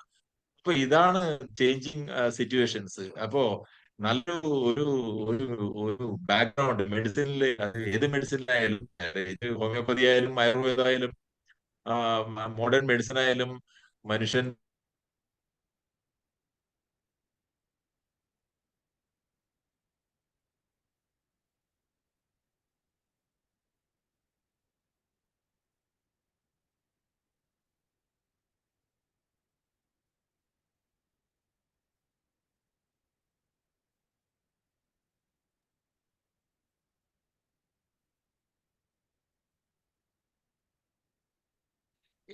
അനാട്ടമി ആയാലും ഫിസിയോളജി ആയാലും എല്ലാം അതുകൊണ്ട് തന്നെ നമുക്കുള്ള ആ ഒരു ബാക്ക്ഗ്രൗണ്ട് വെച്ചിട്ട് ഈ നമ്മുടെ മറ്റു ബ്രാഞ്ച് ഓഫ് സയൻസിൽ എല്ലാ ഡെവലപ്മെന്റും ഹോമിയോപ്പതി സിസ്റ്റത്തിലേക്കും നമ്മുടെ അപ്ലൈ സിസ്റ്റം ഓഫ് മെഡിസിനെ ഉന്നതിയിലേക്ക് കൊണ്ടുവരാൻ നിങ്ങൾ എല്ലാവരും ശ്രമിക്കുക. അതിൽ കൂടുതൽ ശ്രമം ഉണ്ടാവട്ടെ എന്ന് മാത്രമാണ് ഈ അവസരത്തിൽ എനിക്ക് പറയാനുള്ളത്. ഇന്ന് ഉച്ചയ്ക്ക് 12:50 മലയാള വാർത്തയിൽ, പ്രാദേശിക വാർത്തയിൽ ആദ്യത്തെ ന്യൂസ് ഇതായിരുന്നു. അതായത് president Droupadi Murmu 2 days homeopathic symposium inaugurate ചെയ്യുന്നതായിരുന്നു ആദ്യത്തെ വാർത്ത. മീൻസ് അതിനുള്ള ഒരു മറ്റു അതിനുശേഷം ഉള്ള നാഷണൽ ന്യൂസിലൊക്കെ അത് വളരെ റെലവെന്റ് ആയിട്ട് അത് പ്രതിപാദിക്കപ്പെട്ടിട്ടുണ്ട്. മീൻസ് ഇത് is getting more and more acceptable in India എന്നുള്ളതാണ് എനിക്ക് അവസരത്തിൽ പറയാനുള്ളത്. നിങ്ങളുടെ ഈ ഒരു, ഞാൻ മനസ്സിലാക്കുന്നത് 1317 ഒരു വെബിനാറാണ് ഇത് നടക്കുന്നത് എന്നുള്ളത് തന്നെ, നിങ്ങൾ എന്തുമാത്രം എഫേർട്ട് ഇതിലെടുക്കുന്നു എന്നുള്ളതിൽ എനിക്ക് വളരെ സന്തോഷമുണ്ട്. ഇത്രയും മാത്രം പറഞ്ഞുകൊണ്ട് ഈ ഒരു വെബിനാർ ഉദ്ഘാടനം ചെയ്തതായിട്ട് അറിയിച്ചുകൊണ്ട് നിർത്തുന്നു. നിങ്ങൾക്ക് എല്ലാവർക്കും എന്റെ നന്ദി, നമസ്കാരം. സന്തോഷം സാർ. എന്തായാലും സാറിനെ പോലെ ഒരു ഹോമിയോപ്പതി അനുഭവം കൊണ്ടും അറിവ് കൊണ്ടും ഇത്രയും ഹോമിയോപ്പതിയെ സ്നേഹിക്കുകയും അറിയുകയും ചെയ്യുന്ന സാറിനെ പോലെ ഒരാളിനെ നമുക്ക് ഉദ്ഘാടനത്തിനും 2 വാക്ക് സംസാരിക്കാനും കിട്ടിയത് വളരെ വളരെ സന്തോഷം സാർ. അതുപോലെ തന്നെ സാർ നേരത്തെ പറഞ്ഞു, നമ്മുടെ ഇസ്മായിൽ സേട്ടൻ സാറിന്റെയൊക്കെ പ്രസംഗം, സാർ എന്താണ് പറയുന്നതെന്ന് കേൾക്കാൻ താല്പര്യം ഉണ്ടായിരുന്നു. തീർച്ചയായിട്ടും സാർ തുടരുമെന്ന് വിചാരിക്കുന്നു. അടുത്തത് നമുക്ക് അധ്യക്ഷ പ്രസംഗമാണ്. നമ്മുടെ IFPHന്റെ എല്ലാമായ ഇസ്മായിൽ സേട്ട് സാറിനെ ഞാൻ അധ്യക്ഷ പ്രസംഗത്തിനായി ക്ഷണിക്കും. നമസ്കാരം. സമയം വളരെ ദീർഘിച്ചിരിക്കുകയാണ്. ദീർഘമായ ഒരു പ്രസംഗത്തോട് കിടക്കുന്നില്ല, കാരണം എല്ലാവരെയും മുഷിപ്പിക്കും. പിന്നെ ഒരു കാര്യമുണ്ട്, അവസാനത്തെ കണ്ണിയാണ്. 10 മിനിറ്റ് താമസിച്ചാലും കുഴപ്പമൊന്നുമില്ല, കാരണം മറ്റേ ഹിന്ദിയിൽ നടത്തുമ്പോൾ ഇംഗ്ലീഷുകാരന് സമയം കിട്ടൂല. ഇംഗ്ലീഷ് തുടങ്ങി താമസിച്ചാലേ മലയാളം കിട്ടും. മലയാളം ലാസ്റ്റ് ആയതുകൊണ്ട് 10-15 മിനിറ്റ് താമസിച്ചാലും കുഴപ്പമൊന്നുമില്ല എന്ന് തോന്നുന്നുണ്ട്. എന്നാലും ഞാൻ കൂടുതൽ തെറിപ്പിക്കുന്നില്ല. ദിനേശ് ഡോക്ടർ പറഞ്ഞ പോലെ, കാരണം ഇത് ഉൾക്കളെ മനസ്സിലാക്കിയാൽ മാത്രമേ ഹോമിയോപ്പതിയുടെ ഉൾക്കാമ്പ് കണ്ടെത്താൻ പറ്റുകയുള്ളൂ. ഹോമിയോപ്പതിയുടെ ഉൾക്കാമ്പ് കണ്ടെത്തണമെങ്കിൽ കുറച്ച് വിവരം വേണം. വിവരം മാത്രമല്ല, സൂക്ഷ്മമായ ഒരു ദൃശ്യോട് നോക്കിയാൽ മാത്രമേ പറ്റുകയുള്ളൂ എല്ലാവർക്കും. ഞാനിപ്പം എന്റെ സിസ്റ്റം അല്ലെ, ഹോമിയോപ്പതി സിസ്റ്റം ഏറ്റവും ബൃഹത്താണെന്ന് ഞാൻ പറയുന്നില്ല, പറയാൻ ആഗ്രഹിക്കുന്നുമില്ല. അതല്ല ശരി. എല്ലാ സിസ്റ്റത്തിനും അതിൻ്റെതായ നൈപുണ്യതയുണ്ട്, എല്ലാവർക്കും ഓരോ തരത്തിലും ഉപകാരങ്ങളുണ്ട്. മനസ്സിലായില്ലേ? എന്നാൽ തന്നെയാണ് പ്രിൻസിപ്പിൾ പ്രകാരം ഒരു പ്രകൃതി നിയമത്തിനനുസരിച്ച് വിശദമായിട്ട് ഹോമിയോപ്പതി മാത്രമേ ഉള്ളൂ ചികിത്സയ്ക്ക് ഒരു എന്താ പറയുക യോഗ്യതയുള്ളത്. ശരിയായ ചികിത്സയ്ക്ക് യോഗ്യത ഉള്ളത് ആ പ്രിൻസിപ്പിൾ പ്രകാരമുള്ളത് മാത്രമേ ഉള്ളൂ. സ്കൂൾ ആൻഡോർ സിമിലി മാത്രമേ ചെയ്യാവുള്ളത്. അത് ലോകത്തിന് തിയറിയാണ്. ഉഷ്ണം മുഷൻ ശാന്തി എന്നൊക്കെ പറയാറില്ല, പഴയ നിക്കൊണ്ടിൽ പറയാറുണ്ട്. അതുപോലെയുള്ള ചികിത്സാപദ്ധതി ഹോമിയോപ്പതിയാണ്. ഹോമിയോപ്പതിക്ക് ഒരുപാട് വണ്ടേഴ്സ് ചെയ്യാൻ പറ്റും എന്ന് വെച്ചാൽ മറ്റാർക്കും ചെയ്യാൻ പറ്റുന്നില്ല പറയുന്നില്ല, എല്ലാവർക്കും ചെയ്യാൻ പറ്റുന്നുണ്ട്. ചിന്തിക്കാത്ത. ഇപ്പൊ എന്നെ സംബന്ധിച്ചോളം പറഞ്ഞ ഈ 76 വയസ്സായി, എനിക്ക് തന്നെ ചില ആക്ഷൻ കാണുമ്പോഴേക്ക് ഇന്നും അതിശയം തോന്നാറുണ്ട്, ഇത് എന്താ സംഭവിച്ചെന്നുള്ളത്. അതിന് ഒരു ക്ലാസ് തന്നെ വേണ്ടി വരും. ഒരു 3 മണിക്കൂർ 4 മണിക്കൂർ ക്ലാസ് ഉണ്ടെങ്കിൽ കുറച്ച് കാര്യങ്ങൾ പറയാൻ പറ്റും എനിക്ക്. ഞാൻ അതിന് കുറച്ച് നാൾ കഴിഞ്ഞിട്ട് തുനിയുന്നതാണെന്ന് ഞാൻ ഇപ്പോഴേ ബാക്കിയാണ്. ഒരു 2 മണിക്കൂർ നീ കിട്ടുകയാണെങ്കിൽ ഇപ്പോഴേ ചില വിശ്വസിക്കാൻ പറ്റാത്ത ചില കാര്യങ്ങൾ, ആർക്കും ചിന്തിക്കാൻ പറ്റാത്ത പല കാര്യങ്ങൾ ഹോമിയോപ്പതി കൊണ്ട് ചികിത്സ കൊണ്ട് സാധിക്കുന്നുള്ള കാര്യം വളരെ സ്പഷ്ടമായ കാര്യമാണ്, സത്യമായ കാര്യമാണ്. അത് നമുക്ക് ആർക്കും നിഷേധിക്കാൻ പറ്റില്ല. അലോപ്പതി ഡോക്ടർമാർ തന്നെ സംബന്ധിച്ചുള്ള ചികിത്സ ആയുർവേദക്കാരെ സംബന്ധിച്ച പല ചികിത്സകളുണ്ട്. നമുക്ക് അങ്ങനെ പോകാൻ പറ്റും. എങ്കിൽ തന്നെയാണെങ്കിൽ നമ്മൾ ആരെയും കുറ്റം പറയാൻ പാടില്ല. കാരണം അവരും അണ്ണാൻ കുഞ്ഞും തന്നാലായി എന്ന് പറഞ്ഞ പോലെ എല്ലാവർക്കും ഒരേ ഗുണങ്ങളുണ്ട്. അത് പറയാൻ പറ്റില്ല. ഇവർ നമ്മളായിരിക്കും അണ്ണാൻ കുഞ്ഞ്, അല്ലെങ്കിൽ വേറെ ആരായിരിക്കും അണ്ണാൻ കുഞ്ഞ്, അതാരാണെന്ന് ഞാൻ പറയുന്നില്ല. അപ്പൊ അങ്ങനെ പോയാൽ മാത്രമേ നമുക്ക് ഒരു ജനങ്ങളുടെ ഇടയിൽ ഒരു പ്രതിബദ്ധത കിട്ടുള്ളൂ, രോഗികളുടെ ഇടയിൽ വിശ്വാസം ഉണ്ടാവുള്ളൂ, ഉള്ളൂ. ദൈവത്തിന് കൃപയും ഉണ്ടാവുള്ളൂ. ദൈവവിശ്വാസികളാണ് നമ്മളെല്ലാവരും. ഞാൻ ഒരു കാര്യം മറന്നുപോയി, ഈദ് മുബാറക്ക് പറയാൻ മറന്നുപോയി. എല്ലാവർക്കും IAPH എല്ലാ മെമ്പർമാർക്കും ഈദ് മുബാറക്ക്. കാരണം ഞാൻ പലർക്കും മെസ്സേജ് അയച്ചിട്ടുണ്ടായിരുന്നു, ചിലർക്ക് അയക്കാൻ പറ്റിയിട്ടില്ലായിരുന്നു. എങ്കിൽ തന്നെയാണ് ഇപ്പോൾ പറയാനുള്ളത്. അപ്പോൾ ഞാൻ കൂടുതലും സംസാരിക്കുന്നില്ല. അദ്വൈത പ്രശ്നത്തിന് ഇതിൽ കൂടുതലൊന്നും സംസാരിച്ചിട്ട് കാര്യമില്ല. കാരണം ഇനി നമുക്കൊരു 21 മിനിറ്റ് മാത്രമേ ബാക്കിയുള്ളൂ നിയമപ്രകാരം. അത് വേണമെങ്കിൽ 31 40 ഒക്കെ ആകാം, കുഴപ്പമൊന്നുമില്ല. ദൈർഘ്യം മുന്നോട്ട് പോകാം. ഇടയ്ക്ക് ഞാൻ സംസാരിച്ചു കൊള്ളാമെന്നുള്ള വാഗ്ദാനത്തോടെ ഞാൻ എൻ്റെ അദ്വൈത പ്രസംഗം ഉപസംഹരിക്കുന്നു. നമസ്കാരം. സന്തോഷം സാറേ, സാറിന്റെ നല്ല വാക്കുകൾക്ക്. മനോജ് നാരായണൻ സാർ വന്നിട്ടുണ്ടോ? ഉണ്ടല്ലോ. അടുത്തതായി മുഖ്യ പ്രഭാഷണമാണ്. മുഖ്യ പ്രഭാഷണം നടത്തുന്നത് doctor Manoj Narayanan, professor, Sarada Krishna homeo medical college. സാറിനെ ഞാൻ സന്തോഷപൂർവ്വം സ്നേഹപൂർവ്വവും ആദരപൂർവ്വവും ക്ഷണിക്കും.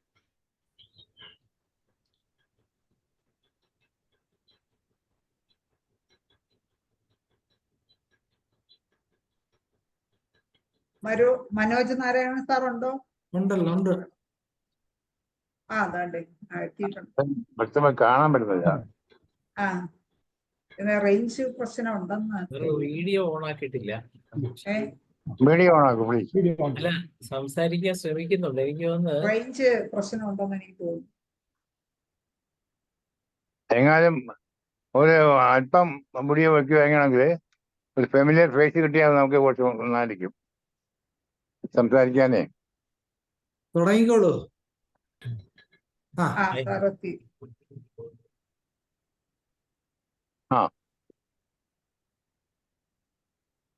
മനോജ് ഡോക്ടറിനെ ഇൻട്രൊഡ്യൂസ് ചെയ്യാൻ വിട്ടുപോയി.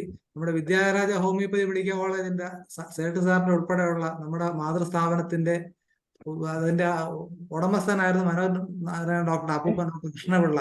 അങ്ങനെ ഹോമിയോപ്പതിയുടെ മഹത്തായ പാരമ്പര്യം പേർന്ന ഒരാൾ കൂടിയാണ് ഡോക്ടർ മനോജ് നാരായണൻ.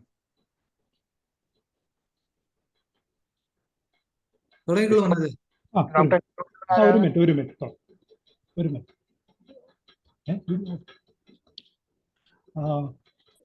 സാറിന്റെ പ്രസംഗം കഴിഞ്ഞ ഉടനെ നമുക്കൊരു ഗോപകുമാർ ഡോക്ടറുടെ ഒരു പാട്ട് പാടിയാൽ കൊള്ളാം. പ്രസംഗം തന്നെ കേട്ടോണ്ടിരിക്കുമ്പോഴേ മനോജ് ഡോക്ടർ ഒന്ന് തുടങ്ങി.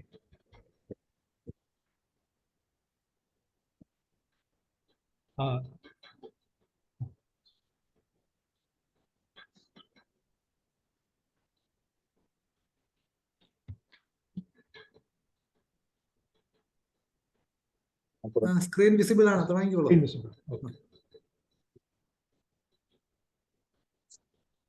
എനിക്ക് ഈ അവസരം തന്ന IFPH ഭാരവാഹികൾക്ക് ആദ്യം നന്ദി പ്രകാശിപ്പിക്കുന്നു. ഇന്ന് ഹനുമാൻ എന്ന മഹത്തായ ഓഡിയോ ഇത്തിരി ഒന്ന് കൂട്ടാമോ?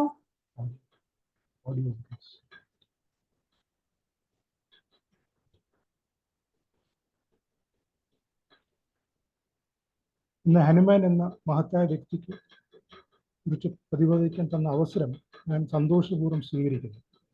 ഹനുമാൻ ജനിക്കുന്നത് 10 ഏപ്രിൽ 1755.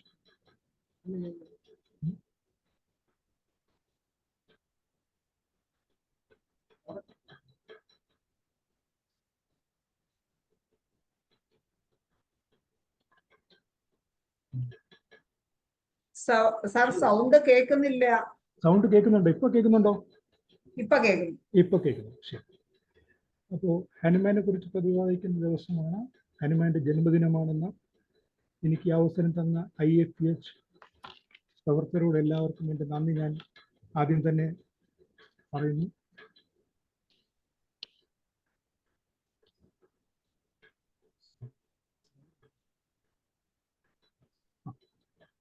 ഇന്ന് വേൾഡ് ഹോമിയോപ്പതിക് ഡേ ആണ്. ഇതാണ് ഹനുമാൻ ജനിച്ച സ്ഥലം, വീട്.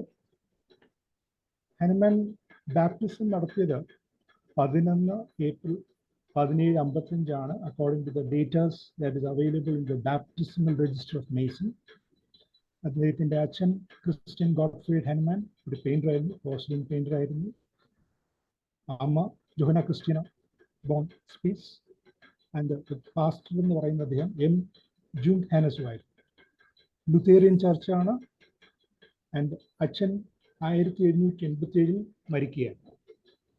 അച്ഛൻ്റെ അഡ്വൈസ് അത് അദ്ദേഹത്തിൻ്റെ ജീവിതത്തിൽ പലപ്പോഴും അത് ഉപകരിച്ചിട്ടുണ്ട്, അത് അദ്ദേഹം ഫോളോ ചെയ്യാനും ശ്രമിച്ചിട്ടുണ്ട്.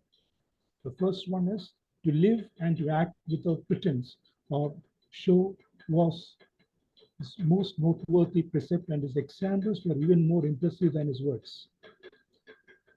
He was always present, though often unobserved in body and soul, wherever any good was to be done.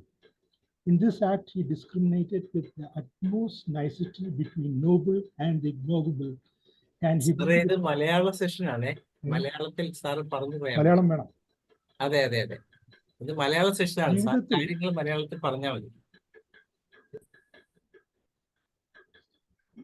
നമ്മുടെ ഇപ്പോഴത്തെ സമൂഹ ജീവിതത്തിൽ ഈ കാര്യങ്ങളുടെ അഭാവം പലപ്പോഴും പ്രശ്നങ്ങൾ ഉണ്ടാക്കുന്നു എന്നുള്ള ഒരു തിരിച്ചറിവ് നമുക്ക് അദ്ദേഹത്തിന് കിട്ടിയിട്ടുള്ള അഡ്വൈസ് അല്ലെങ്കിൽ അച്ഛനിൽ നിന്ന് കിട്ടിയിട്ടുള്ള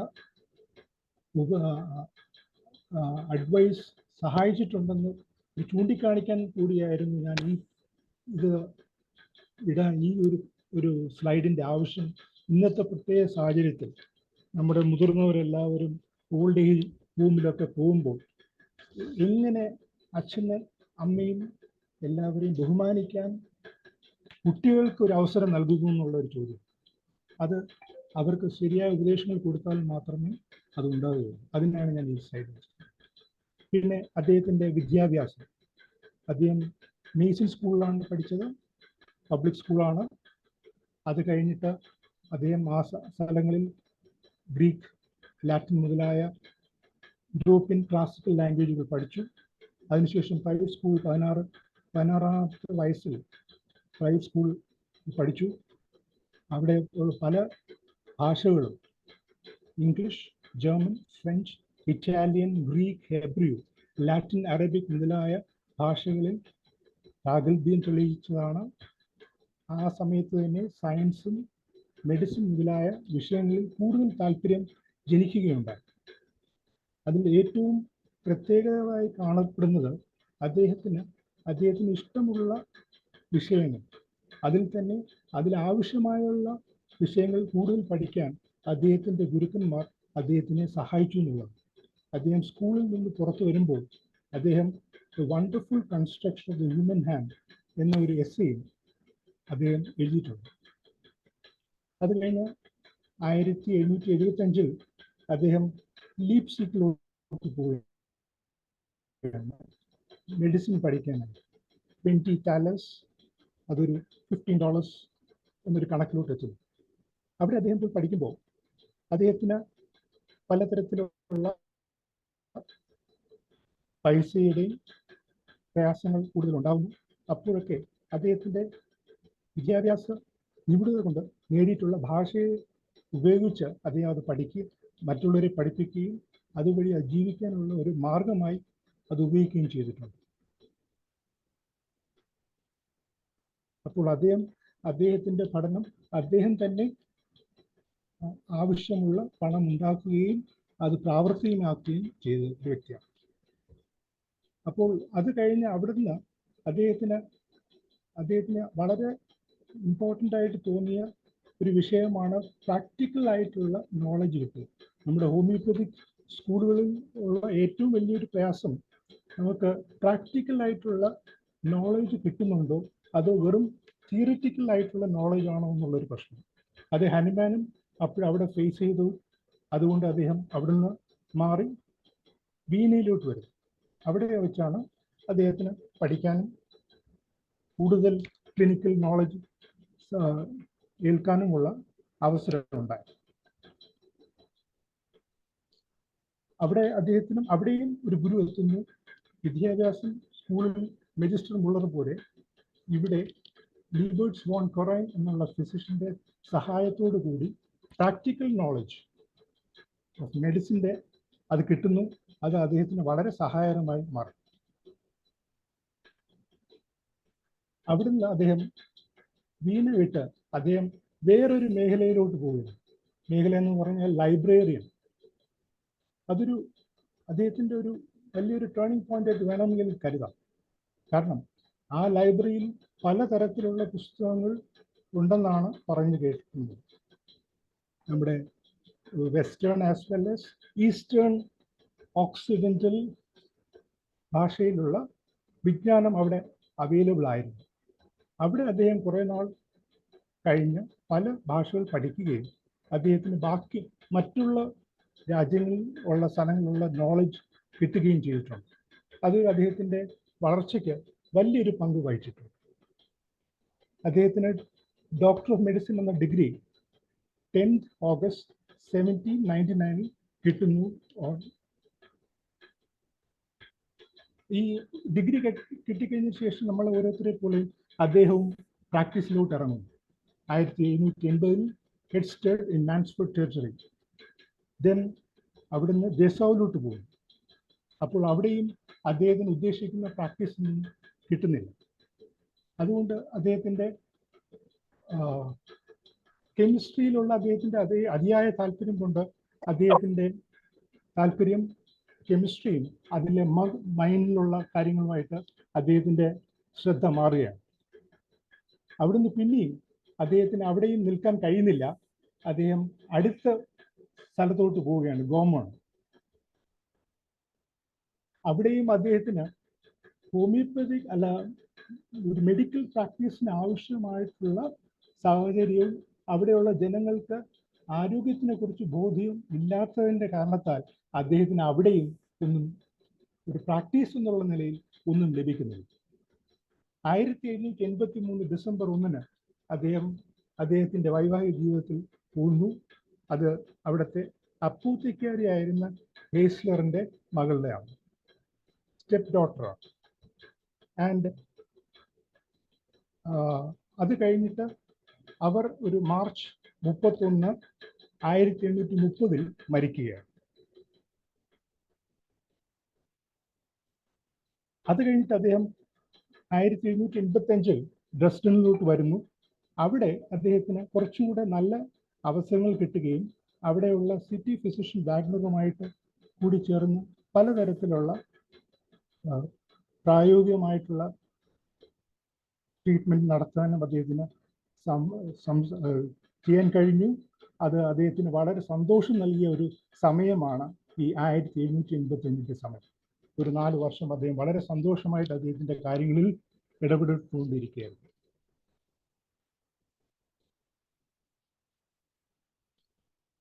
അദ്ദേഹത്തിന് 9 കുട്ടികൾ, 11 കുട്ടികളാണ്. അതിൽ 9 പെൺകുട്ടികളും 2 ആൺകുട്ടികളും.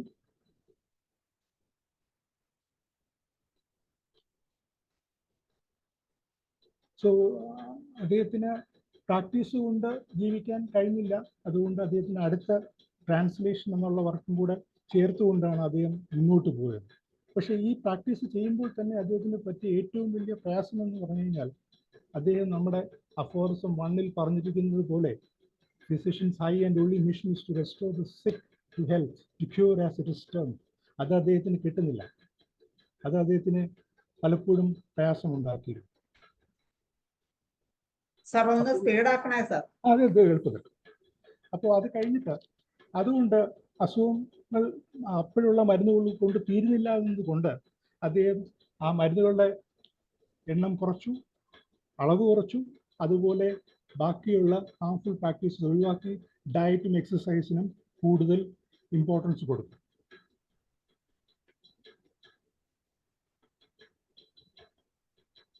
അത് കഴിഞ്ഞിട്ട് ഹോമിയോപ്പതിയുടെ principle of law of similars discover ചെയ്യുന്നു.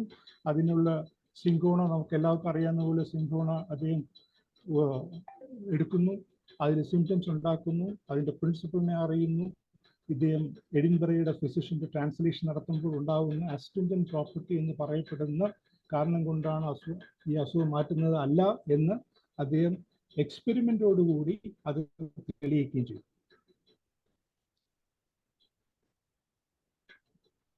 നമ്മുടെ അദ്ദേഹത്തിൻ്റെ ഫാദറിലോ അപ്പോത്തിക്കേരി ആണെങ്കിലും അദ്ദേഹത്തിന് ജീവിതകാലം മുഴുക്കെ ആ വംശത്തിനോട് തന്നെ എതിരിടേണ്ടി വന്നു എന്നുള്ളതാണ് എൻ്റെ ഒരു എന്താ പറയുക, ഒരു സാധ്യത. എപ്പോഴും അദ്ദേഹത്തിന് ഈ അപ്പോത്തിക്കാരിയുമായിട്ട് എപ്പോഴും വഴക്കുകളും പ്രശ്നങ്ങളും ഉണ്ടായിരുന്നു. 1810 ഓർഗനോൺ ഫസ്റ്റ് എഡിഷൻ ഉണ്ടാവുന്നത്. അവിടെയാണ് നമ്മുടെ ഫിലോസഫിയെ കുറിച്ചുള്ള വളരെ വ്യക്തമായി എങ്ങനെ ട്രീറ്റ് ചെയ്യണം, എന്താണ് അസുഖം, എങ്ങനെ അസുഖത്തിനെ നമ്മൾ കാണണം, ഏത് തരത്തിൽ അസുഖത്തിനെ ട്രീറ്റ് ചെയ്യണം എന്നുള്ള കാര്യങ്ങളെക്കുറിച്ച് പറയുന്നു. ഇതാണ് അതിൻ്റെ ഫസ്റ്റ് അതിൻ്റെ പ്രിന്റ്. അതിലും യുദ്ധം പലപ്പോഴും പ്രയാസമുണ്ടാക്കുന്നവയാണെങ്കിലും ആ യുദ്ധത്തിന്റെ സാഹചര്യത്തിലാണ് നമുക്ക് ഹോമിയോപ്പതിയുടെ റെലവൻസ് കൂടുതൽ കൊണ്ടുവരാൻ കഴിഞ്ഞതും. അവിടെ നെപ്പോളിയൻ അറ്റാക്ക് ചെയ്യുമ്പോൾ ടൈഫസ് എപ്പിഡമിക് വരികയും അതിനുള്ള മരുന്ന് നൽകുകയും ഹോമിയോപ്പതിക്ക് നല്ലൊരു പേര് കിട്ടുന്നതും ആ സമയത്താണ്. അത് കഴിഞ്ഞിട്ട് അദ്ദേഹത്തിൻ്റെ പഠിപ്പിക്കാനുള്ള താല്പര്യം, ഹോമിയോപ്പതിയെ കുറിച്ച് പറയാനുള്ള കാര്യങ്ങൾ, അദ്ദേഹം ലീപ്സിക് യൂണിവേഴ്സിറ്റി, അദ്ദേഹത്തിൻ്റെ പഴയ യൂണിവേഴ്സിറ്റിയിൽ പോകുന്നു. അദ്ദേഹത്തിൻ്റെ പേരിന് റേജിങ് ഹരിക്കൻ എന്നാണ്.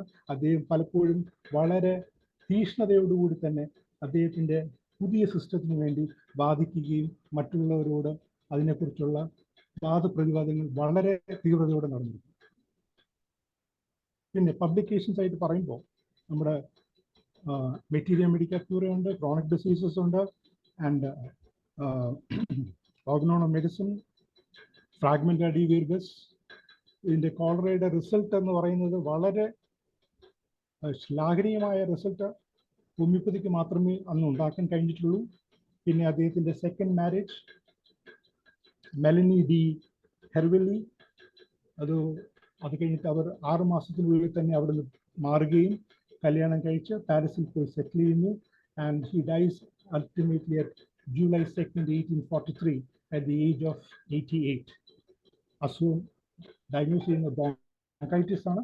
ആദ്യം അദ്ദേഹത്തിൻ്റെ മോണ്ടിവറിൽ ബറി ചെയ്യുന്നു, പിന്നെ വേറെ ഒരു മോസ്റ്റ് ഇമ്പോർട്ടൻറ്റ് സ്ഥലത്തായ പീരി ലാഷസിൽ പോയി ബറി ചെയ്യുന്നു.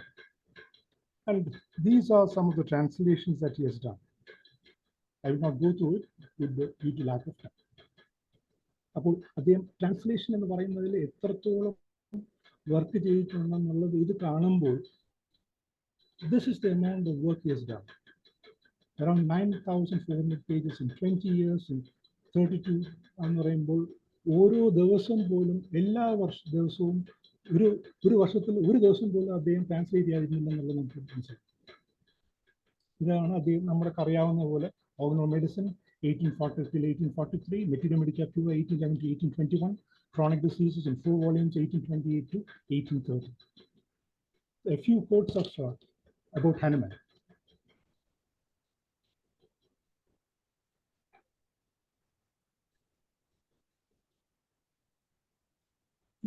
നമ്മുടെ ഇന്നത്തെ ഹോമിയോപ്പതിക് ഡേക്ക് ഒരു റെലവൻ്റ് ആയ ഒരു ചോദ്യം എന്നുള്ള രീതിയിലാണ് ഞാൻ ഇത് വച്ചിട്ടുള്ളത്.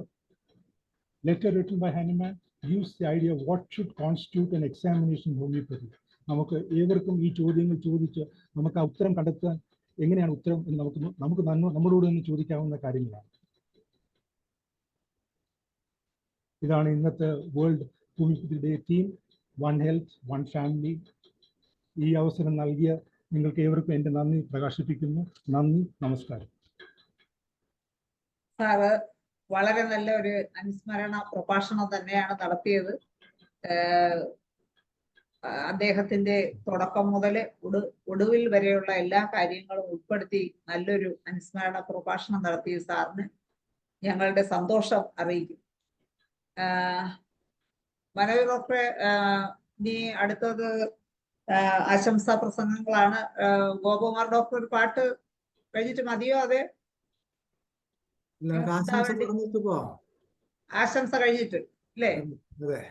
ഓക്കെ, അപ്പോ അടുത്തത്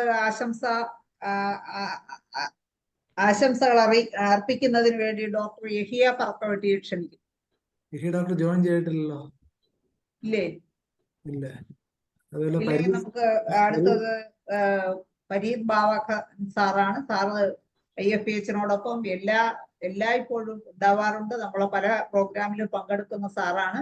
സാറിനെ ആശംസാ പ്രസംഗത്തിന് വേണ്ടി ക്ഷണിക്കും. സാറ് ജോയിൻ ചെയ്തിട്ടില്ല. ഒരു വീഡിയോ അയച്ചിട്ടുണ്ടായിരുന്നു. സനൽ ഡോക്ടറെ ഒന്ന് പ്ലേ ചെയ്യാമോ? വേലപ്പൻ സാറിലേക്ക് പോയിട്ട് അതിലേക്ക് വരാം. വേലപ്പൻ സാർ റെഡിയാണ്. ശരി, അടുത്തത് വേലപ്പൻ സാറിനാണ് ആശംസ ആദ്യം പറയാനുള്ള ഭാഗ്യം കിട്ടിയിരിക്കുന്നത്. വേലപ്പൻ സാറിനെ ഞാൻ സന്തോഷപൂർവ്വം സ്നേഹപൂർവ്വം ക്ഷണിക്കുകയാണ് ആശംസാ പ്രസംഗത്തിന്.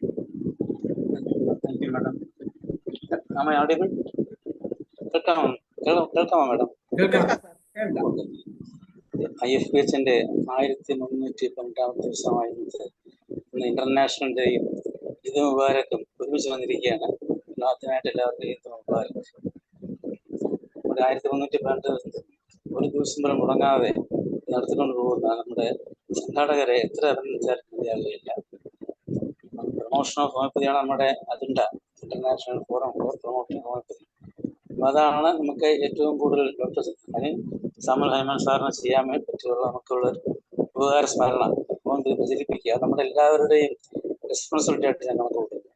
ഇവിടെ കൂട്ടിരിക്കുന്ന എല്ലാവരും, ഡോക്ടേഴ്സും ലവേഴ്സും അതുപോലെ നമ്മുടെ ട്രീറ്റ്മെന്റ് കൊണ്ട് ഗുണം കിട്ടിയിട്ടുള്ള എല്ലാ പൊതുജനങ്ങൾക്കും ഒരു കടമയാണെന്ന് നമ്മുടെ ഈ അതുല്യമായ മെഡിക്കൽ സിസ്റ്റം മനുഷ്യർക്കും ഉപയോഗിക്കാം, മൃഗങ്ങൾക്ക് ഉപയോഗിക്കാം, സസ്യങ്ങൾക്ക് ഉപയോഗിക്കാം. ഇങ്ങനൊരു സിസ്റ്റം വേറെ ഒന്നും നമ്മുടെ അറിവിലില്ല. ഈ ഒരു ഏറ്റവും മോഡേൺ ആയിട്ടുള്ള ഈ സിസ്റ്റത്തെ പൊതുജനങ്ങൾക്ക് മുമ്പിൽ കൊണ്ടുവരേണ്ടത് നമ്മുടെ എല്ലാവരുടെയും കടമയാണ്. അതാണ് നമ്മൾ നടത്തിക്കൊണ്ടിരിക്കുന്നത്. IFPH നടത്തിക്കൊണ്ടിരിക്കുന്നത് അത് തന്നെയാണ്. പക്ഷെ IFPH മാത്രം വിചാരിച്ച് നടക്കത്തില്ല. നമ്മളെല്ലാവരും എല്ലാ രാജ്യങ്ങളിലുള്ള മനുഷ്യർ ഇതിന്റെ ഗുണം പറ്റിയിട്ടുള്ള ആൾക്കാർ ഇതിന്റെ മുന്നോട്ട് വരണം. അതുപോലെ നമ്മളും ഇതിന്റെ നമ്മൾ മാത്രം അറിഞ്ഞാൽ പോരല്ലോ, നമ്മുടെ ഏറ്റവും വലിയ സിസ്റ്റമാണെന്നും എല്ലാവർക്കും ഗുണകരമാണെന്നും ഏറ്റവും എക്കണോമിക്കലാണെന്നും അതുപോലെ കുട്ടികൾക്കും വരെ ഇഷ്ടപ്പെട്ടോട് കഴിക്കാവുന്ന വേറൊരു മരുന്നില്ല. അലോപ്പതിയായാലും ആയുർവേദമായാലും കുട്ടികൾക്ക് കൊടുക്കുമ്പോഴത്തേക്ക് അവർക്ക് കഴിക്കാൻ വിഷമമാണ്, വലിയവർക്കും വിഷമമാണ്. പക്ഷെ ഈ നമ്മുടെ സിസ്റ്റത്തിൽ അങ്ങനെ ഒരു പ്രശ്നമില്ല. കുട്ടികളും വലിയവരും മുതിർന്നവരും എല്ലാവരും സന്തോഷത്തോടെ കഴിക്കുന്ന ഒരു സിസ്റ്റമാണ് നമ്മുടെ. യാതൊരു സൈഡ് എഫക്ട്സും ഇല്ല. നമുക്ക് ആദ്യം പണം വേണ്ട, ഇൻഫ്രാസ്ട്രക്ചർ വേണ്ട. നമുക്ക് ഒരു ഡോക്ടർ ഉണ്ടെങ്കിൽ നമ്മുടെ ഇവിടുത്തെ എല്ലാം അറിയാമല്ലോ. ഒരു ഡോക്ടർ ഒരു അസിസ്റ്റന്റ് ഉണ്ടെങ്കിൽ എല്ലാവരും ചികിത്സിക്കാൻ പറ്റും മാക്സിമം ആൾക്കാർ. അത്ര വളരെ ഒരു സിമ്പിൾ ആയിട്ടുള്ള എക്കണോമിക്കലി വളരെ ബെനിഫിഷ്യൽ ആയിട്ടുള്ള ഒരു സിസ്റ്റമാണ്. ആ സിസ്റ്റത്തെ നമ്മൾ വേണം മുൻകൈ എടുത്ത് ലോകം മുഴുവൻ പരത്തേണ്ടത്. ആ ഒരു ഗോൾ സെറ്റ് ചെയ്തുകൊണ്ട് നമ്മൾ ഓരോ വർഷവും 10% കഴിഞ്ഞിടത്തേക്കാൾ 10% കൂടുതൽ ആൾക്കാരെ കൊണ്ടുവരണം എന്നുള്ളൊരു തീരുമാനം എടുത്തിട്ട് അതിനൊരു പ്രത്യേകം കൂടി വേണം. നമ്മുടെ കൂടെ ആൾക്കാർ വരും. നമ്മൾ വളരെ കോൺഫിഡന്റ് ആയിക്കൊണ്ട് ഈ ലോകത്തിലെ ജനങ്ങളെ മുഴുവൻ ചികിത്സിക്കത്തക്ക കപ്പാസിറ്റി ഉള്ള ഒരു രോഗി ചെന്ന് കഴിഞ്ഞാൽ ആ രോഗിയുടെ ഫിസിക്കൽ ബോഡിയും സൈക്കോളജിക്കലും എല്ലാം നോക്കിയിട്ടാണ് നമ്മൾ ഡോക്ടറെ ചികിത്സിക്കുന്നത്.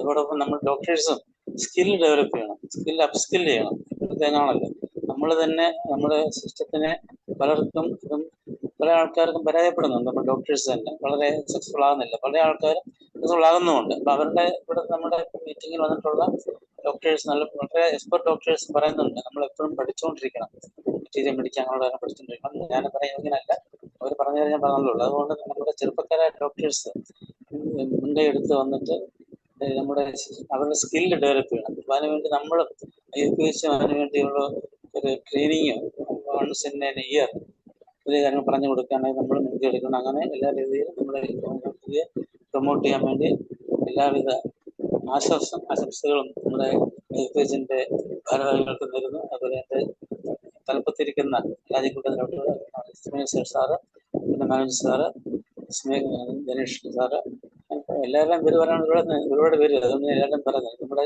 എല്ലാ ദിവസവും വരുന്ന ഡോക്ടർ ഗ്രൂപ്പ് സാറുണ്ട്, എന്ത് ചോദിച്ചാൽ ഉടനെ അവൻ മറുപടി പറയും. അങ്ങനെയുള്ള ആൾക്കാർ നമ്മുടെ ഉണ്ട്. അവരുടെ എക്സ്പെർട്ടൈസ് നമുക്ക് ഈ പുതിയ ഡോക്ടേഴ്സും കൊടുക്കണം. കൂടുതൽ സമയം എടുക്കുന്നില്ല. പിന്നെ ഇങ്ങനൊരു അവസരം തന്നതിൽ എല്ലാവരും നന്ദി പറഞ്ഞുകൊണ്ട് ഞാൻ എല്ലാവിധ ആശംസകളും നേരുന്നു. ഓക്കെ, വെറുകുമ്പുള്ള സാറേ, അങ്ങയുടെ വാക്കുകൾക്ക് വളരെ സന്തോഷം. അടുത്തത് നമുക്ക് പ്രസംഗങ്ങൾ മാത്രം കേട്ട് കൊണ്ടിരിക്കുന്ന നമുക്ക് ഒരു എന്താണ് ആശ്വാസത്തിന് നമുക്ക് ഡോക്ടർ ഗോപകുമാറിന്റെ ഒരു പാട്ട് കേൾക്കാം. എന്നിട്ട് അടുത്ത സെക്ഷനിലേക്ക് കടക്കാം. കേൾക്കാമോ? കേൾക്കാം ഡോക്ടർ. ബിച്ചു തിരുമല, AT ഉമ്മർ, യേശുദാസ് ടീമിന്റെ ഒരു ഗാനം. നീലജലാശയത്തിൽ ഹംസങ്ങൾ നീരാടും പൂങ്കുളത്തിൽ നീർപ്പോളകളുടെ ലാളനമേറ്റൊരു നീലത്താമര വിരിഞ്ഞു. നീലജലാശയത്തിൽ ഹംസങ്ങൾ നീരാടും പൂങ്കുളത്തിൽ നീർപ്പോളകളുടെ ലാളനമേറ്റൊരു നീലത്താമര വിരിഞ്ഞു. നീലജലാശയത്തിൽ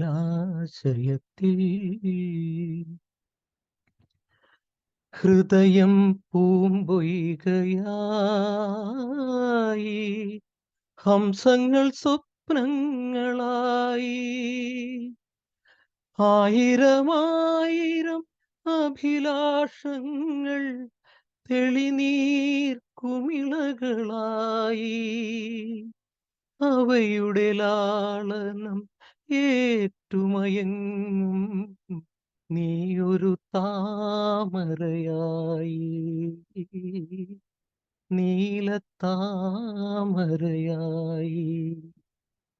നീലജലാശയത്തിൽ ഹംസങ്ങൾ നീരാടും പൂങ്കുളത്തിൽ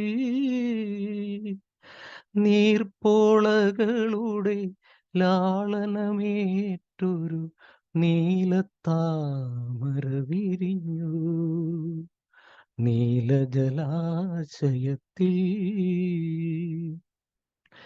നിമിഷം വാചാലമായി ജന്മങ്ങൾ സഫലങ്ങളായി നിന്നിലുമെന്നിലും ഉൾപ്രേരണകൾ ഉത്സവ മത്സരമാടി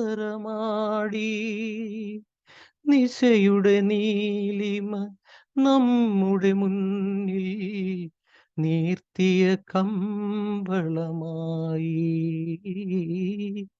ആദ്യ സമാഗമമായി. നീലജലാശയത്തിൽ ഹംസങ്ങൾ നീരാടും പൂങ്കുളത്തിൽ നീർപ്പോളകളുടെ ലാളനമേറ്റൊരു നീലത്താമര വിരിഞ്ഞു. നീലജലാശയത്തിൽ.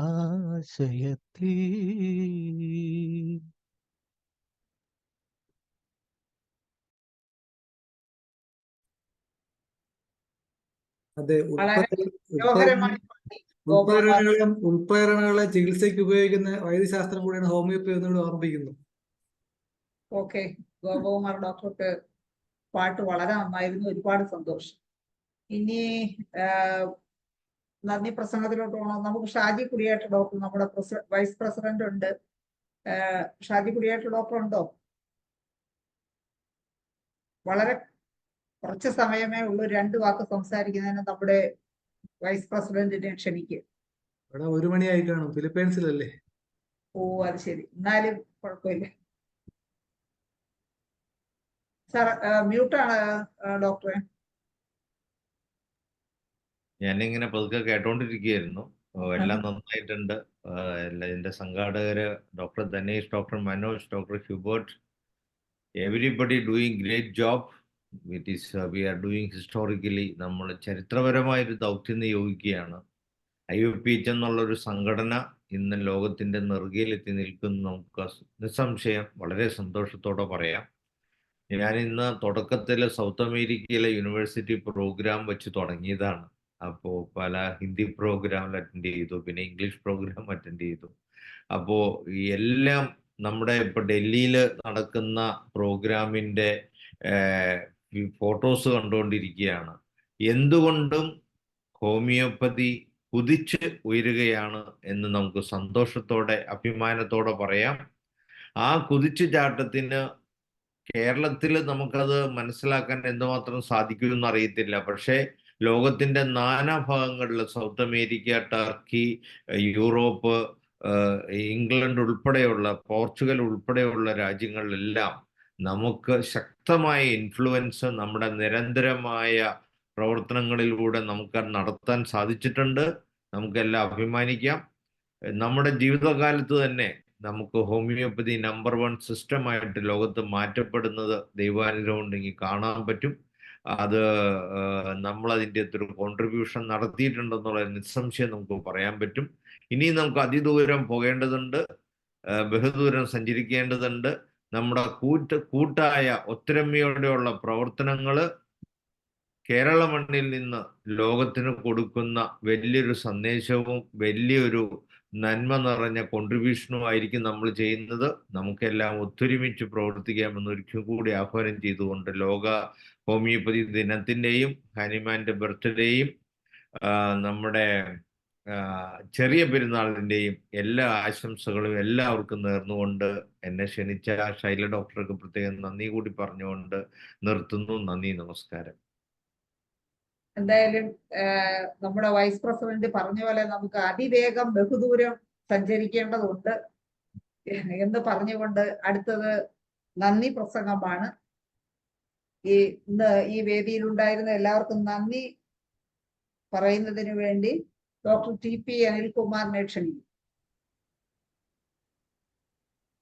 നമസ്കാരം. എന്തായാലും ശൈല ഡോക്ടറെ വളരെ ഭംഗിയായിരുന്നു. അതായത് നമ്മുടെ ആദ്യ ഹിന്ദി സെക്ഷൻ ഞാനാണ് തുടങ്ങിയപ്പോഴത്തേക്കും പറഞ്ഞ ഓരോ കാര്യങ്ങളും, അതായത് ഹിന്ദി സെക്ഷനിലുള്ള ഓരോരുത്തർക്കും ആദ്യമായിട്ട് നന്ദി രേഖപ്പെടുത്തുക. അതിന് ഇംഗ്ലീഷ് സെക്ഷൻ തുടങ്ങി, അതും ഭംഗിയായി. ഇതിലെല്ലാം നന്ദി രേഖപ്പെടുത്തേണ്ട ഒരാളെ നമ്മൾ മറന്നുപോയി. അതായത് നമ്മുടെ ഡോക്ടർ സുൽഫി നോഹു, എല്ലാവർക്കും ഓർമ്മയുണ്ടാവും. നമ്മുടെ IMAയുടെ പ്രസിഡന്റ്. അതായത് ഇത് 4 കൊല്ലത്തിന് മുമ്പേ തുടങ്ങുമ്പം അദ്ദേഹമാണ് ഇതിന് കാരണക്കാരനായത്. കാരണം അദ്ദേഹം വന്ന് പ്രസംഗിച്ചു, ഇത് ലോകം മുഴുവൻ നിരോധിച്ചൊരു സംഘടന, ഇത് സിസ്റ്റമാണെന്നും ഈ സിസ്റ്റത്തിന് മരുന്ന് കൊടുത്താൽ എല്ലാവരും മരിച്ചു പോകുന്നത് നിരോധിക്കേണ്ട സംഭവമാണെന്ന് സംസാരിച്ചു. അന്ന് ഞങ്ങളൊരു 4-5 പേര് ചേർന്നിട്ട് തുടങ്ങിയ ഒരു സംഘടനയാണ്. അതിൽ ഷാജി കുടിയാട്ട് ഡോക്ടറുണ്ട്, ഡോക്ടർ ഷഫീഖ് ഉണ്ട്, ഫിറോസ് ഉണ്ട്, ഫൈസൽ ഉണ്ടായിരുന്നു. ഇവരെല്ലാവരും കൂടെ ചേർന്ന്, നമ്മളെല്ലാവരും കൂടെ സംസാരിച്ച്, ഉബൈസ് സൈൻലാബ്ദീൻ, ഇവരെല്ലാം കൂടെ ചേർന്ന്, തേട്ട് സാറ് എല്ലാം കൂടെ തുടങ്ങിയാണ് ഇതിന് തുടക്കം നമ്മൾ ആക്ച്വലി തുടങ്ങിയത്. അത് കഴിഞ്ഞിട്ട് ഇത് വളർന്ന് പന്തലിച്ചു. ഇപ്പം സുൽഫീനോവിന് പോലും അധികം സംസാരമില്ലാത്തൊരവസ്ഥയിൽ നമ്മുടെ സംഘടന എത്തി. ഇന്ന് നമ്മൾ 1318ാമത് ദിവസം, അതായത് ലോകത്തിൽ ഒരു സംഘടനയും നടത്താത്തൊരു ഉദ്യമം ഹോമിയോപ്പതി. ഇന്ന് ഏപ്രിൽ 10-ാം തീയതി നമ്മൾ കേരള ഹോമിയോപ്പതി ഒരു സപ്ലിമെന്റ് നമുക്ക് ഇറക്കാൻ പറ്റി. എന്തായാലും അതിൽ എല്ലാവരുടെയും സഹകരണം. ഇത് സത്യം പറഞ്ഞാൽ ലോകത്ത് ഹോമിയോപ്പതിയിൽ വേൾഡിൽ ഒരു റെക്കോർഡാണ്. 1318 ദിവസം ഒരു സൂം നടത്തുക. ആരെങ്കിലും നടത്തിയിട്ടുണ്ടോ എന്ന് ചോദിച്ചാൽ ഞാൻ പലയിടത്തും ചോദിച്ചു നോക്കി, ആർക്കും ഉത്തരവില്ല. 1318 ദിവസം സൂം നടത്തുക, ഇതെങ്ങനെയാണ് ഡോക്ടറെ സാധിക്കുന്നത്? നമ്മൾ 7 മണി തൊട്ട് 8 മണി, ഇന്ന് വന്ന പേഷ്യൻസിനും പറഞ്ഞതാണ്, 7 മണി തൊട്ട് 8 മണി വരെ ഹിന്ദി സെക്ഷൻ, 8 തൊട്ട് 9 വരെ ഇംഗ്ലീഷ് സെക്ഷൻ, 9 തൊട്ട് 10 വരെ മലയാളം സെഷൻ. ഈ 3 മണിക്കൂർ നമ്മൾ കുറച്ച് പേര് ഇതിനു വേണ്ടി ഇരുന്ന്, അതായത് ഷാജി കുടിയാൻ ഡോക്ടർ പറഞ്ഞ പോലെ അടുത്ത ഡെക്കേഡിൽ നമ്മളാരും ഭൂമിയിൽ ഇല്ലെങ്കിലും ഹോമിയോപ്പതി ഇവിടെ ഉണ്ടാവണം എന്നൊരു ഉദ്യമത്തോടുകൂടി തുടങ്ങിയ ഒരു സംഘടന, that is IFPH, international forum for promoting homeopathy. ഇത് വളർന്ന് പന്തലിച്ച് ഇന്നിപ്പം വലിയൊരു ഉദ്യമം ഏറ്റെടുത്തുകൊണ്ട് ലോകത്തിന്റെ നെറുകയിൽ എത്തിയിരിക്കുകയാണ്. അതായത് ഗിന്നസ് ബുക്കിന്റെ റെക്കോർഡ് എന്ന് വേണമെങ്കിൽ പറയാം. അപ്പൊ അതിലെത്തിക്കാൻ സാധിച്ച നമ്മളുടെ ഓരോ മെമ്പേഴ്സിനും, അതായത് നമ്മൾ എന്ത് പ്രശ്നങ്ങളിലും ഇടപെടുകയും ആ പ്രശ്നത്തിനൊക്കെ എന്തെങ്കിലും ഒരു പരിഹാരം കാണുകയും, ഇന്നിപ്പോ നമ്മുടെ പ്രസിഡന്റ് തന്നെ ഹോമിയോപ്പതിയെ പറ്റി കാര്യങ്ങൾ സംസാരിക്കും. പക്ഷെ ഷാജിക്കുട്ടിയ ഡോക്ടർ കുറെ ഫോട്ടോയുടെ കാര്യമൊക്കെ പറഞ്ഞു. ഇതെല്ലാം നമ്മൾ ഹോമിയോപ്പതി ജനത്തിന് ആവശ്യമാണ് എന്നൊരു സ്ഥിതിവിശേഷം എത്തിയിട്ടുണ്ട്. അപ്പൊ ഇതിൽ പങ്കെടുത്ത ഓരോരുത്തർക്കും, അതായത് ഇന്നിപ്പോ പങ്കെടുത്ത മലയാള സെഷൻ പങ്കെടുത്ത doctor Dinesh, doctor Manoj, doctor Gopakumar, നമുക്ക് നല്ലൊരു ഗാനം തന്ന ഗോപകുമാർ, ധൈര ഡോക്ടർ, ഇന്ന് നമുക്ക് പങ്കെടുത്ത എല്ലാവർക്കും നന്ദി രേഖപ്പെടുത്തുക എന്നുള്ള ഉദ്യമമാണ് എന്നെ ഏൽപ്പിച്ചിരിക്കുന്നത്. ഓരോരുത്തർക്കും IFPHന്റെ പേരിൽ നന്ദി രേഖപ്പെടുത്തിക്കൊണ്ട് നിർത്തട്ടെ. നന്ദി, നമസ്കാരം. നന്ദി അനിൽകുമാർ ഡോക്ടറെ. അങ്ങനെ എന്തായാലും ശൈല ഡോക്ടർ ഒരു മിനിറ്റ്, ഒരാളാരും വിട്ടുപോയി. അതാണ് ആദ്യം പറയേണ്ടത്. സലാഹുദ്ദീൻ സാറ് IFPH തുടങ്ങാനുള്ള കാരണം എഞ്ചിനീയറായ സലാഹുദ്ദീൻ സാറാണ് ഫസ്റ്റ് ഇനീഷ്യേറ്റീവ് എടുത്തത്. അനിൽകുമാർ ഡോക്ടർ വിട്ടുപോയി. ഞാൻ വിട്ടുപോയി. അതായത് ആദ്യം ഒരു കാറ് സമ്മാനം തരുന്നു. ആ കാറ് സമ്മാനത്തിന് ഞാനും കയറി എന്താ പറയാ അതിന് ഇത് കൊടുത്തുകൊണ്ടാണ് അദ്ദേഹമാണ് തുടങ്ങിയത്. അദ്ദേഹം തുടങ്ങുക മാത്രമല്ല, നമുക്ക് സാമ്പത്തികമായിട്ട് ഒത്തിരി സഹായങ്ങൾ ചെയ്യും. അദ്ദേഹത്തെ വിട്ടുപോയാൽ ക്ഷമിക്കണം. സലാഹുദ്ദീൻ സാറിന്റെ ഒരു ശ്രമം എന്ന് പറഞ്ഞാൽ വലിയ ശ്രമമാണ്. അപ്പൊ അദ്ദേഹം സർക്കാർ ഉദ്യോഗസ്ഥരാണെന്ന് മാറി നിൽക്കുന്നത്. റിട്ടയർ ആകുമ്പോൾ വീണ്ടും വരുമെന്ന് ഞാൻ പ്രതീക്ഷിക്കല്ല, വരും. കാരണം അദ്ദേഹത്തിന്റെ ഒരു ശ്വാസം എന്നുള്ള ഹോമിയോപ്പതിയാണ്. അതിനുപരി നമ്മൾ മരിച്ചുപോയ ലത്തീഫ് സാറിനെ ഞാൻ വിട്ടുപോയി. ലത്തീഫ് സാറിന്റെ ഒരു വലിയൊരു ഉദ്യമമായിരുന്നു. കാരണം വെച്ചാൽ നമ്മുടെ ചെടികളെ ചികിത്സിക്കുക, ഈ കാര്യങ്ങളൊക്കെ പറയും. ആദ്യം തൊട്ട് ഇരുന്നതാണ്. പക്ഷെ ഒരു അകാല ചരണം പറഞ്ഞു. പക്ഷെ ഇതെല്ലാം നമ്മളെ ഓരോരുത്തരുടെയും, അതായത് രക്തത്തിൽ ഓടുന്നതാണ് ഹോമിയോപ്പതി. അപ്പൊ നമുക്ക് ചെയ്യാൻ പറ്റും എന്നുള്ളതാണ് ഇന്ന് നമ്മൾ തെളിയിച്ചിരിക്കുന്നത്. 1312 ഇപ്പൊ 13 ആവും എന്നാണ് എന്റെ പ്രതീക്ഷ. ഓരോ ദിവസവും നമ്മൾ ഓരോരുത്തരും എടുക്കുന്ന സ്പിരിറ്റിന് നന്ദി പറയുന്നു. Thank you very much. Okay Anilkumar ഡോക്ടറെ. അങ്ങനെ എന്തായാലും 1318 ദിനം വളരെ മനോഹരമാക്കി തീർത്തു, വളരെ ധന്യമാക്കി തീർത്ത നമ്മുടെ ഡോക്ടർ ദിനേശൻ ചെറുവാട്ട് സാറൊക്കെ വളരെ തിരക്കിലായിരുന്നിട്ടും നമ്മളെ ഈ ഇന്നത്തെ പ്രോഗ്രാമിൽ പങ്കെടുത്തു. അതുപോലെ നമ്മുടെ അധ്യക്ഷൻ, അതുപോലെ ഡോക്ടർ മനോജ് നാരായണൻ, അതുപോലെ മറ്റ് ബഹുമാന്യരായ ഹോമിയോപ്പതി ഡോക്ടർമാരെല്ലാവരും, അതുപോലെ ഹോമിയോപ്പതി സ്നേഹികൾ എല്ലാവർക്കും ഒരിക്കൽ കൂടി നന്ദി പറഞ്ഞുകൊണ്ടും ശുഭരാത്രി നേർന്നുകൊണ്ടും ഇന്നത്തെ ഈ സ്പെഷ്യൽ എപ്പിസോഡ് വൈൻഡപ്പ് ചെയ്യാണ്. എല്ലാവർക്കും നന്ദി, നമസ്കാരം.